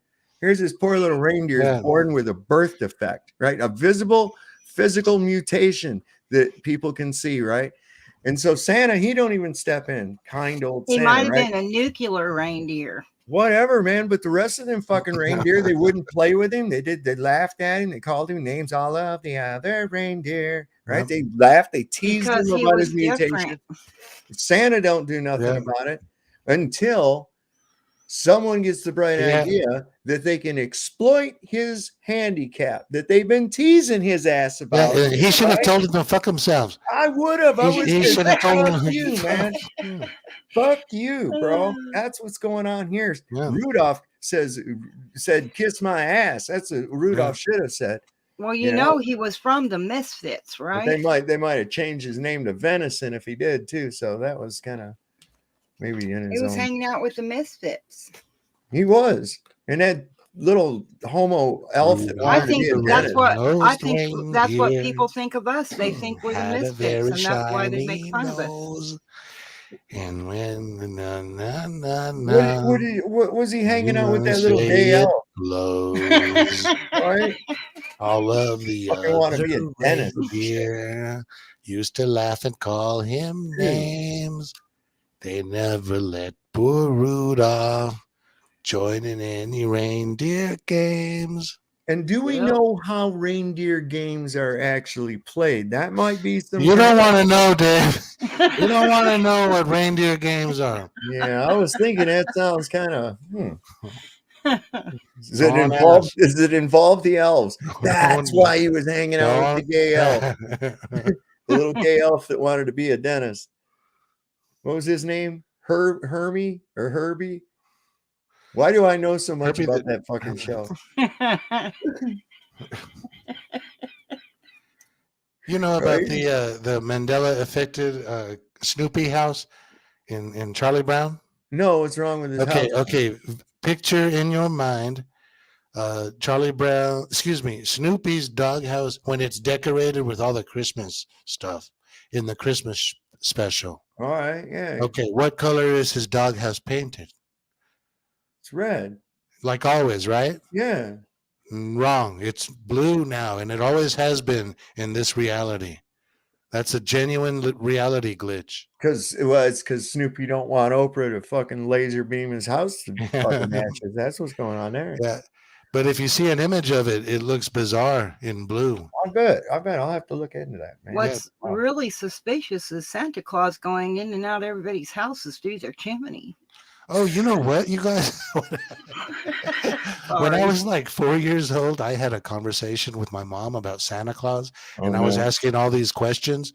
We lived in a trailer park at the time, so I was telling her, we don't even have a fireplace. How's he going to get in? She said through the window, and I thought he could hurt himself. He's not a young man, and the whole thing sounded totally illogical. I've never believed in Santa Claus. Right. Like even when I was 4 years old, I didn't believe in Santa Claus. After that conversation I had with my dear mom. We had a gas furnace, and I've been up on the roof helping him clean the gutters out and shit, and I'd seen the chimney, so I was pretty aware that he wasn't going to fit down that fucking thing at all. What got me right off the bat was the logistics of Santa Claus. Yeah. Okay. Yeah. I immediately, just as a small kid, I was like, wait a minute. Impossible. Because I was like, how long does it take to fly to grandma's house in Florida? 3 hours? Okay. Stopping at everybody's house, checking a list, getting out toys or lumps of coal, whichever the case may be, and then getting back in, Now, I did know this guy that he made his kids cry because he told them there wasn't going to be no Christmas because he'd done fucking shot Santa Claus. He said he caught this fat son of a bitch sneaking through the house at night, and he just shot him with a shotgun. The kids were crying their asses off. I thought it was kind of funny. He also told him he backed over the Easter Bunny, too. Maybe he wasn't such a good dad. I don't know. Yeah, but see, we tell our children not to lie, but then we lie to them when they get to the age or to the point that they won't accept the lies anymore. They become very angry. And we're seeing a lot of angry people right now. Oh my God. You know what I mean? There is. There really is. And some of them, I'll tell you what, now there's always been some kooky fucking people on YouTube, right, that show up like around in chat and shit like that. But I'll tell you what, man, this last year or so, I've seen some real kookamongas, man. Some real fucking kookamongas. That dude that came on here to kill us if we didn't believe in the globe and shit. Yeah. I mean, people like that. And, who's that one guy that gets all he does is scream about cupcakes and Camp Cupcake. Oh, yeah. Snafu. I mean, where do these guys come from and why are they here? I have to wonder that shit sometimes, man. It cracks me up. I don't know what to think, man. Those were the super spoiled ones that were, really brainwashed to everything. And they didn't have no discipline. And you see how they behave now. Wow. I mean, think about it, You take away that discipline and you spoil that person, but yet you brainwashed them too. Now you have a 20, 30, 40, 50-year-old, depending on the person, having these temper tantrums like a 2-year-old. Yeah. And I see that quite often. It's incredible to me. Like when I was a child in the 70s, my grandparents were in their 50s. And the way I see people behaving now in their 50s, Right. it's a mind blower. Like, wow, you really like you're like 14 years old. I know. Like It's like, mentally 14. yes, Right. there's And you been could like hear it in their voices. You could hear their mentally facial immature. Like, expressions, their gestures. yep. A lot of I've times noticed they that. act like they're in junior high, squabbling over everything. Yep. Don't talk to him. He's my boyfriend. No, don't talk to her. Get away from her. Oh, Well, it's like Don't listen to them. You know what I mean? You just hear that crap. It's crazy. You're right. Let's not like them. Like that crazy ass McToon, right? The way he acted, the way he acts, right? It's like I don't know, like a petulant teenager, where he's this means this, like take it to the extreme the other way, and it's like, no, wait a second, why are you doing that? You're putting words in my mouth, I would say mental maturity level of about 14, maybe, if that. Same thing with, I see that with all these guys. And it becomes really evident when they drink. Oh my God. And that's one of the reasons I let him be on there, because I hope he looks at that. I hope he sees that, because I want him to stop drinking. And now this is something I've told him for over a year. You're talking about this most recent one? Yeah. And I mean, when he came on with this bullshit even a year ago, I was like, dude, you need to get a grip on that. Yeah. That's going to kick your ass. And, and it makes me feel good, Joe, because I got to tell you this. I did a video, and I'm going to do another one here soon on alcoholism and its effects and what it really is. And I've had a number of people reach out to me and tell me how much it's helped them, and that they've made a decision and stopped drinking because of information that I put out and things that I've said about how the alcohol actually works, that it's a flesh-eating spirit. When they call it spirits, it really is, man. It's opening yourself up, tuning your channel to a low frequency vibration right in there in the demon zone, man. It's exactly what it is. Hell, they don't even make no bones about it. Look at Bacardi puts a fucking bat right on the bottle. I mean, why are you drinking shit with a bat on it, man? And I know people, or I knew people when I used to go out all the time, that they could have like 1 or 2 beers and they'd be fine. Right. And everything would be cool. But honestly, I don't know whatever became of those people. And I'm curious about that. Like, because it kind of does seem like some people can go their whole lives and just have a beer once in a while, and it's no big effect. But other people, like when I drank, I just went berserko. Yeah. 30 years, There 35, almost 40 years of just berserko drinking. Some of us, and it seems to be what I've found amongst a lot of alcoholics in recovery and out, is that they tend to be more spiritually tuned. You know what I'm saying? I mean, aware. Emotional. Yes. Yeah. And feelers, real feelers. Yes. So they're very susceptible, very susceptible to the resonance that comes about from imbibing the spirits. Yeah.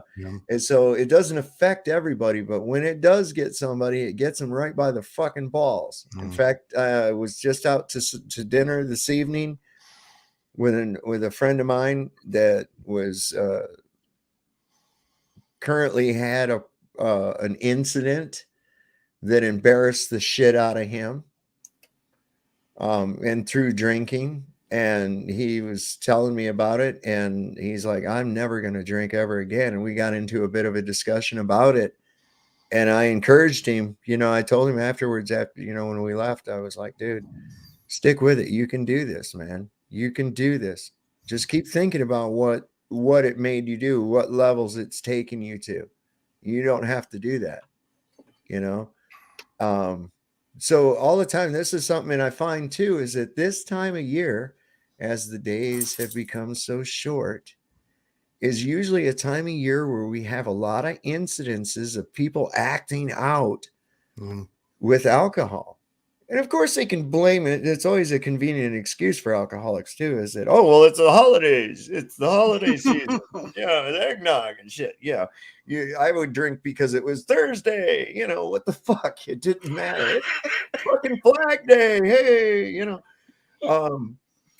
So that's a convenient excuse, but I think it has a lot to do with the limitation of sunlight too, because I think that the sunlight is very, very important to energizing and illuminating our Totally. You know, when it gets dark, it's natural to feel like winding down. It energizes you, And you know. sunshine is very healing. And I know this because when my first daughter was born and she had jaundice, she wasn't given medication. Well, they tried to, but I refused that. But you I put her was in the told sun. to lay her in the sun. Yeah. And that stimulates the liver to start functioning. That's what Because that's all it is. It's the liver isn't keeping up. So you lay them in the sun. If the sun wasn't healing for us, it wouldn't work then neither, would it? Yeah. I was born with So that it's common condition, sense Dreamy. we need it. Were you really? Yeah, I was born with that condition. Yes. And that's what the solution was, sunlight. Yes. So It's that sun is simple. very healing. Yeah. And they want to have us slathering all this crap on our arms. There was a doctor back in the 80s and early 90s that said that. He dealt with cancer, skin cancer. And he said it's what these people are putting on their skin now. Yeah. You know, the people that were just using vegetable oil or whatever, lard, whatever back in the day didn't have all the skin cancers. Now with all the modern products and blocking the sun out, kids have gotten rickets and crap. What the hell, in Florida of all places? You know what? When I first got sober, I was real weak, and I'm still a little weak, but I'm getting better every day, getting stronger every day. But when I was real weak, I would just go out to the backyard and put out a lawn chair and just lay out in the sunlight. Like I didn't have a lot of strength to move around, but just laying out in the sunlight was like it's like I was born again, baby again. And that'll also help your liver function better as well, you know, even though you're an adult. I mean, we all need it. Yeah. And they've already proven that cloudy, dreary days and stuff bring down people's spirits, you know. And then they give them antidepressants because they're a little depressed on those days. You know, it's just, you see how they feed themselves. Yeah, Here's absolutely. what's going on. Yeah. But don't pay attention to what's going on. You need this to fix it. When what they need is the sunshine or the light. Yeah. Because they have created those lights. Why don't they prescribe those that they can sit under for so many minutes per day, right? Why would they want the electric company to be getting money when they could be making money off of some magical pill they want to give you? Right. Well, their oath is to first do no harm. But what are they doing? You know, I heard somebody told me they don't even have to take that oath anymore. I believe that. I believe that. So, yeah, I don't listen. I look at it this way. Are you a physician or are you a doctor? Okay. What do you do when you fudge the books? They're practitioners nowadays. You doctored the books, didn't you? Right. Okay. So I don't want to be doctored.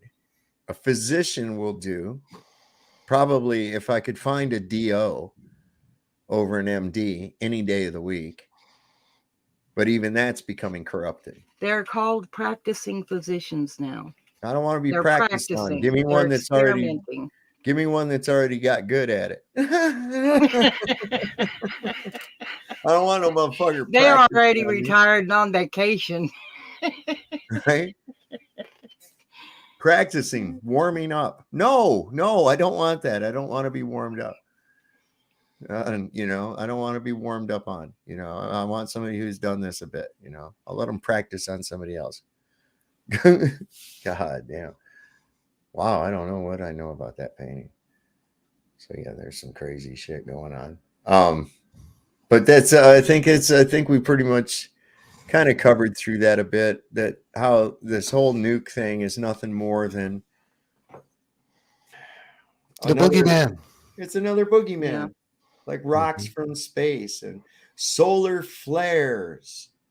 That is another big fucking load of shit, right? You know, when you unplug from the system and you get more chill, your system like calms down.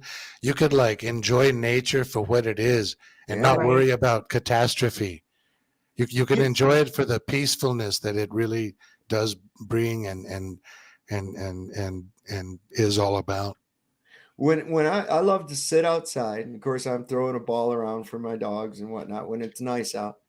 I like to sit outside. I'll be sitting there in the grass and I'll look down at the ground, just a little area of the ground, and just really study just that little area of the ground. And the thing that you find is that there is really a lot there. Yeah, In a that lot of little- life. Yeah, Yeah, man. And the more you look at it, the more alive it becomes. Yes, you see more and more about it the whole time. And it's just one like this. And then you take that and it blows your mind that it's like, oh God, this place is incredible. This place Yeah, is it fucking incredible, man. And people take it for granted. They're too busy to appreciate it. They're too immersed in fear to have the gratitude. They don't realize, how come there's no miracles? There is a miracle every day when you open your fucking eyes. That's a miracle. Think about that. Think about just the nature of your very existence is a miracle. Your conception was a miracle. Think about that. Well, people That's don't realize, and remarkable. I've had friends I went hunting with. I didn't go hunting; they was hunting, but I got invited along, so I took a Ziploc bag, gallon size bag, a bird seed with me, and I was sprinkling around on a stump. And my friend's like, "What is that?" And I said, "It's bird seed." He goes, "There ain't no birds around here." I said, "Well, they might find it." We ended up with birds and squirrels and all kinds of stuff and sitting there at the picnic table watching them. Right. And the thing was is they will find it. They are there. You may not Yeah. see and hear them right Yeah. then, but they are close at hand. But yeah, That's cool. I can go out in my backyard, be putting bird seed in the feeders, and some of the birds will land right next to me. Or I had one little nuthatch that actually landed on me. But I mean, they aren't afraid of me. They'll be right there in the tree watching me, a whole bunch of them. And animals, they will come if you just offer them a little treat, they'll be there. And like you say, there's bugs and worms and all kinds of little critters in the grass. my This God, world yes. is definitely alive. Yes. And to think then when you start looking into stuff and you find out that there's a little web of fungi called mycelium that goes all through the soil and communicates. It's like a communication network between all the plants. All the plants, man. They'll detect, here's a plant over here, here's a tree over here that's not getting enough nutrients. And here's another one that's getting an overabundance of it, right? It will take nutrients from the other trees and give it to the one that's not getting it.